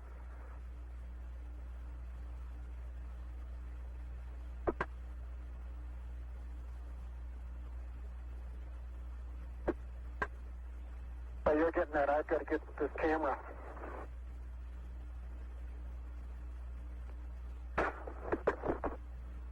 Okay, this one's in, no problem. Okay, stand by a second.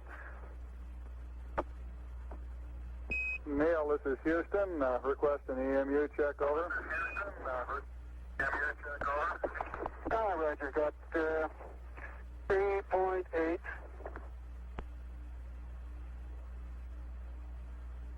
And I got 54 on the O2 and no flags. And my flow is in.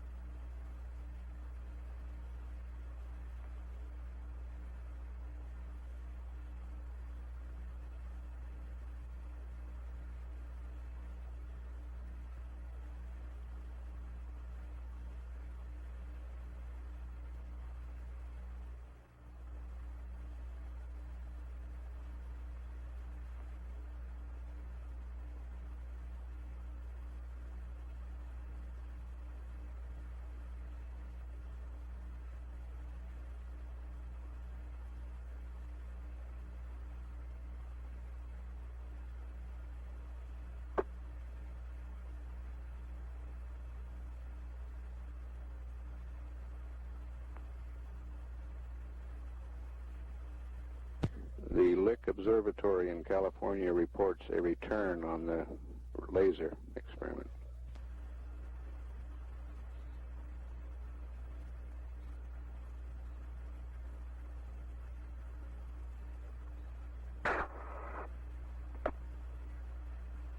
Neil and Buzz, for your information, your consumables remain in good shape, Bud. Roger. Just coming, Neil. Okay, I've got one side hooked up to the second box, and I got the field side on. Okay, good.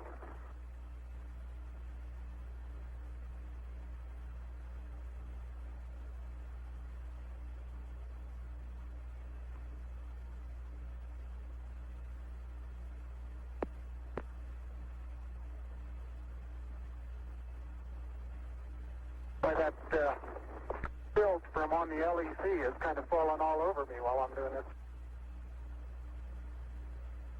Well, that's good, huh?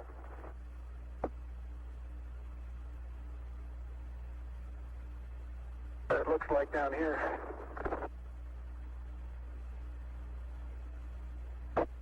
I think my watch stopped, Neil. Did it?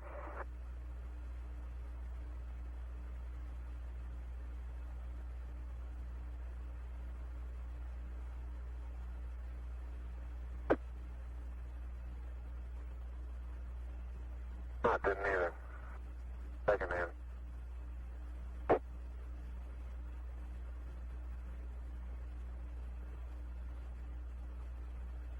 Okay, if you can just kind of hold it, I think I can do the pulling. Okay. Stand by a minute. Let me move back.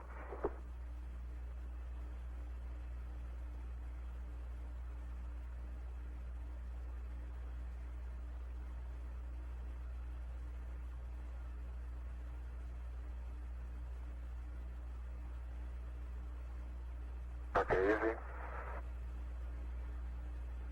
All right, easy on the hatch now.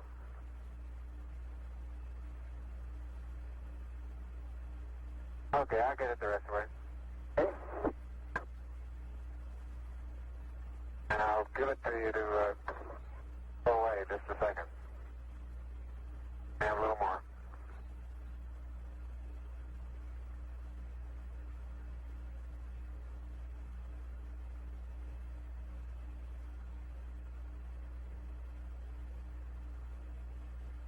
$2 40 minutes on the PLSSs.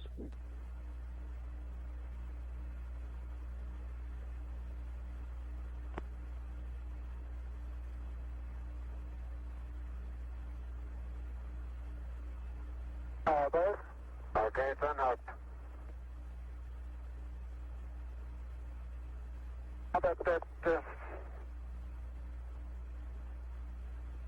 package out of your sleeve? Get that? No.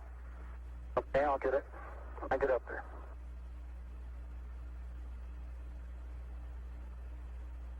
Got it now? That's all.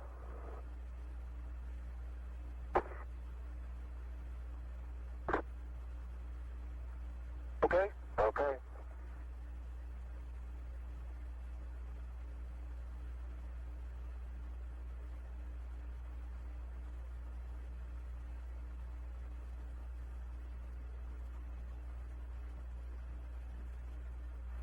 Neil, this is Houston. Did you get the Hasselblad magazine? Yes, I did. And we got about, I'd say 20 pounds of carefully selected, if not documented, samples. Houston, Roger. Well done. Out. The second box.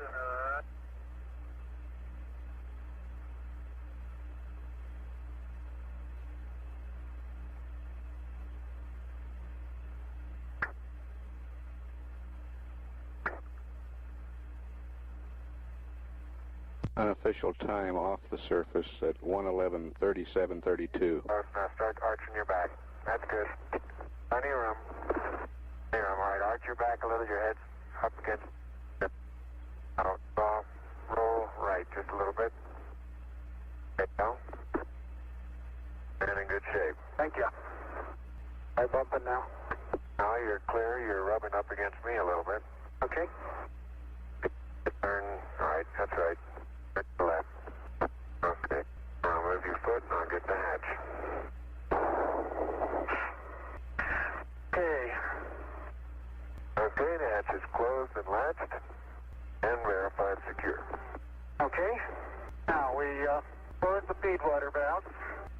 Closed. And I got your plus antenna stowed. Fine. Okay, feed water valves closed. And your antenna stowed. Okay. What am I bumping into? Okay. That's out. Now we have the good night bucket. Okay. This is Houston. Go ahead. You're cutting out, Neil. You're not readable. I understand you said something about contingency sample container on the SN engine. Oh, we're not reading you, Neil. Buzz, buzz. This is Houston. Do you read over? Tranquility Base. This is Houston. We're reading neither one of you, but standing by.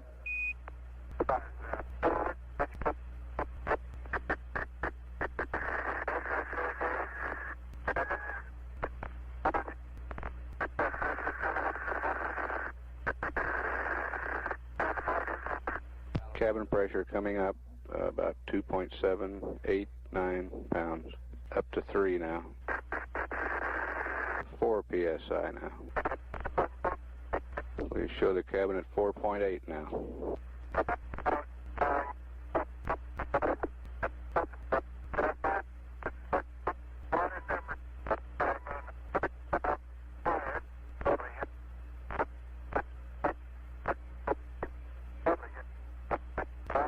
LEM's systems look good.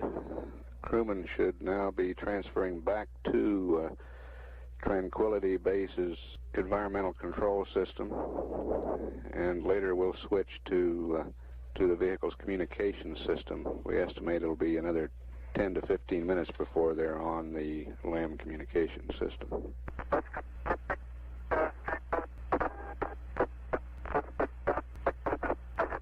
And a replica of the American flag on the lunar surface is now being erected here in the control center. And a replica of the plaque on Tranquility Base has been hung on the wall. Neil, this is Houston. Neil, this is Houston. Radio check, over. Buzz, buzz. This is Houston. Radio check, over. This is Houston. I copy a transmission calling Houston. All else was broken up, over.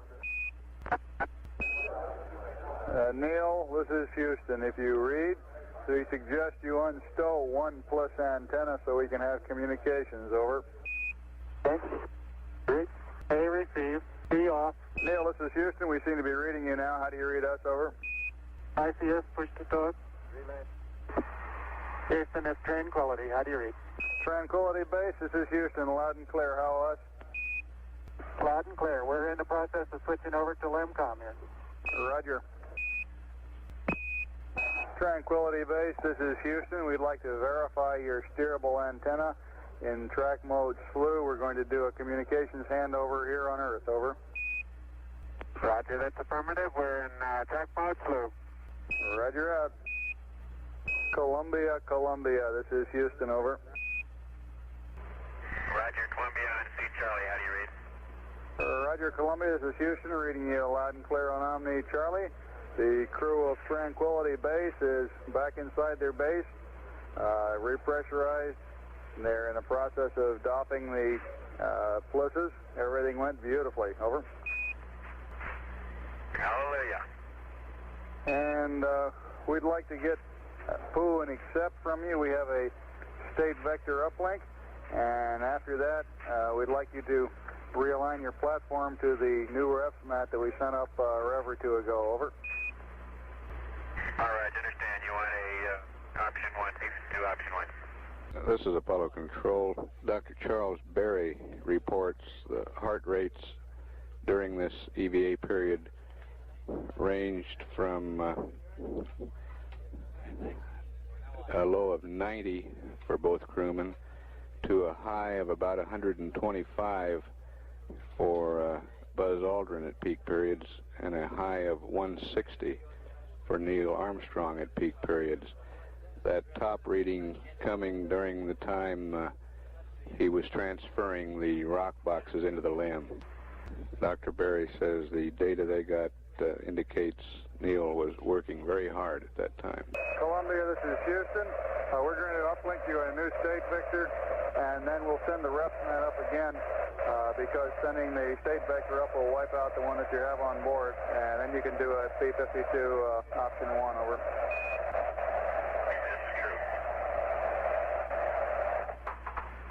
Columbia, this is Houston. Do you read, over?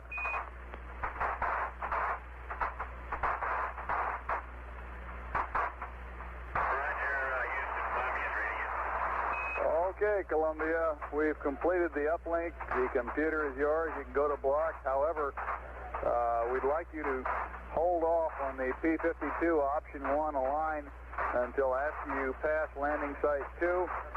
And we're requesting that you perform another P-22 and attempt to find the LEM this pass. I've got some numbers for you when you're ready to copy, over.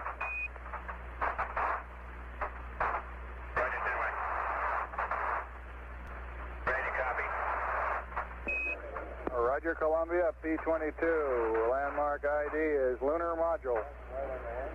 Make that Tranquility Base. T1 112 2508. T2 112 3017. 4 nautical miles south. Time of closest approach 112 3152. Shaft 357.051. Trunnion 047.432. Roll 0. Pitch 250. Yaw 0. Read back, over.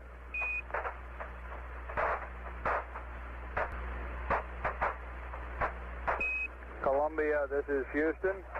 Did you copy my P-22 update, over? Houston, Columbia. Columbia, this is Houston. Did you copy my P-22 pad? Columbia, this is Houston. Do you copy my pad, over? Negative, Bruce. Just give me the latitude, longitude over 2, altitude, and the grid squares. Never mind the other, you're broken up. Stand by.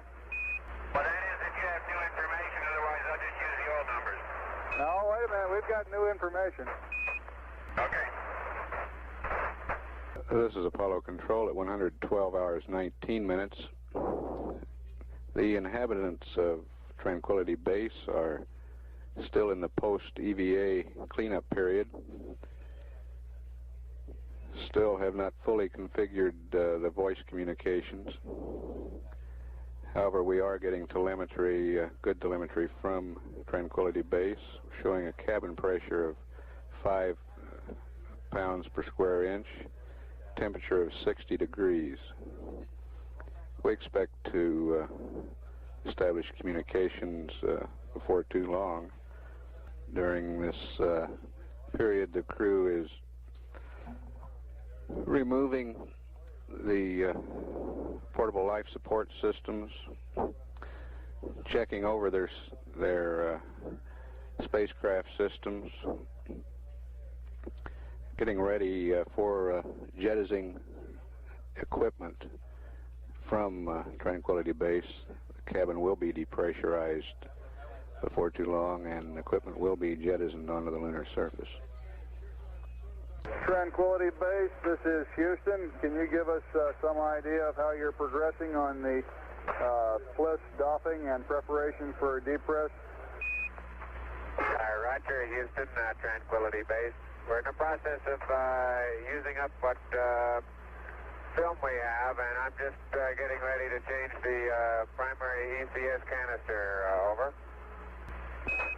Roger, Tranquility. We'd like to hold off as long as possible on the lithium hydroxide canister. make that one of the last things you do in getting ready for the deep rest if you can, over. Roger, we're planning on doing that. I'm just wondering how much longer we want to wait, though.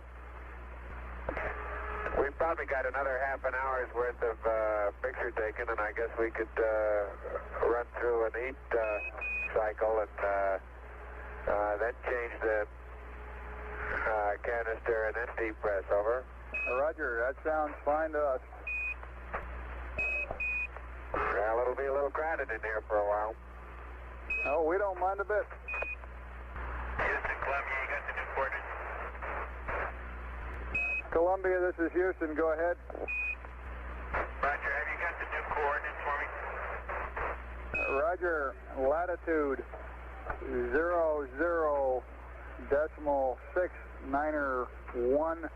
That would be plus 00.691. And longitude over 2 is plus 11.713. The altitude is minus 1.44 nautical miles, over.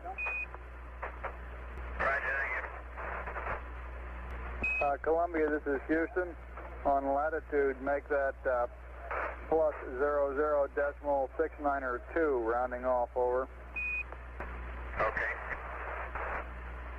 Yeah, read back plus 00692 plus 11713 and minus 00144. And you have a grid square for me. Roger, stand by. Columbia, this is Houston. Grid coordinates kilo decimal niner 6.3 on LAM2, over. Kilo 0.9 and 6.3, thank you. One of these grid squares is about as much as you can scan on a single pass. Roger. And for your information, Columbia, you're approaching the VHF line of sight comm limit with Tranquility Base. LOS will be at 38 minutes plus 25 seconds, over. Roger. Roger, and we've had to disable the one-way misspin relay owing to a ground site reconfiguration down here, over. Houston, Columbia, no joint. This is Houston, go ahead, over. Roger, I can't see him. Roger, I guess that takes care of the news for today, Mike. You might be interested in knowing, Mike, that we have gotten reflections back from the laser reflector array they deployed, and we may be able to get some information out of that a little later. Right, I need a very precise position because I can only do a decent job of scanning maybe one of those grid squares at a time. The area that we've been sweeping covers tens and 20s and 30s of them. Roger, we understand. This is intended to be your last P-22. We don't want to use up too much fuel in this effort, over. How's the fuel coming? Roger, there's no problem fuel-wise. It's just that there seems to be a limit to the number of P-22s and the number of grid squares you can search, over. Right, well, I'll continue this maneuver then to roll 82, pitch 218. Yaw 0, if that's okay with you, and do a P-52 in that attitude, and that'll be the sleep engine. Roger, that's fine with us, and P-52 in that attitude.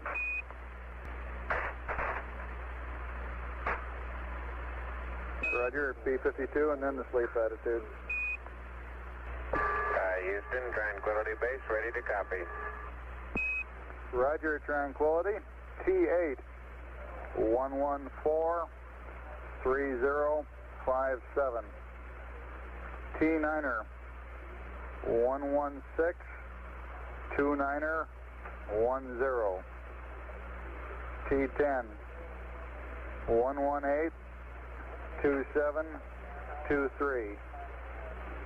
T11, 120-2536.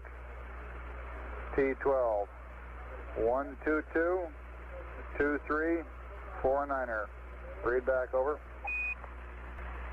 Roger, T8, 114, 3057. T9, 116, 29er, 10. T10, 118, 2723. T11, 120, 2536.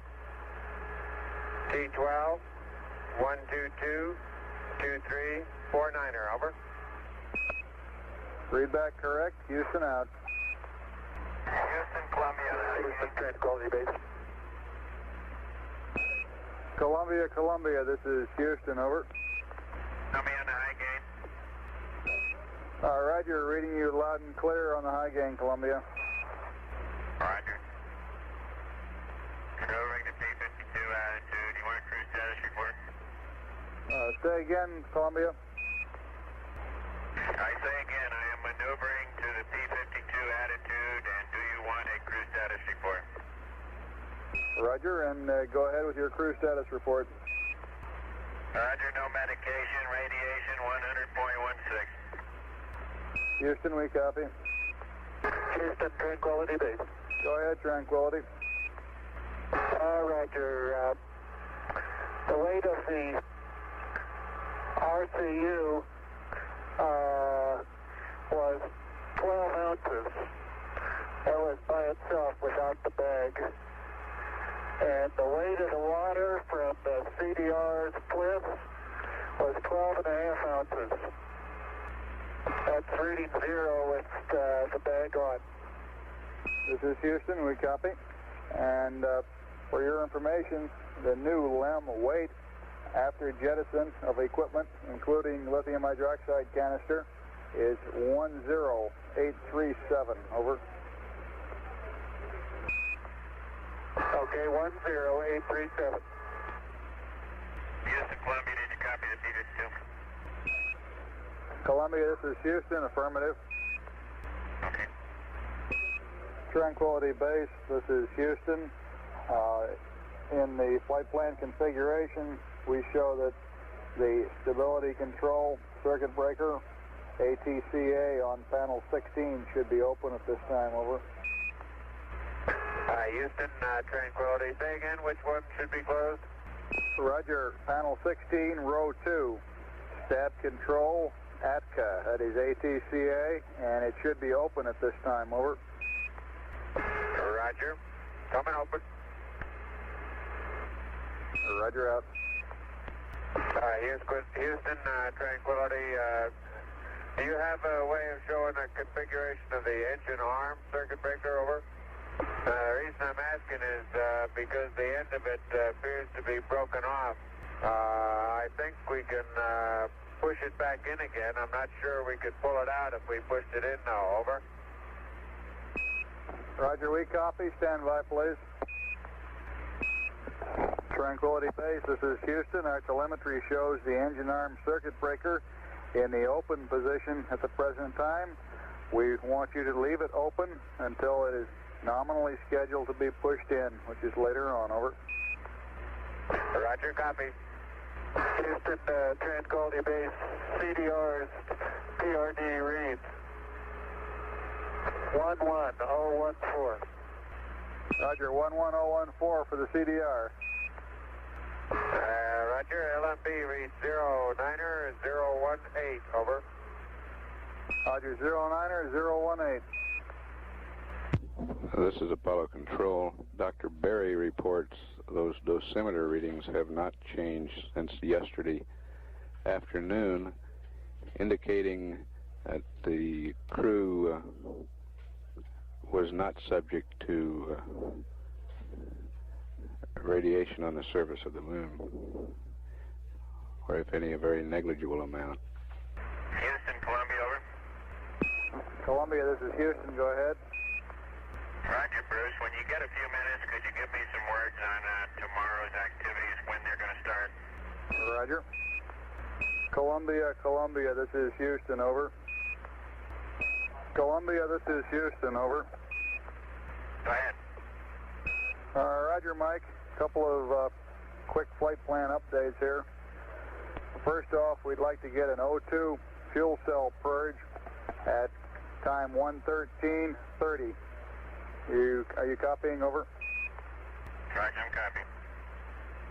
Secondly, we will return to the nominal timeline with your scheduled wake-up of 1:21 hours and 12 minutes. We sort of slipped by lithium hydroxide canister change number 9 during the EVA and EVA prep. We'd like you to accomplish that now. The COM for sleep will be the normal lunar COM configuration. The RCS configuration, we're requesting you use quads Alpha and Bravo. A DAP data load for R2 should be 01111. Read back. Over.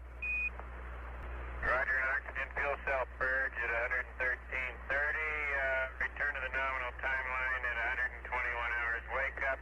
Lithium hydroxide change number 9 right now. Normal lunar COM sleep configuration. I'm in that now. Now the RCS understood before you wanted to load the DAP register to 01100, which made sense on band late to pitch only on quad A, enable all on quad B and C and D off, but you don't want to do that anymore, huh? Columbia, this is Houston on your DAP load in R2. We're requesting a 0 and 4 ones. That is 01111. Over. Okay. And you. Load's going in right now. Roger, and you'll be enabling quads Alpha and Bravo on the auto RCS select switches. Disable Charlie and Delta. Right. And we have a little less than 2 minutes to LOS. If you're still up, AOS next time around will be 1:14:04. Over. Roger. And Columbia, if it's agreeable with you, we'd like you to stay awake until we have one successful reacquisition on the high gain antenna. And I guess you can plan on turning in shortly after AOS in this next pass. Over. Okay. Roger out. Tranquility Base, this is Houston, radio check. Over. Go ahead, Houston. Roger, reading you loud and clear. We just wanted to make sure we still had comm. Roger, we've just finished up. We're just finishing up our 8 periods. Be ready to go back into prep for deep rest. Roger. This is Apollo Control, 113 hours, 18 minutes. We have had loss of signal from Columbia. We've asked Mike Collins to stay awake through acquisition on the next rev, which will be number 20, so that we can check the automatic acquisition mode of the high gain antenna. Once we've verified that, he will start his rest period. Planned wake up for the command module pilot, 121 hours.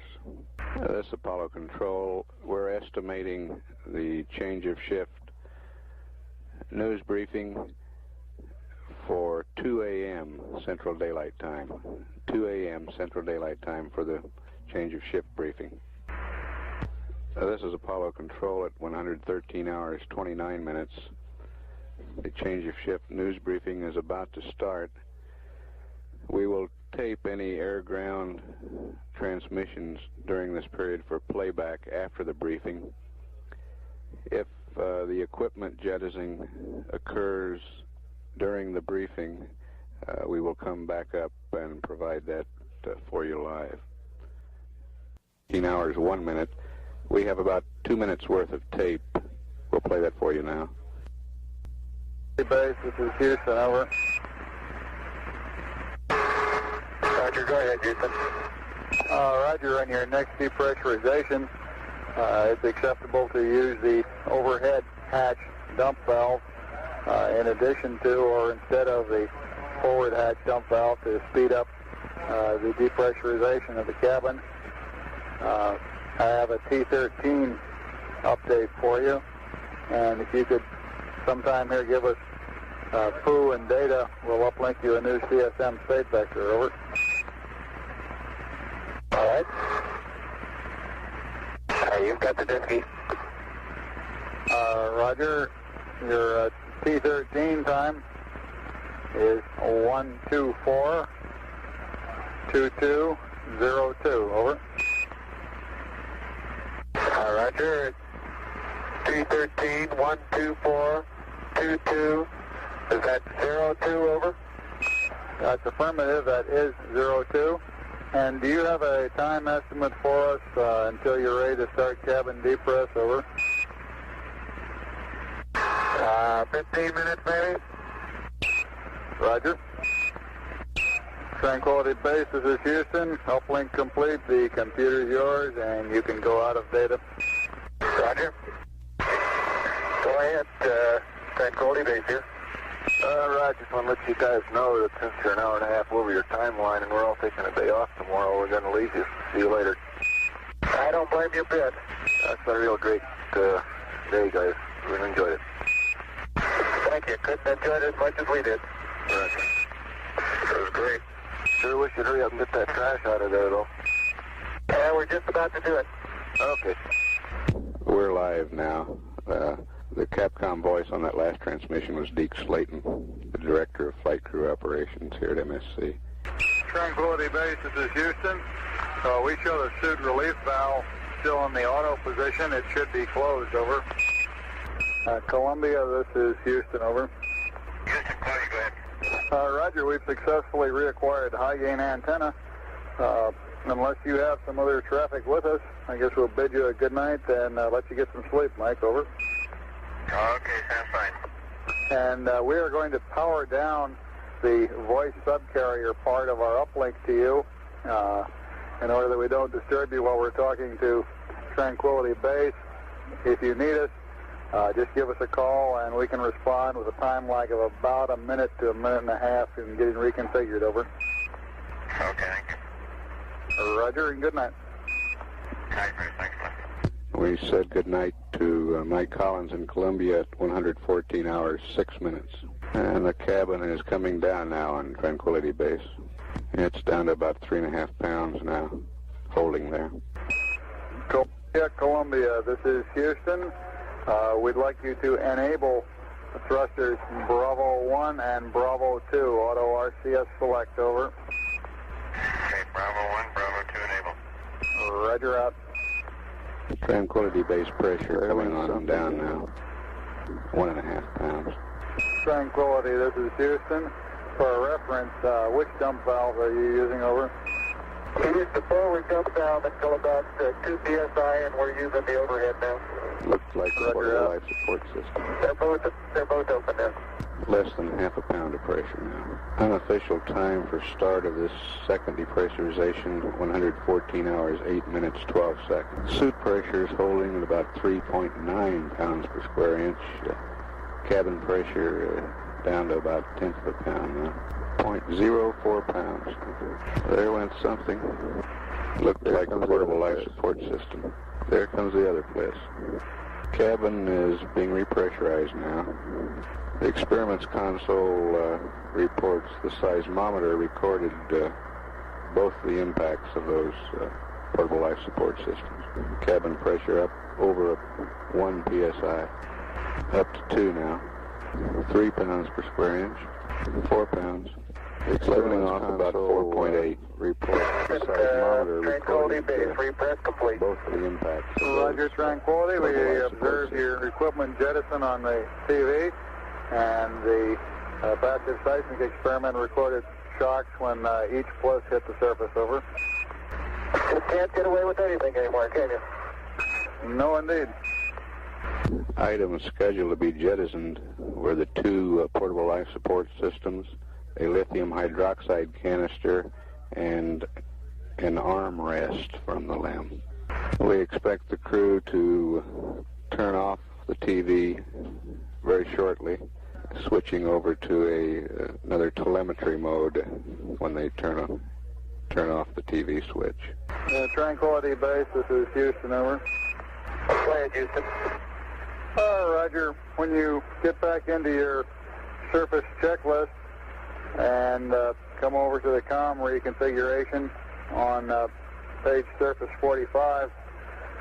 We'd like you to enable the ranging feature on your S-band.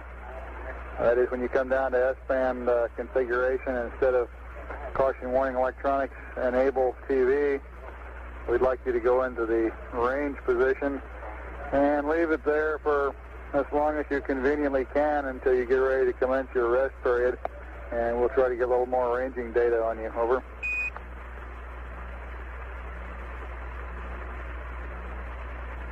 Roger, copy. Another question to get ready to turn in, go back into caution and warning enable. And we'd like to say from all of us down here in Houston, and really from all of us in all the countries and in the entire world, we think that you've done a magnificent job up there today. Over.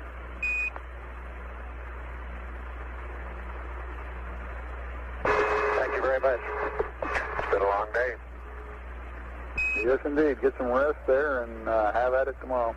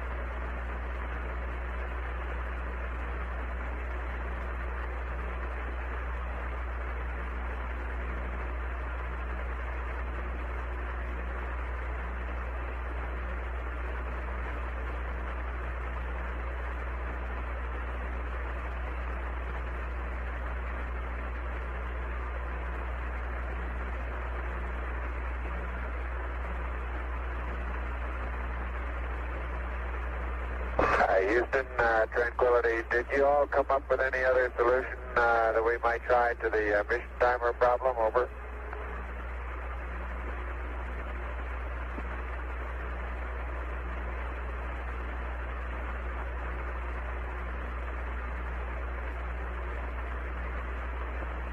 Stand by, Tranquility. We'll be back with you in just a minute.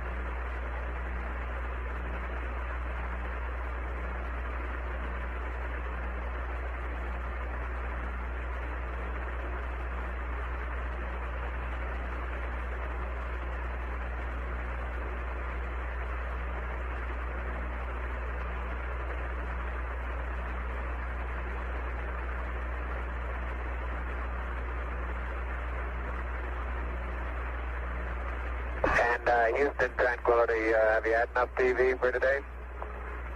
Tranquility, this is Houston. Yes, indeed. It's been a mighty fine presentation there. Okay, signing off.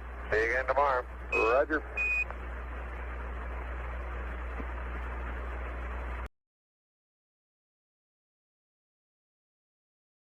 This is Apollo. Stand by. Let's listen in again. Well, and to give you a few comments with regard to the geology question of last night, we are landed in a relatively smooth crater field of elongate secondary, circular secondary craters, most of which have rims irrespective of their raised rims, irrespective of the size. That's not universally true. There are a few the smaller craters around which do not have a discernible rim. The ground mass throughout the area is a very fine sand to a silt. And I'd say the thing that would be most like it on Earth is powdered graphite. Immersed in this ground mass are a wide variety of rock shapes, sizes, textures, rounded and angular, many with varying consistencies. As I said, I've seen plain, what look to be plain basalt and vesicular basalt, others with no crystals, some with small white phenocryst, maybe 1 to less than 5%. And we are in a boulder field where the boulders range generally up to 2 feet, with a few larger than that. Now, some of the boulders are lying on top of the surface, some are partially exposed, and some are just barely exposed. And in our traverse around on the surface, and particularly working with the scoop, we run into boulders below the surface that is probably buried under several inches of the ground mass.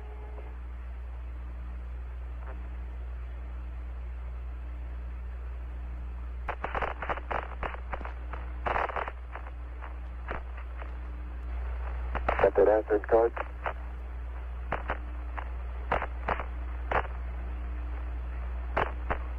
Yep. 9, 8, 7, 6, 5, work stage, engine arm ascent, proceed.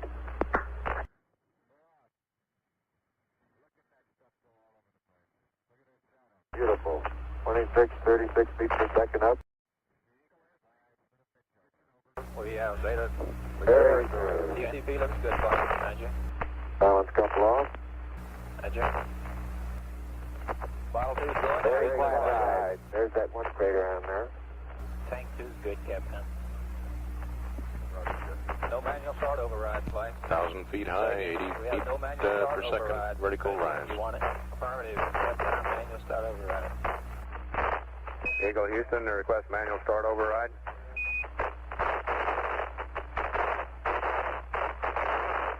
Roger. 2,600 feet altitude. See it. Nope.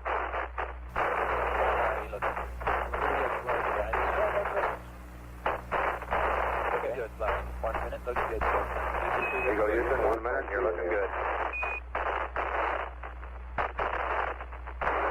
Roger.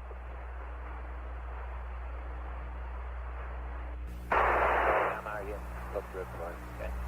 130 feet, vertical rise rate. Just a little bit of slow wallowing back and forth. Not very much thruster activity. My startup things missed in. We're looking. Okay. Roger, mighty fine. Control systems. Control, how's the helium to the flight? The helium looked good all around. Yeah. 700, 150 up. Beautiful. Go. 9,000. Looking good, Captain. AAG degrees within a foot per second. Looking good. All again. Right. Good at 2, Captain. Eagle Houston, you're looking good at 2. Ping, zags, and missed in, all agree. That's 1,000. 170 up. Beautiful. 14,000. And a foot per second again, AGS to ping. We see that flight. Go, go system. Roger. Control. Looking good, flight. Captain. Looks real good. Looking good, flight. Find all sources on the money. Roger that.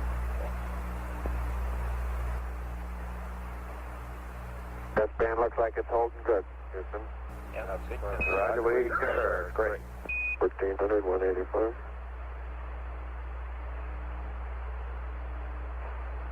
Aldrin is reading the horizontal velocity first, and then the vertical velocity. It's now 1,424 feet per second. Vertical velocity, 187 vertical velocity.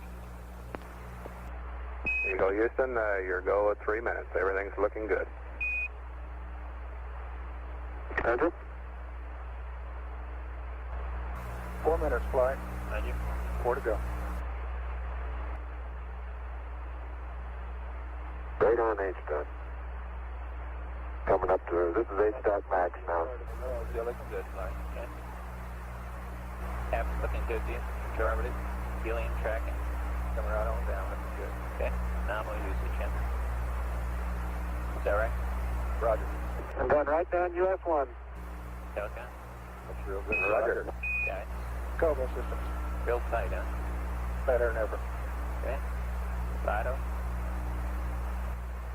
Heights now approaching 32,000 feet. At 4, Captain. All go.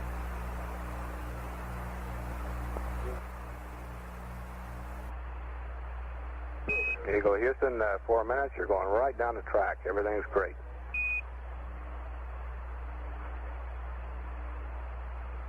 Horizontal velocity approaching 2,500 feet per second.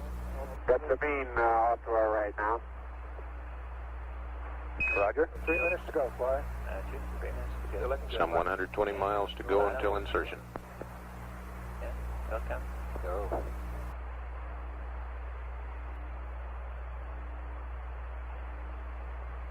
.240 to go.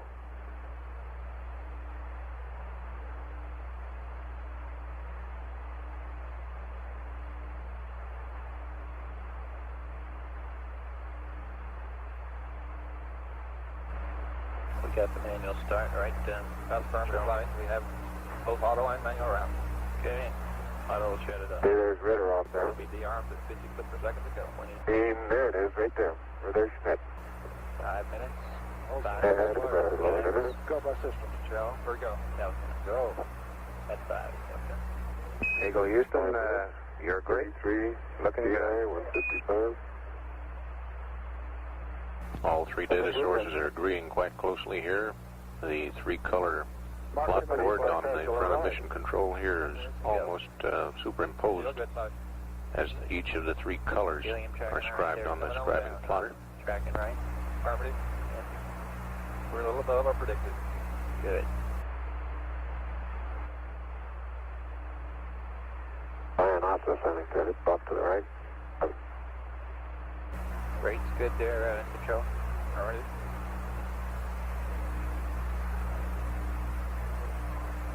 Fido. Green and go, flight. Got it. Go by systems. Control. Or go.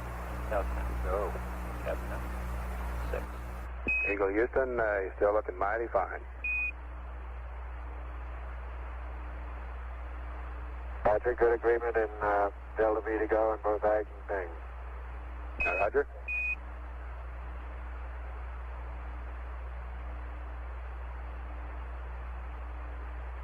Control, let me know when you have Minute to go, flight. engine arm off. Okay, Roger. 1 minute to go in the burn. 4,482 feet per second, horizontal velocity.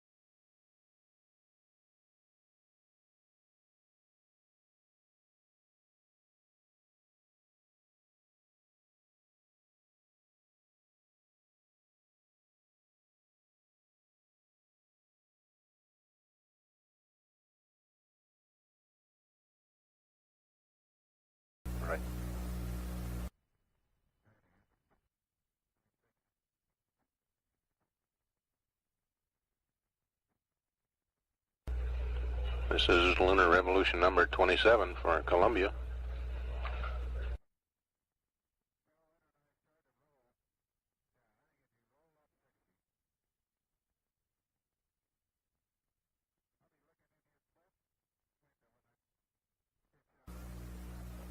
Okay, stand by for acquisition. Everything. AOS left. Flight Telcom, we have that data. I have LEM AOS. Eagle and Columbia, Houston, standing by. Roger, we're station keeping. Roger.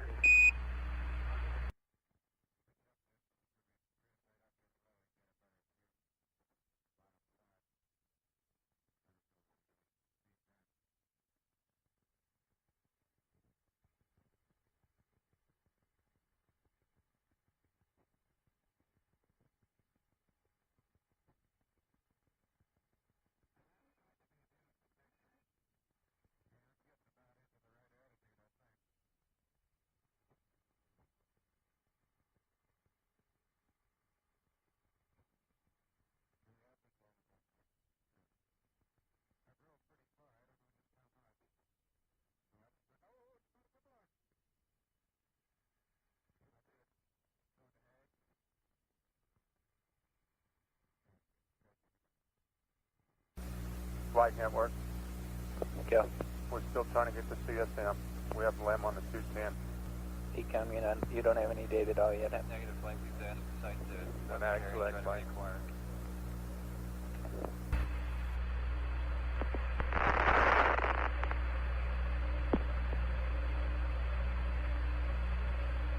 Okay, Mike, I'll try to get in position here, and then you got it.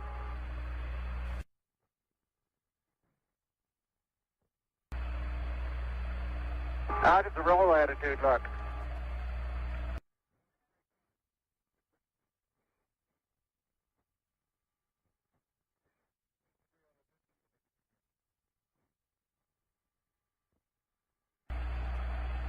I've stopped. Matter of fact, I can stop right here if you like that. Flight network. Go ahead. We're two-way on the LEM. Still haven't got the CSM.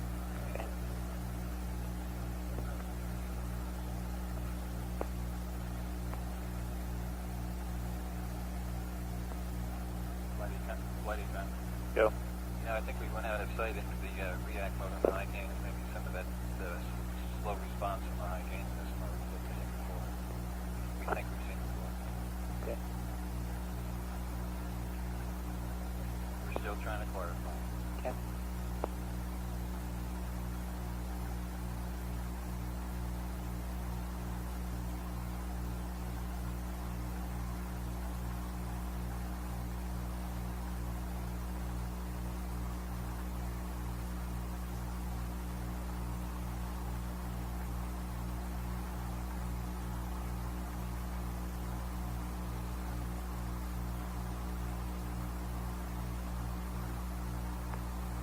Flight control.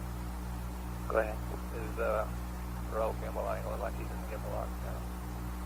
To the lane? We're on a little bit right now. We have no data for that.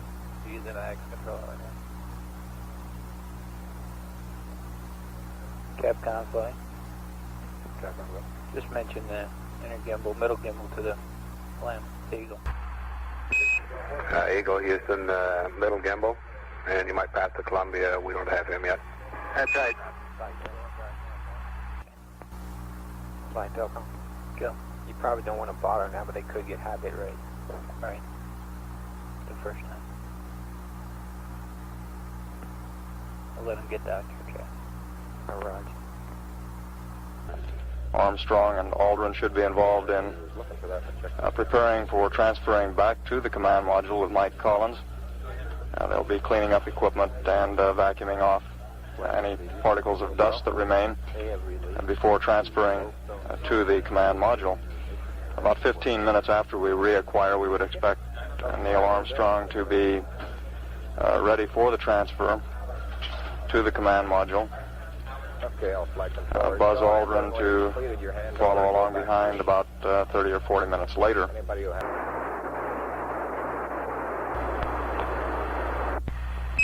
Eagle. Houston, do you read? Over. Houston, this is Columbia, reading you loud and clear. We're all three back inside. The hatch is installed. We're running a pressure integrity check. Everything's going well. Roger, Eagle. Correction, Roger, Columbia, we copy. Okay, let her go in 10 seconds. Okay. Copy out. Okay, let's everybody monitor the jettison here.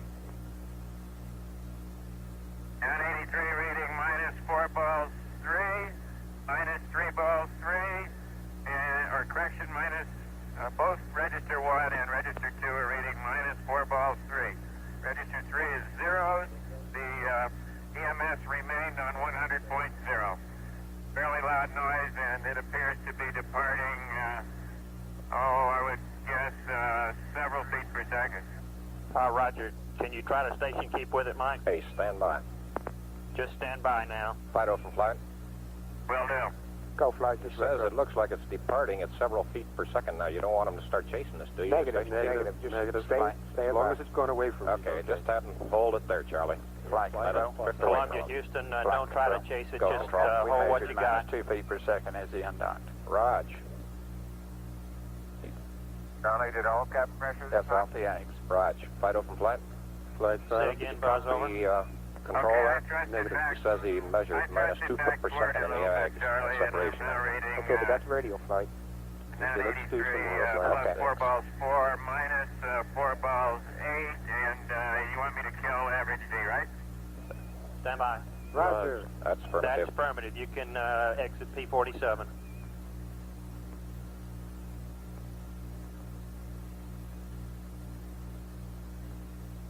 There she goes. It was a good one. Roger, Dodger. We got Eagle looking good. It's holding cabin pressure, and it picked up about 2 feet per second from that jettison.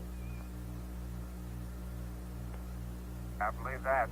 I could see some cracks outer coating around the tunnel.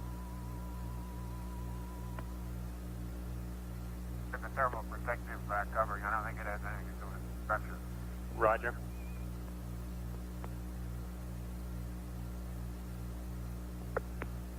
Flight, it looks like we're safe for a little while here. Why don't we just let the guys get a maneuver for us if we... Flight Fido, we'll have one in a minute. Roger. I didn't like that sound of that 1:30:15 time, though, that you were giving. That's what we're still going with. That's what we'll have for you. Well, stand by, though. It's a function of how far we got to move to attitude. Fido? You can't even maneuver to attitude in 3 minutes. Okay, you want to pick a time way out in the future? Because we're going to be chasing this 5 minutes at a time all night. Yeah, let's pick a time. I agree. To pitch down to 45 degrees. I give up. I'll just wait. Okay, why don't we make it 1:30:20? That's about 8 minutes. It's a pretty simple maneuver. Capcom, do you concur there? I'd like to make it about 1:30:30 flight. Okay, we'll make it 1:30:30. Fido, we have gone through the data priority cycle and we've agreed on a time. How to make your Fidos happy. Okay, let's everybody settle down and get away from this bear. Hello, Columbia, Houston. We'll have a attitude and a little blip burn for you at about 1:30:30 so we can separate from Eagle, over. That's fine.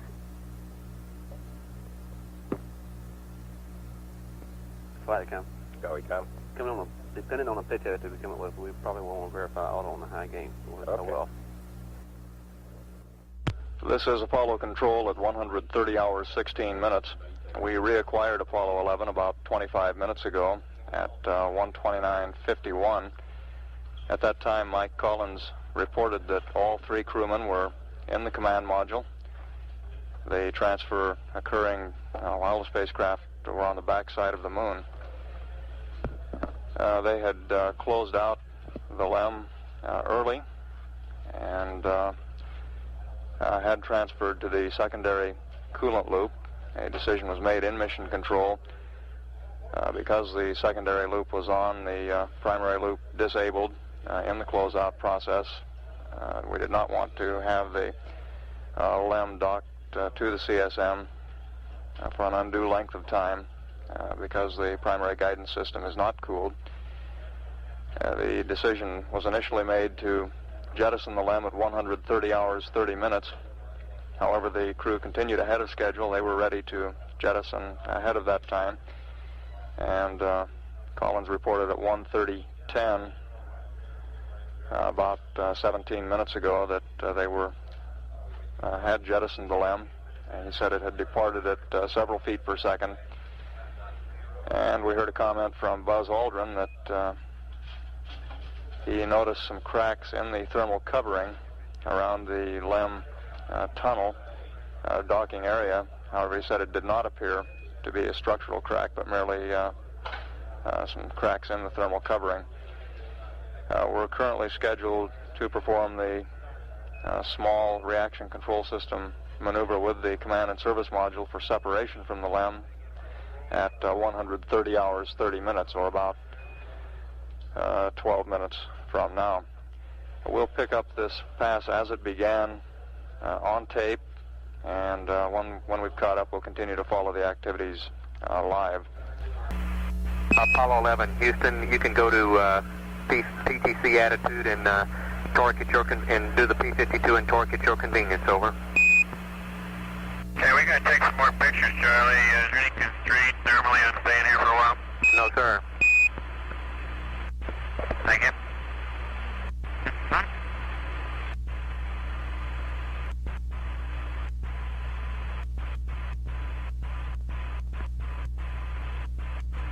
Go ahead, 11, over. How's that tracking look, or is it too early to tell? Stand by, Mike.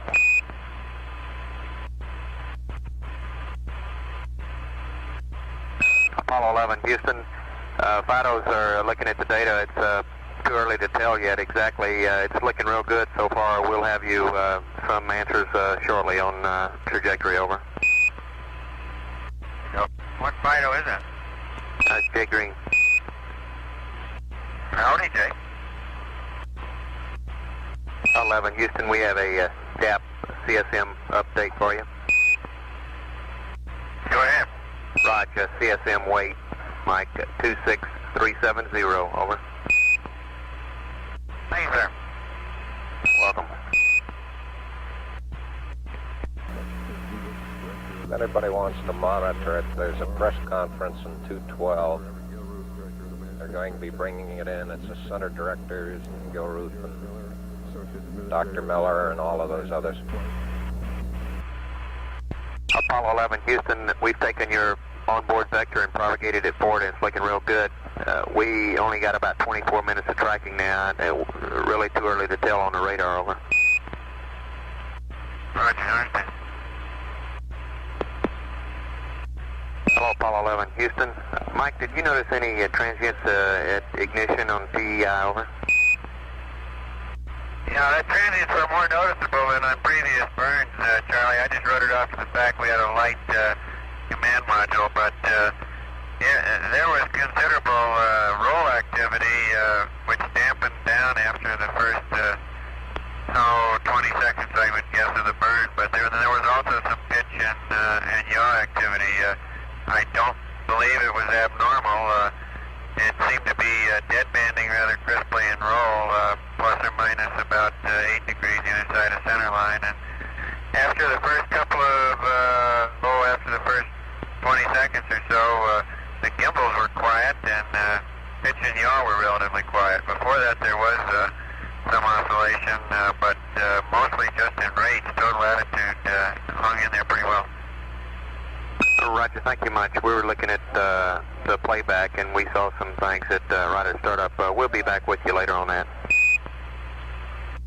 Okay. Flight retro. Go retro. Okay, I think we'd like to update the CSM DAP weight, mainly because of the gains in the DAP. So I'll give a Capcom a load, okay?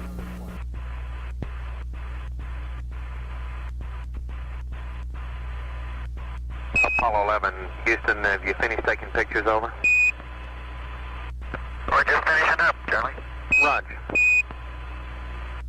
But get started on a P52 here pretty soon. Copy. Another 8 or 9 hours.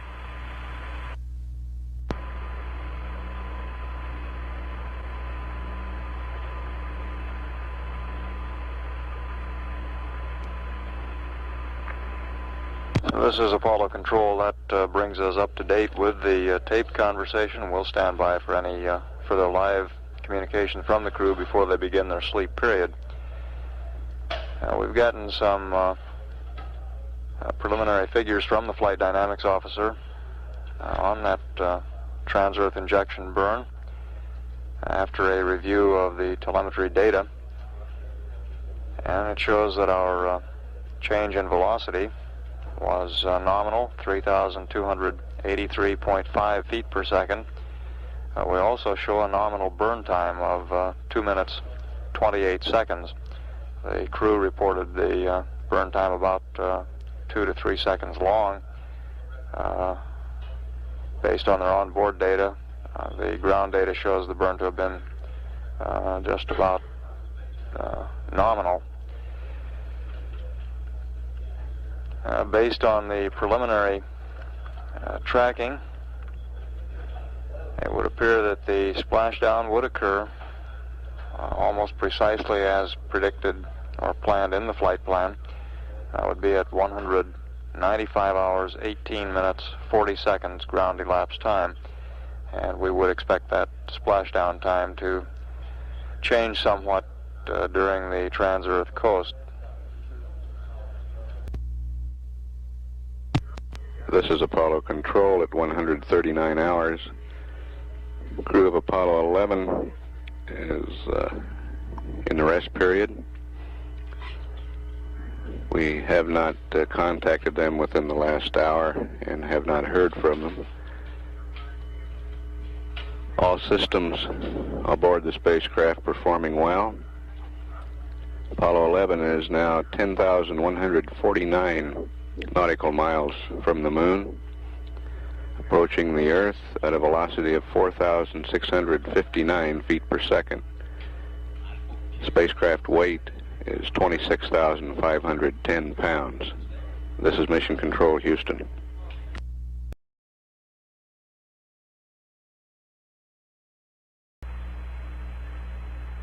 Apollo 11, Houston, we're ready for the TV. We're all configured at your convenience, over.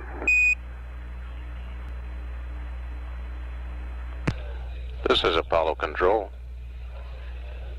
While we're waiting for the television pictures to come in, we have in the control room here a vase full of long-stemmed red roses with a card saying, "To one and all concerned, job superbly done, from a moonstruck Canadian." Continuing to stand by as we wait for the pictures to come from Columbia. Here they come.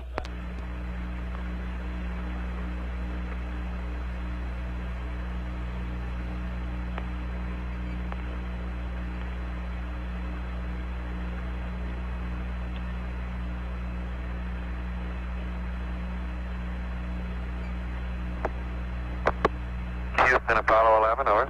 Roger, go ahead, 11, over. Are you picking up our TV signal? That's affirmative. We have it up on the IDA-4 now. The focus is a little bit out. We see the Earth in the center of the screen. Still have a little white dot in the bottom of the camera, apparently.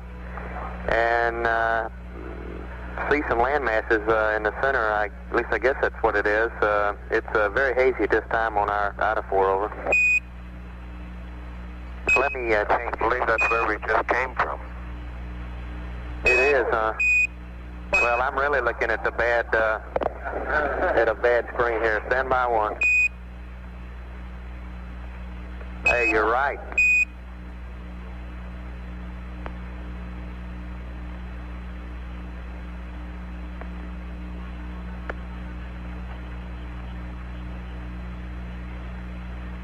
Not bad enough. Not finding you on the right landing spot. Now.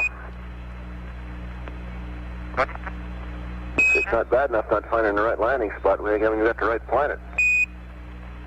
I'll never live that one down.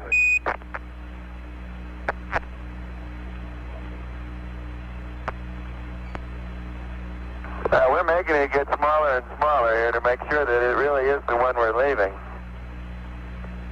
Oh, that's enough, you guys.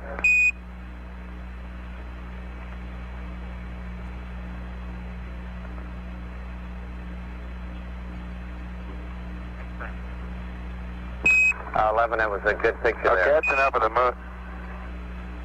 Okay, that's enough of the moon, Charlie. We're getting set up now for some inside pictures. Right.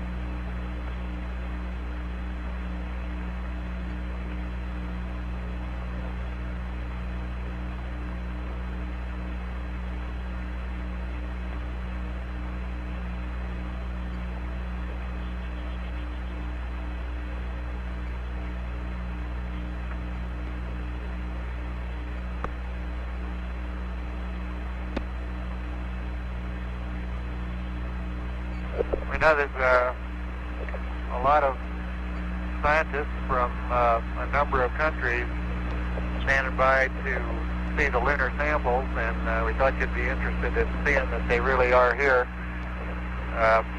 These two boxes are the sample return containers. They're vacuum-packed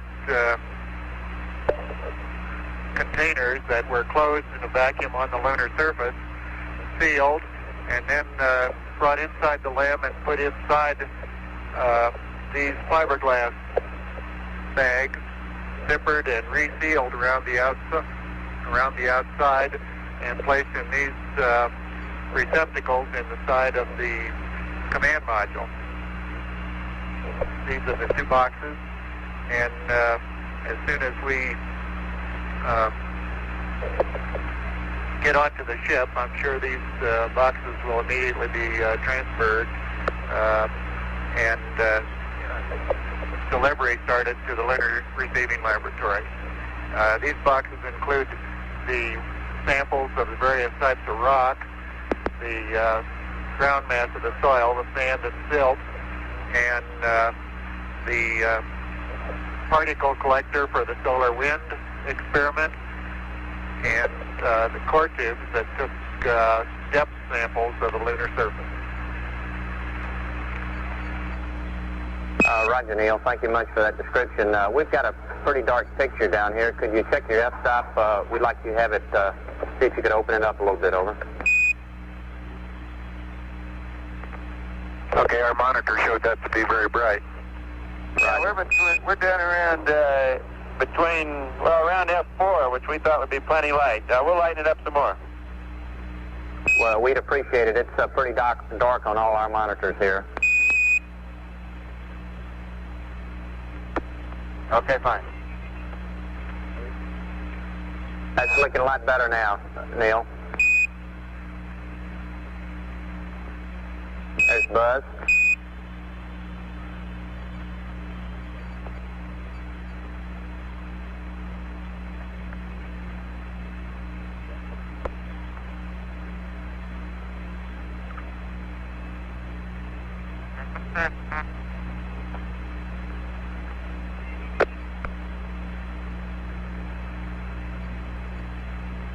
Houston, we have an excellent picture now, over. How do you read me, Charlie? 5 by now, Buzz, over. Okay. More mundane affairs. Now that we've left the moon, I'd like to trace through a little bit for you developments that have taken place in the food department. I'm sure you've always type of a drink container. A little later, Mike will show you how the water gun operates with its new filter to take out hydrogen.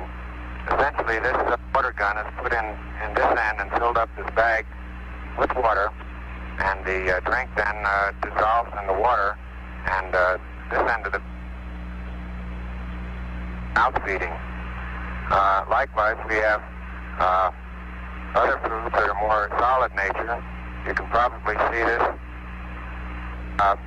shrimp cocktail meal.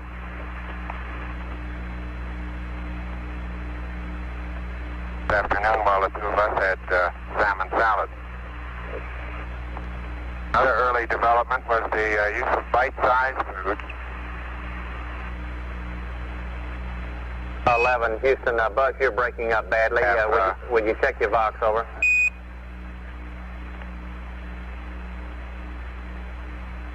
All right, how am I coming through now, Charlie? All right, you're very clear when you come through. It's just that your Vox is not keying at every word, over. Okay. These bite-sized objects were designed to remove the problem of having so many crumbs floating around in the cabin. So they designed a particular size that would be able to go into the mouth all at once. I think since all of our experience, we've discovered that we can progress a good bit further than that back to some of the type meals that we have on Earth. As a matter of fact, on this flight, we've carried along pieces of bread, and along with the bread, we have a ham spread. And I'll show you, I hope, how easy it is to spread some ham. Environment of zero G.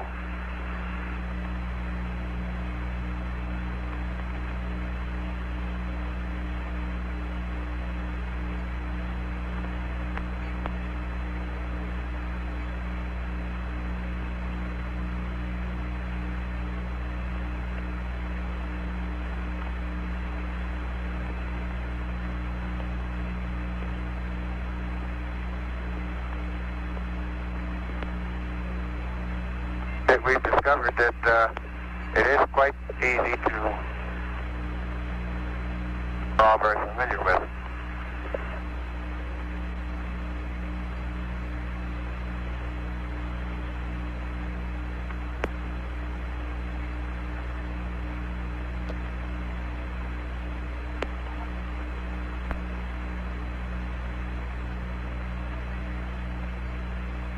Apollo 11, Houston, we notice your roll rate increasing. Would you please see if you can bring that down to about 0 for us, so we'll be losing a high gain shortly, over.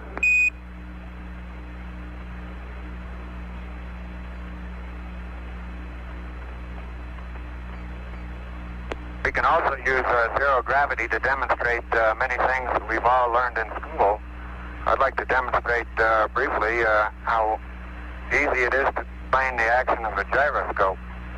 If I spin this can, we know that according to the equations of motion, that we would expect that if once this is given a spin and has a spin axis in this direction, if we give it a particular torque, and I'll do this by pushing my hands against it in this fashion once it's spinning, by the equations we can predict that as I put this torque on it, it will in fact rotate this direction. Let's see how well this works out. As I applied the torque this way, it rotated this way.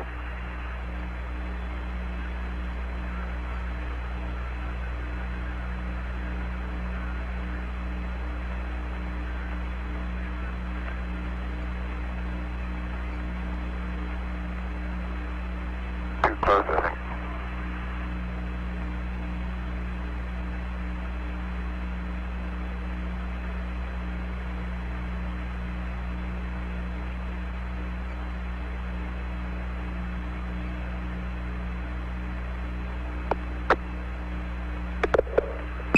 Houston, it's a pretty good demonstration.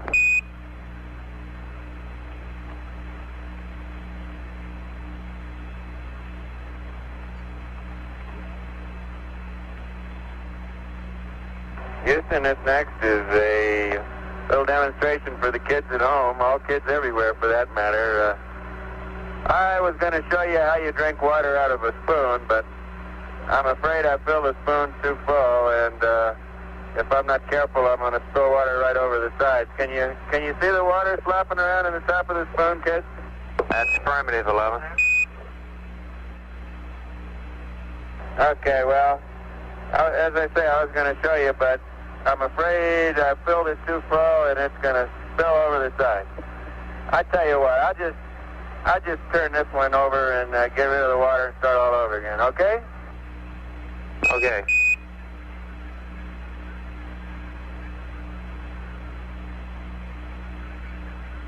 And you can see up here we don't know where over is.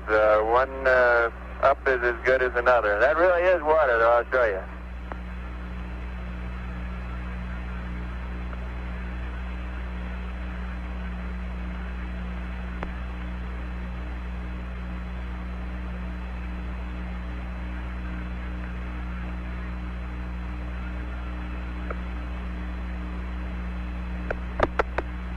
That's really not the way we drink. We really have a water gun, which I'll show you.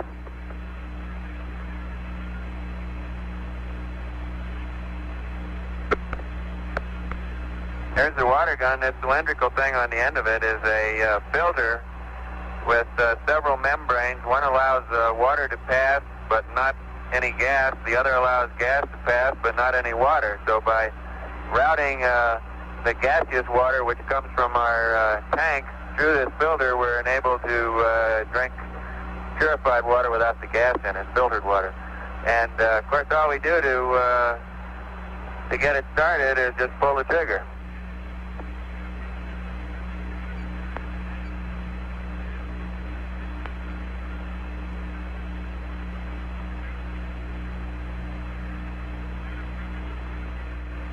Sort of messy. I haven't been at this very long. It's sort of the same system that the Spaniards used to drink out of wineskins at bullfights. Only I think this is even more fun.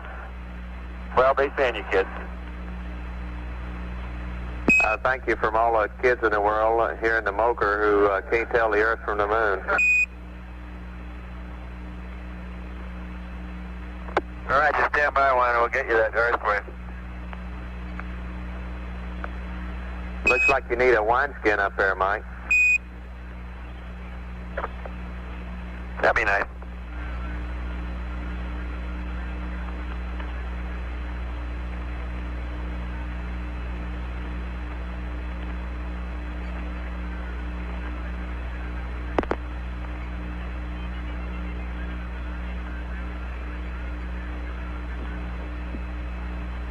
Okay, K11 Houston, I have a picture now, Houston. That's affirmative. I refuse to bite on this one, though. You tell us. Okay, this should be getting larger, and if it is, it's the place we're coming home to. Roger.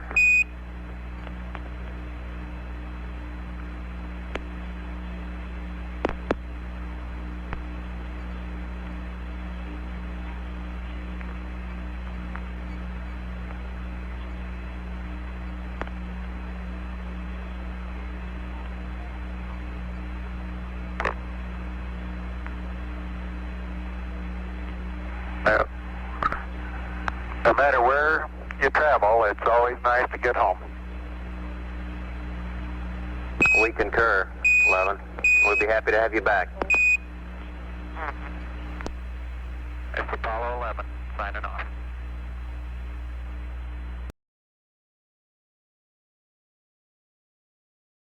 This is Apollo Control at 177 hours, 30 minutes. We're standing by at this time to receive television pictures from the Apollo 11 spacecraft. A short while ago, we received a test transmission, and apparently everything is functioning normally. We were receiving television signal from Goldstone relayed on through to Houston. We'll continue to stand by for the TV. Having good SDM signal strength now, Houston. That's affirmative, 11.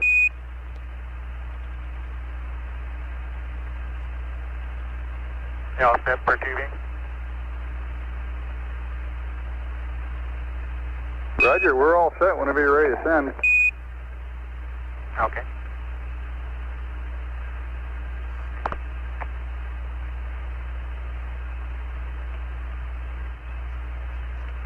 Okay, you're coming through loud and clear now, 11, with your patch.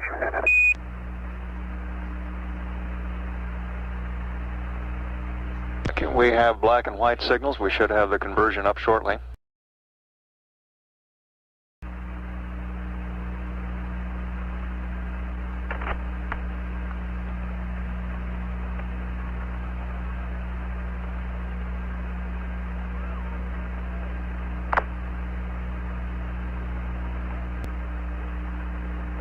Good evening. This is the commander of Apollo 11.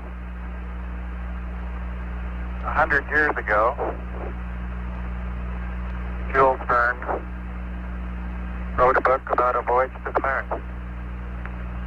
His spaceship, Columbia, took off from Florida and landed in the Pacific Ocean after completing a trip to the moon. Seems appropriate to us to share with you some of the reflections of the crew as the modern day Columbia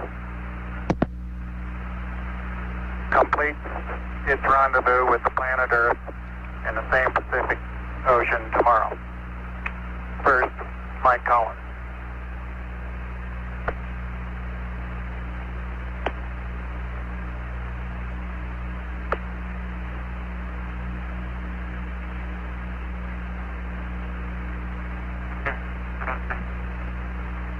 This is Houston. We have an LOS here.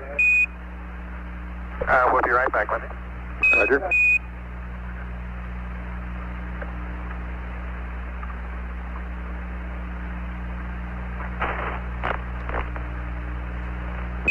In the interim, you may be interested in knowing that Jan and the children and Pat and the youngsters and Andy Aldrin are down here in the viewing room watching this evening. Oh, we're glad to hear that.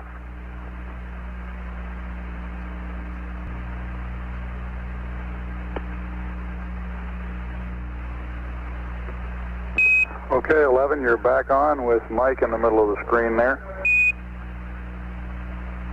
Roger, this trip of ours to the moon may have looked to you simple or easy. I'd like to assure you that that has not been the case. The Saturn V rocket, which put us into orbit, is an incredibly complicated piece of machinery, every piece of which works flawlessly. This computer up above my head has a 38,000 word vocabulary, each word of which has been very carefully chosen to be of the utmost value to us, the crew. This switch, which I have in my hand now, has over 300 counterparts in the command module alone of this one single switch design. In addition to that, there are myriad of circuit breakers, levers, rods, and other associated controls. The SPS engine, our large rocket engine, on the aft end of our service module, must have performed flawlessly or we would have been stranded in lunar orbit. The parachutes up above my head must work perfectly tomorrow or we will plummet into the ocean. We have always had confidence that all this equipment will work and work properly, and we continue to have confidence that it will do so for the remainder of the flight. All this is possible only through the blood, sweat, and tears of a number of people. First, the American workmen who put these pieces of machinery together at the factory. Second, the painstaking work done by the various test teams during the assembly and the retest after assembly. And finally, the people at the Manned Spacecraft Center, both in management, in mission planning, in flight control, and last but not least, in crew training. This operation is somewhat like the periscope of a submarine. All you see is the three of us, but beneath the surface are thousands and thousands of others. And to all those, I would like to say thank you very much.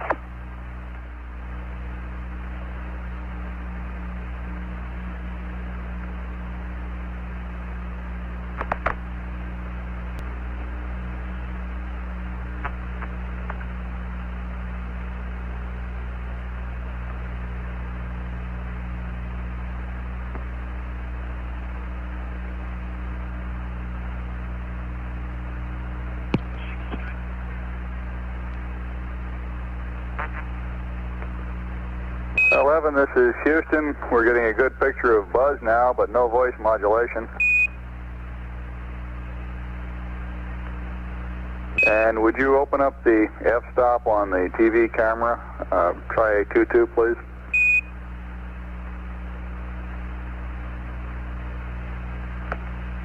That appears to be a lot better now. We're still not receiving Buzz's audio. Good evening. I'd like to discuss with you a few of the more symbolic aspects of the flight of our mission Apollo 11. As we've been discussing the events that have taken place in the past 2 or 3 days here on board our spacecraft, we've come to the conclusion that this has been far more than 3 men on a voyage to the moon. More still than the efforts of a government and industry team. More even than the efforts of one nation. We feel that this stands as a symbol of the insatiable curiosity of all mankind to explore the unknown. Neil's statement the other day upon first setting foot on the surface of the moon, this is a small step for a man, but a great leap for mankind, I believe sums up these feelings very nicely. We accepted the challenge of going to the moon. The acceptance of this challenge was inevitable. The relative ease with which we carried out our mission, I believe, is a tribute to the timeliness of that acceptance. Today, I feel we're fully capable of accepting expanded roles in the exploration of space.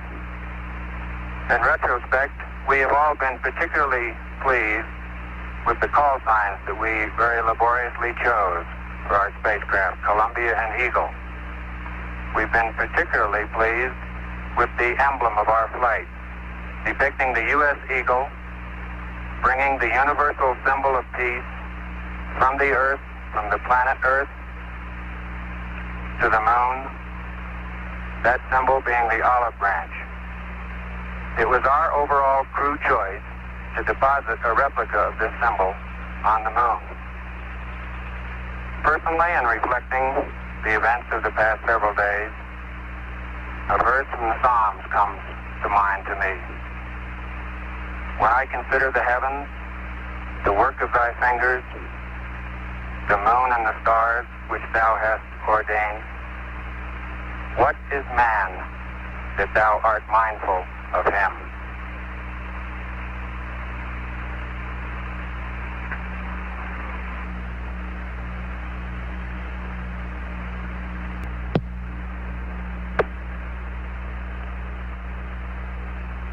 The responsibility for this flight lies first with history and with the giants of science who have preceded this effort.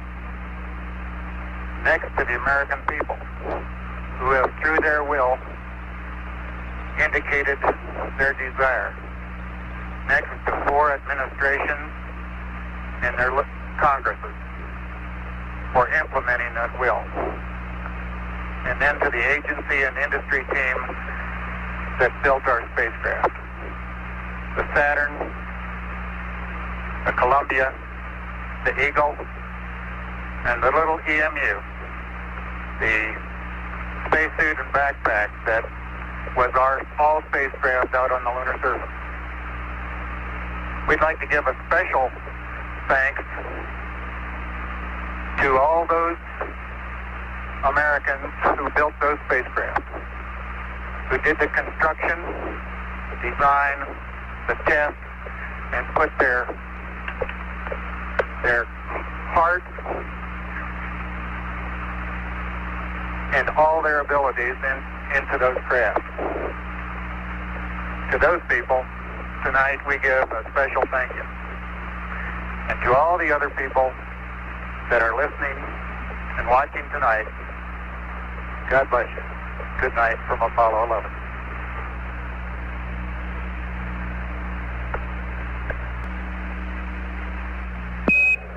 This is Houston. We're getting a zoom view out the window now.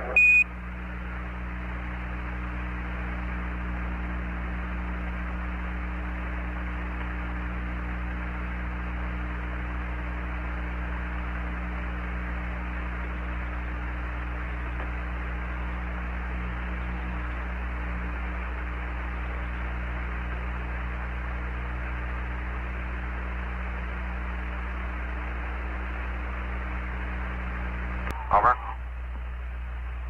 Do you understand? Magazine M is in Mike. That's right. Thank you out. Apollo 11, this is Houston, your friendly green team going off for the night and going off for the last time. We wish to bid you a good night and Godspeed. Thank you. We appreciate all that fine work done by the green team, and we'll be thanking you in person when we get back. Roger, we'll see you on the ground. Really enjoyed working with all of you. Thanks very much. Over. Roger. As usual, all you greenies. They're all smiles down here, even the trench.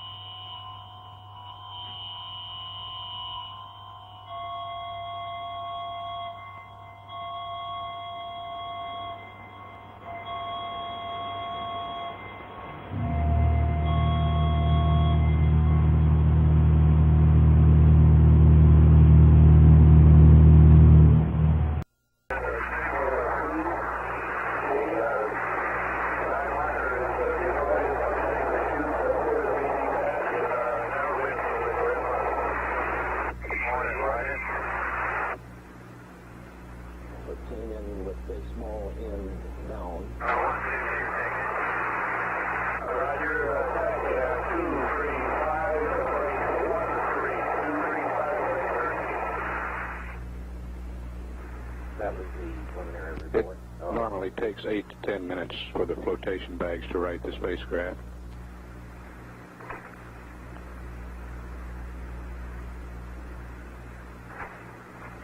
Swim 1 is getting ready to deploy swimmers. The big swimmer is now spraying the hatch area and the top deck and around the hatch on the command module with a decontaminant.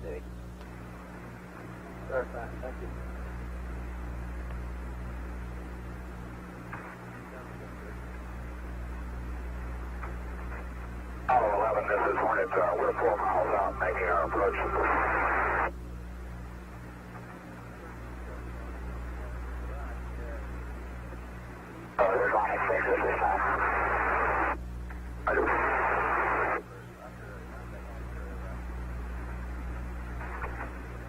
Hornet advises the crew they're 4 miles away.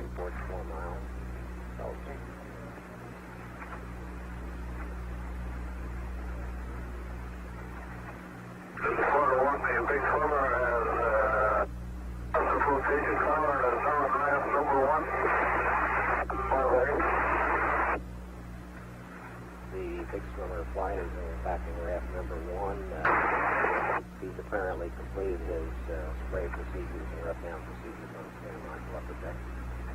Okay.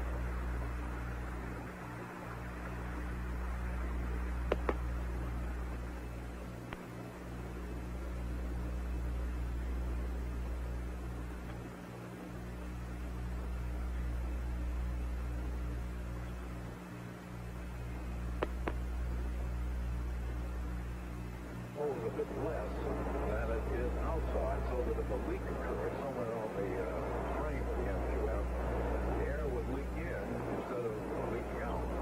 Captain Cyberlink has just sent a radio message to the astronauts inside their spacecraft saying we are 4 miles from you and closing. Captain Cyberlink is something of an aeronautical pioneer himself. In 1952, President Truman gave him the Harmon Air Trophy for his work in developing a sonar device. He was then in lighter-than-aircraft service with the Navy. This is Vulcan 1, Big 4, telegraph number 1.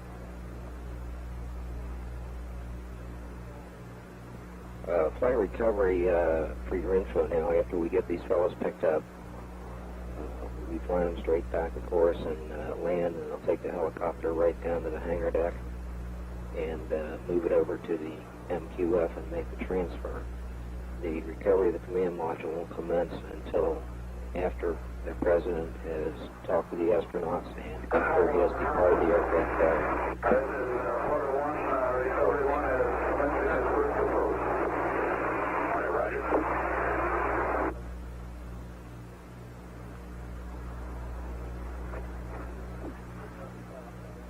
And Recovery 1 going in now to pick up the first astronaut.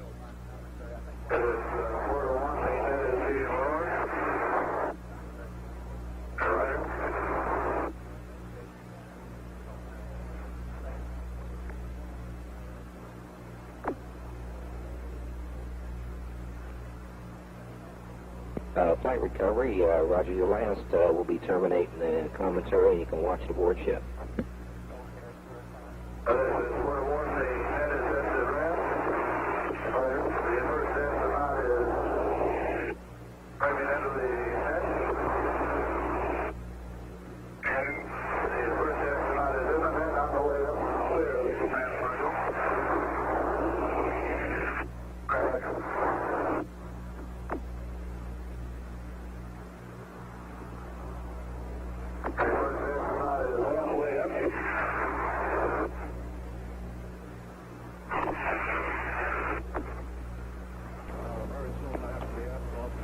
All the flight controllers come up on AFT conference, please. Everybody's room call for AFT conference.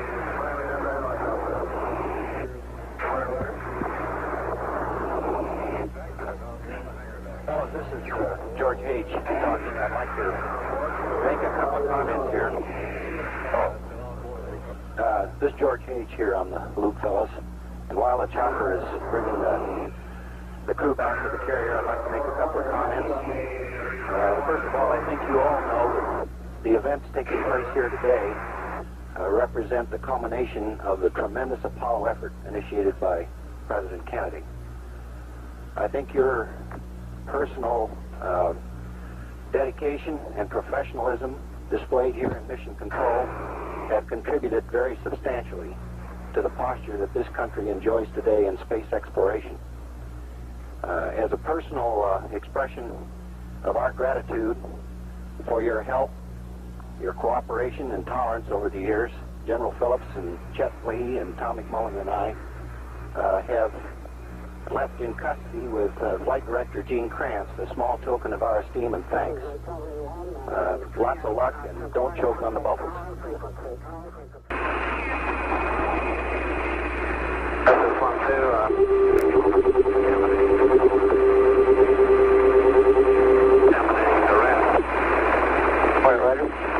The elevator will take Recovery 1 down to the hangar deck, where the crew will enter the mobile quarantine facility.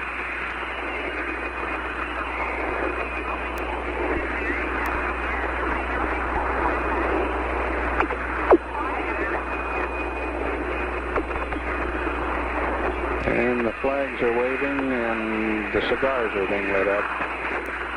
And clear across the big board in front is President John F. Kennedy's message to Congress of May 1961. I believe that this nation should commit itself to achieving the goal before this decade is out of landing a man on the moon and returning him safely to Earth. That has been accomplished. Holding the command module very well.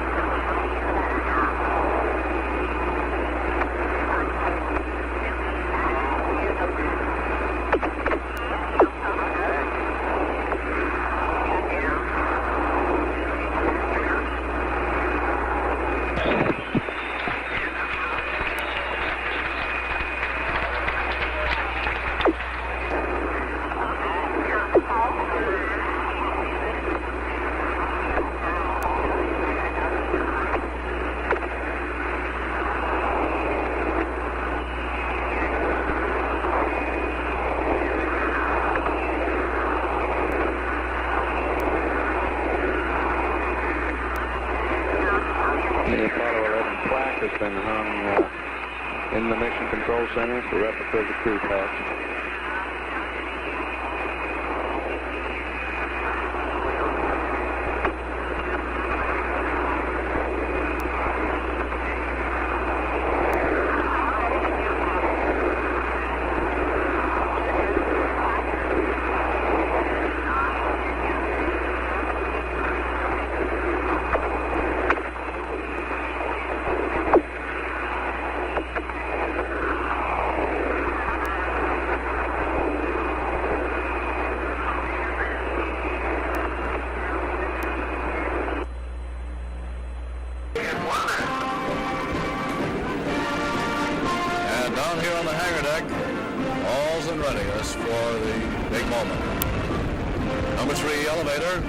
Side is still in the raised position.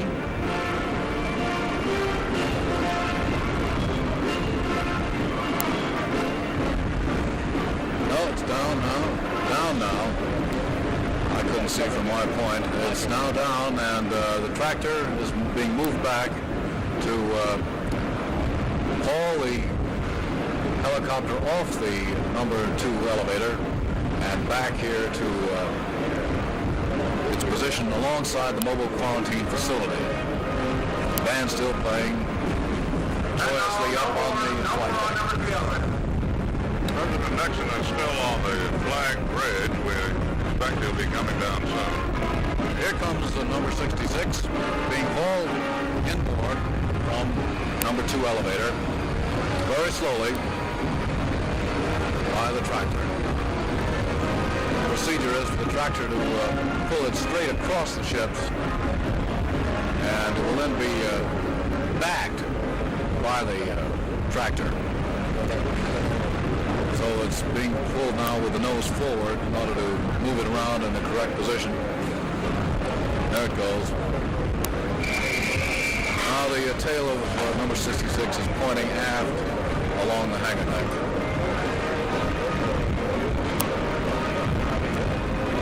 Astronauts still inside.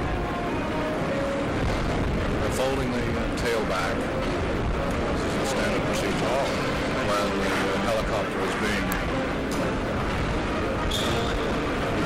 Dallas, the president, we believe, has left the flag bridge. At least he's not out there leaning over any longer. Right. And the gaggle of photographers seem to be following inside. It's possible that the president's schedule at this point may indicate some little departure from what had been projected originally.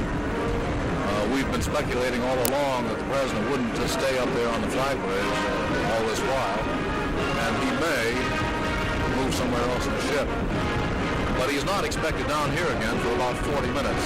That will give Dr. Carpentier, the astronaut's physician, time to perform some initial medical tests on the astronauts. But there's no doubt that they're in good condition on the basis of what we've heard already.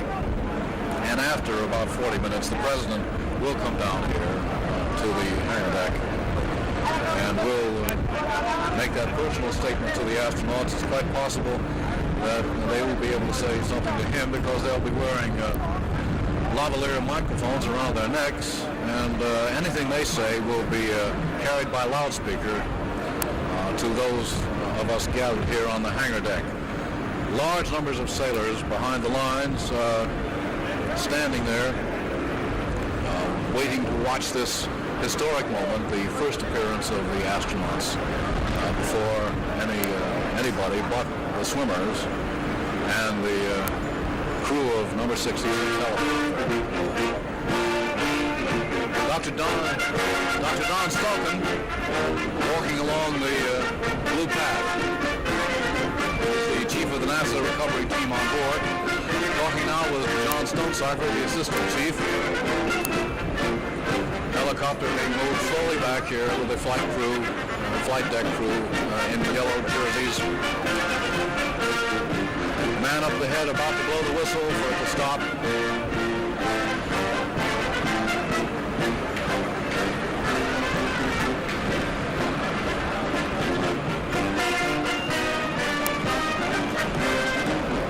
The hatch is just about in position.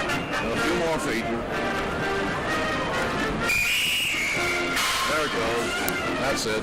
Dr. Stulkin, Dr. Stonecipher personally moved the flight of wooden steps up to the hatch on the starboard side of the helicopter. Dr. Carpentier slides it open, and here they come. Here they come, the three astronauts, Armstrong, Aldrin, and Collins, waving to the crowd of cheering sailors, moving swiftly into the mobile quarantine facility, Dr. Carpentier following and closing the door. And the door closes. The astronauts are on board. They're in the mobile quarantine facility. The curtains have been drawn. All of them in fine shape, good condition, waving and smiling. You could see them smiling through their masks. Obviously overjoyed, jubilant to be back on board at the end of their historic mission, which saw Armstrong and Aldrin become the first men in history to set foot on the moon. Been spreading around. The President has come down the escalator through the hatch to the hangar deck. Ruffled and flourishes.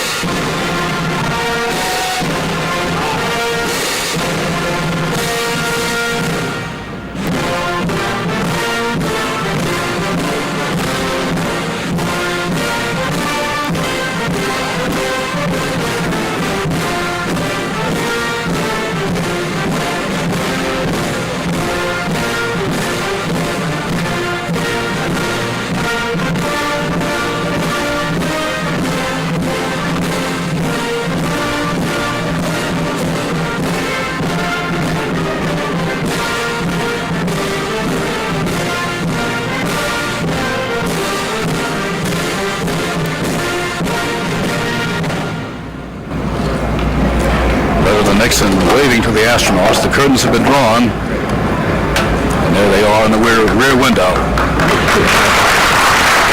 President signaling for applause from the crowd. Astronauts gather in the window. Neil, Buzz, and Mike, I want you to know that I think I'm the luckiest man in the world. And I say this not only because I have the honor to be President of the United States, but particularly because I have the privilege of speaking for so many and welcoming you back to Earth. I can tell you about all the messages we've received in Washington. Over 100 foreign governments, emperors and presidents and prime ministers and kings have sent the most warm messages that we've ever received. They represent over 2 billion people on this earth, all of them who have had the opportunity through television to see what you have done.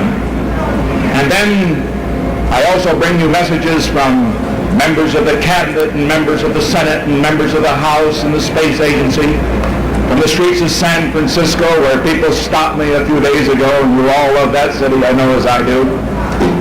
But most important, I had a telephone call yesterday. The toll wasn't incidentally as great as the one I made to you fellows on the moon. I made that collect incidentally, in case you didn't know. But I called in my view, three of the greatest ladies and most courageous ladies in the whole world today, your wives. And from Jan and Joan and Pat, I bring their love and their congratulations. We think it's just wonderful that they could have participated, at least through television, in this return. We're only sorry they couldn't be here. And also, I've got to let you in a little secret. I made a date with them. I invited them to dinner on the 13th of August, right after you come out of quarantine. It will be a state dinner held in Los Angeles. The governors of all the 50 states will be there, the ambassadors, others from around the world and in America. And they told me that you would come too. And all I want to know, will you come? We want to honor you then. I'll do anything you say, Mr. President. Anytime. One question I think that all of us would like to ask, as we saw you bouncing around in that boat out there, I wonder if that wasn't the hardest part of the journey. Was that the only, did any of you get seasick? No, we didn't, and it was one of the harder parts, but it was one of the most pleasant, we can assure you. Yeah. Well, I just know that you can sense what we all sense when you get back now. Incidentally, you've been able to follow some of the things that happened when you've gone. Did you know about the All-Star game? Yes, sir. The capsule communicators have been giving us They keep daily you news posted. reports. Yeah. Were you American League or National League? I'm a National League man. Non-partisan, sir. Yeah, that's right. There's the politician in the group, right. We're sorry you missed that game. Yes. Well, you knew that too. You really heard that... the rain. The rain. Right. Well, we haven't learned to control the weather yet, but that's something we can look forward to as tomorrow's challenge. Right.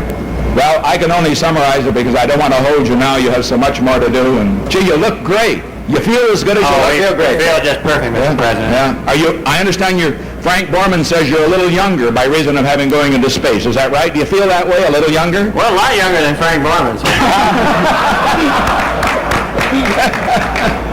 There he is over there. Come on over, Frank, so they can see you.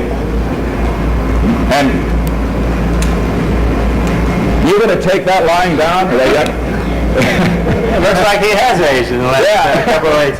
Come on, Frank. Mr. President, the one thing I wanted, we have a poet in Mike Collins, and he really gave me a hard time for describing the words of fantastic and beautiful. And I counted them. In 3 minutes up there, you used 4 fantastics and 2 beautifuls. Well, just let me close off with this one thing. I was thinking as you know, as you came down, and we knew it was a success, and it had only been 8 days, just a week, a long week. But this is the greatest week in the history of the world since the creation.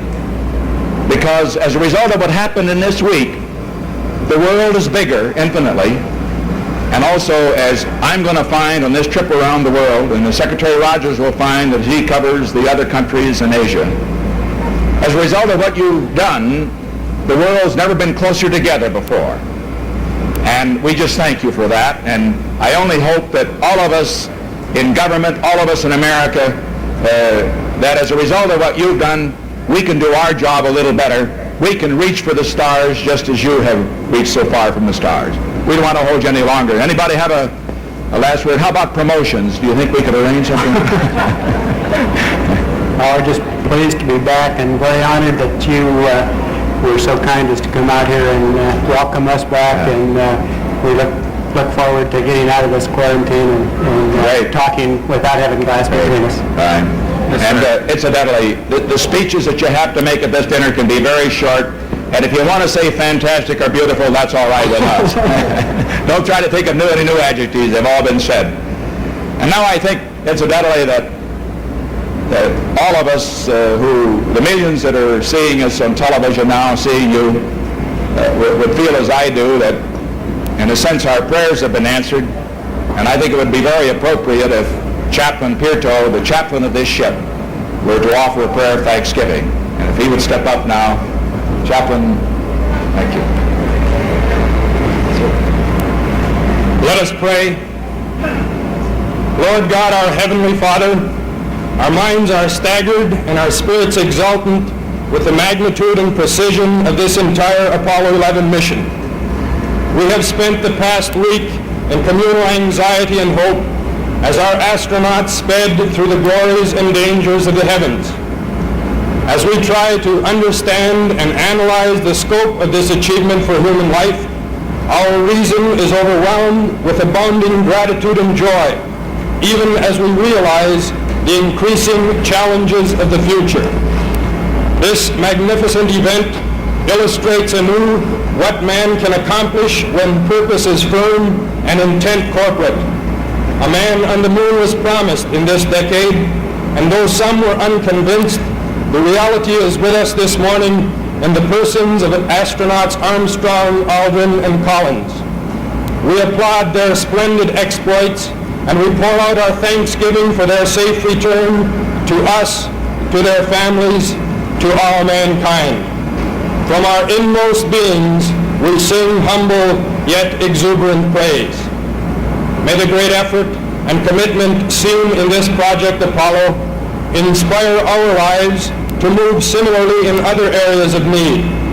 May we, the people, by our enthusiasm and devotion and insight, move to new landings in brotherhood, human concern, and mutual respect. May our country, afire with inventive leadership and backed by a committed followership, blaze new trails into all areas of human cares. See our enthusiasm and bless our joy with dedicated purpose toward the many needs at hand. Link us in friendship with peoples throughout the world as we strive together to better the human condition. Grant us peace, beginning in our own hearts, and a mind attuned with goodwill towards our neighbor. All this we pray as our thanksgiving rings out to Thee, in the name of our Lord. Amen. Amen.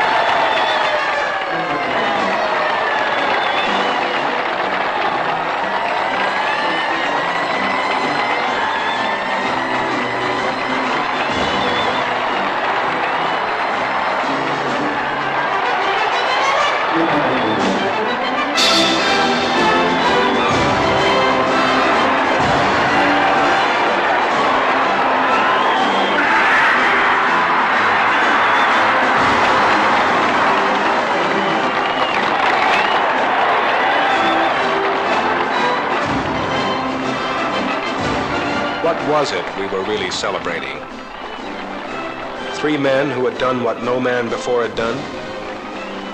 A technological feat that was believed beyond the realm of possibility? The fulfillment of an age-old dream? Were we celebrating simply because it had been a long time since we'd had anything to celebrate? Or was this something that touched an irrational, unthinking instinct in us all?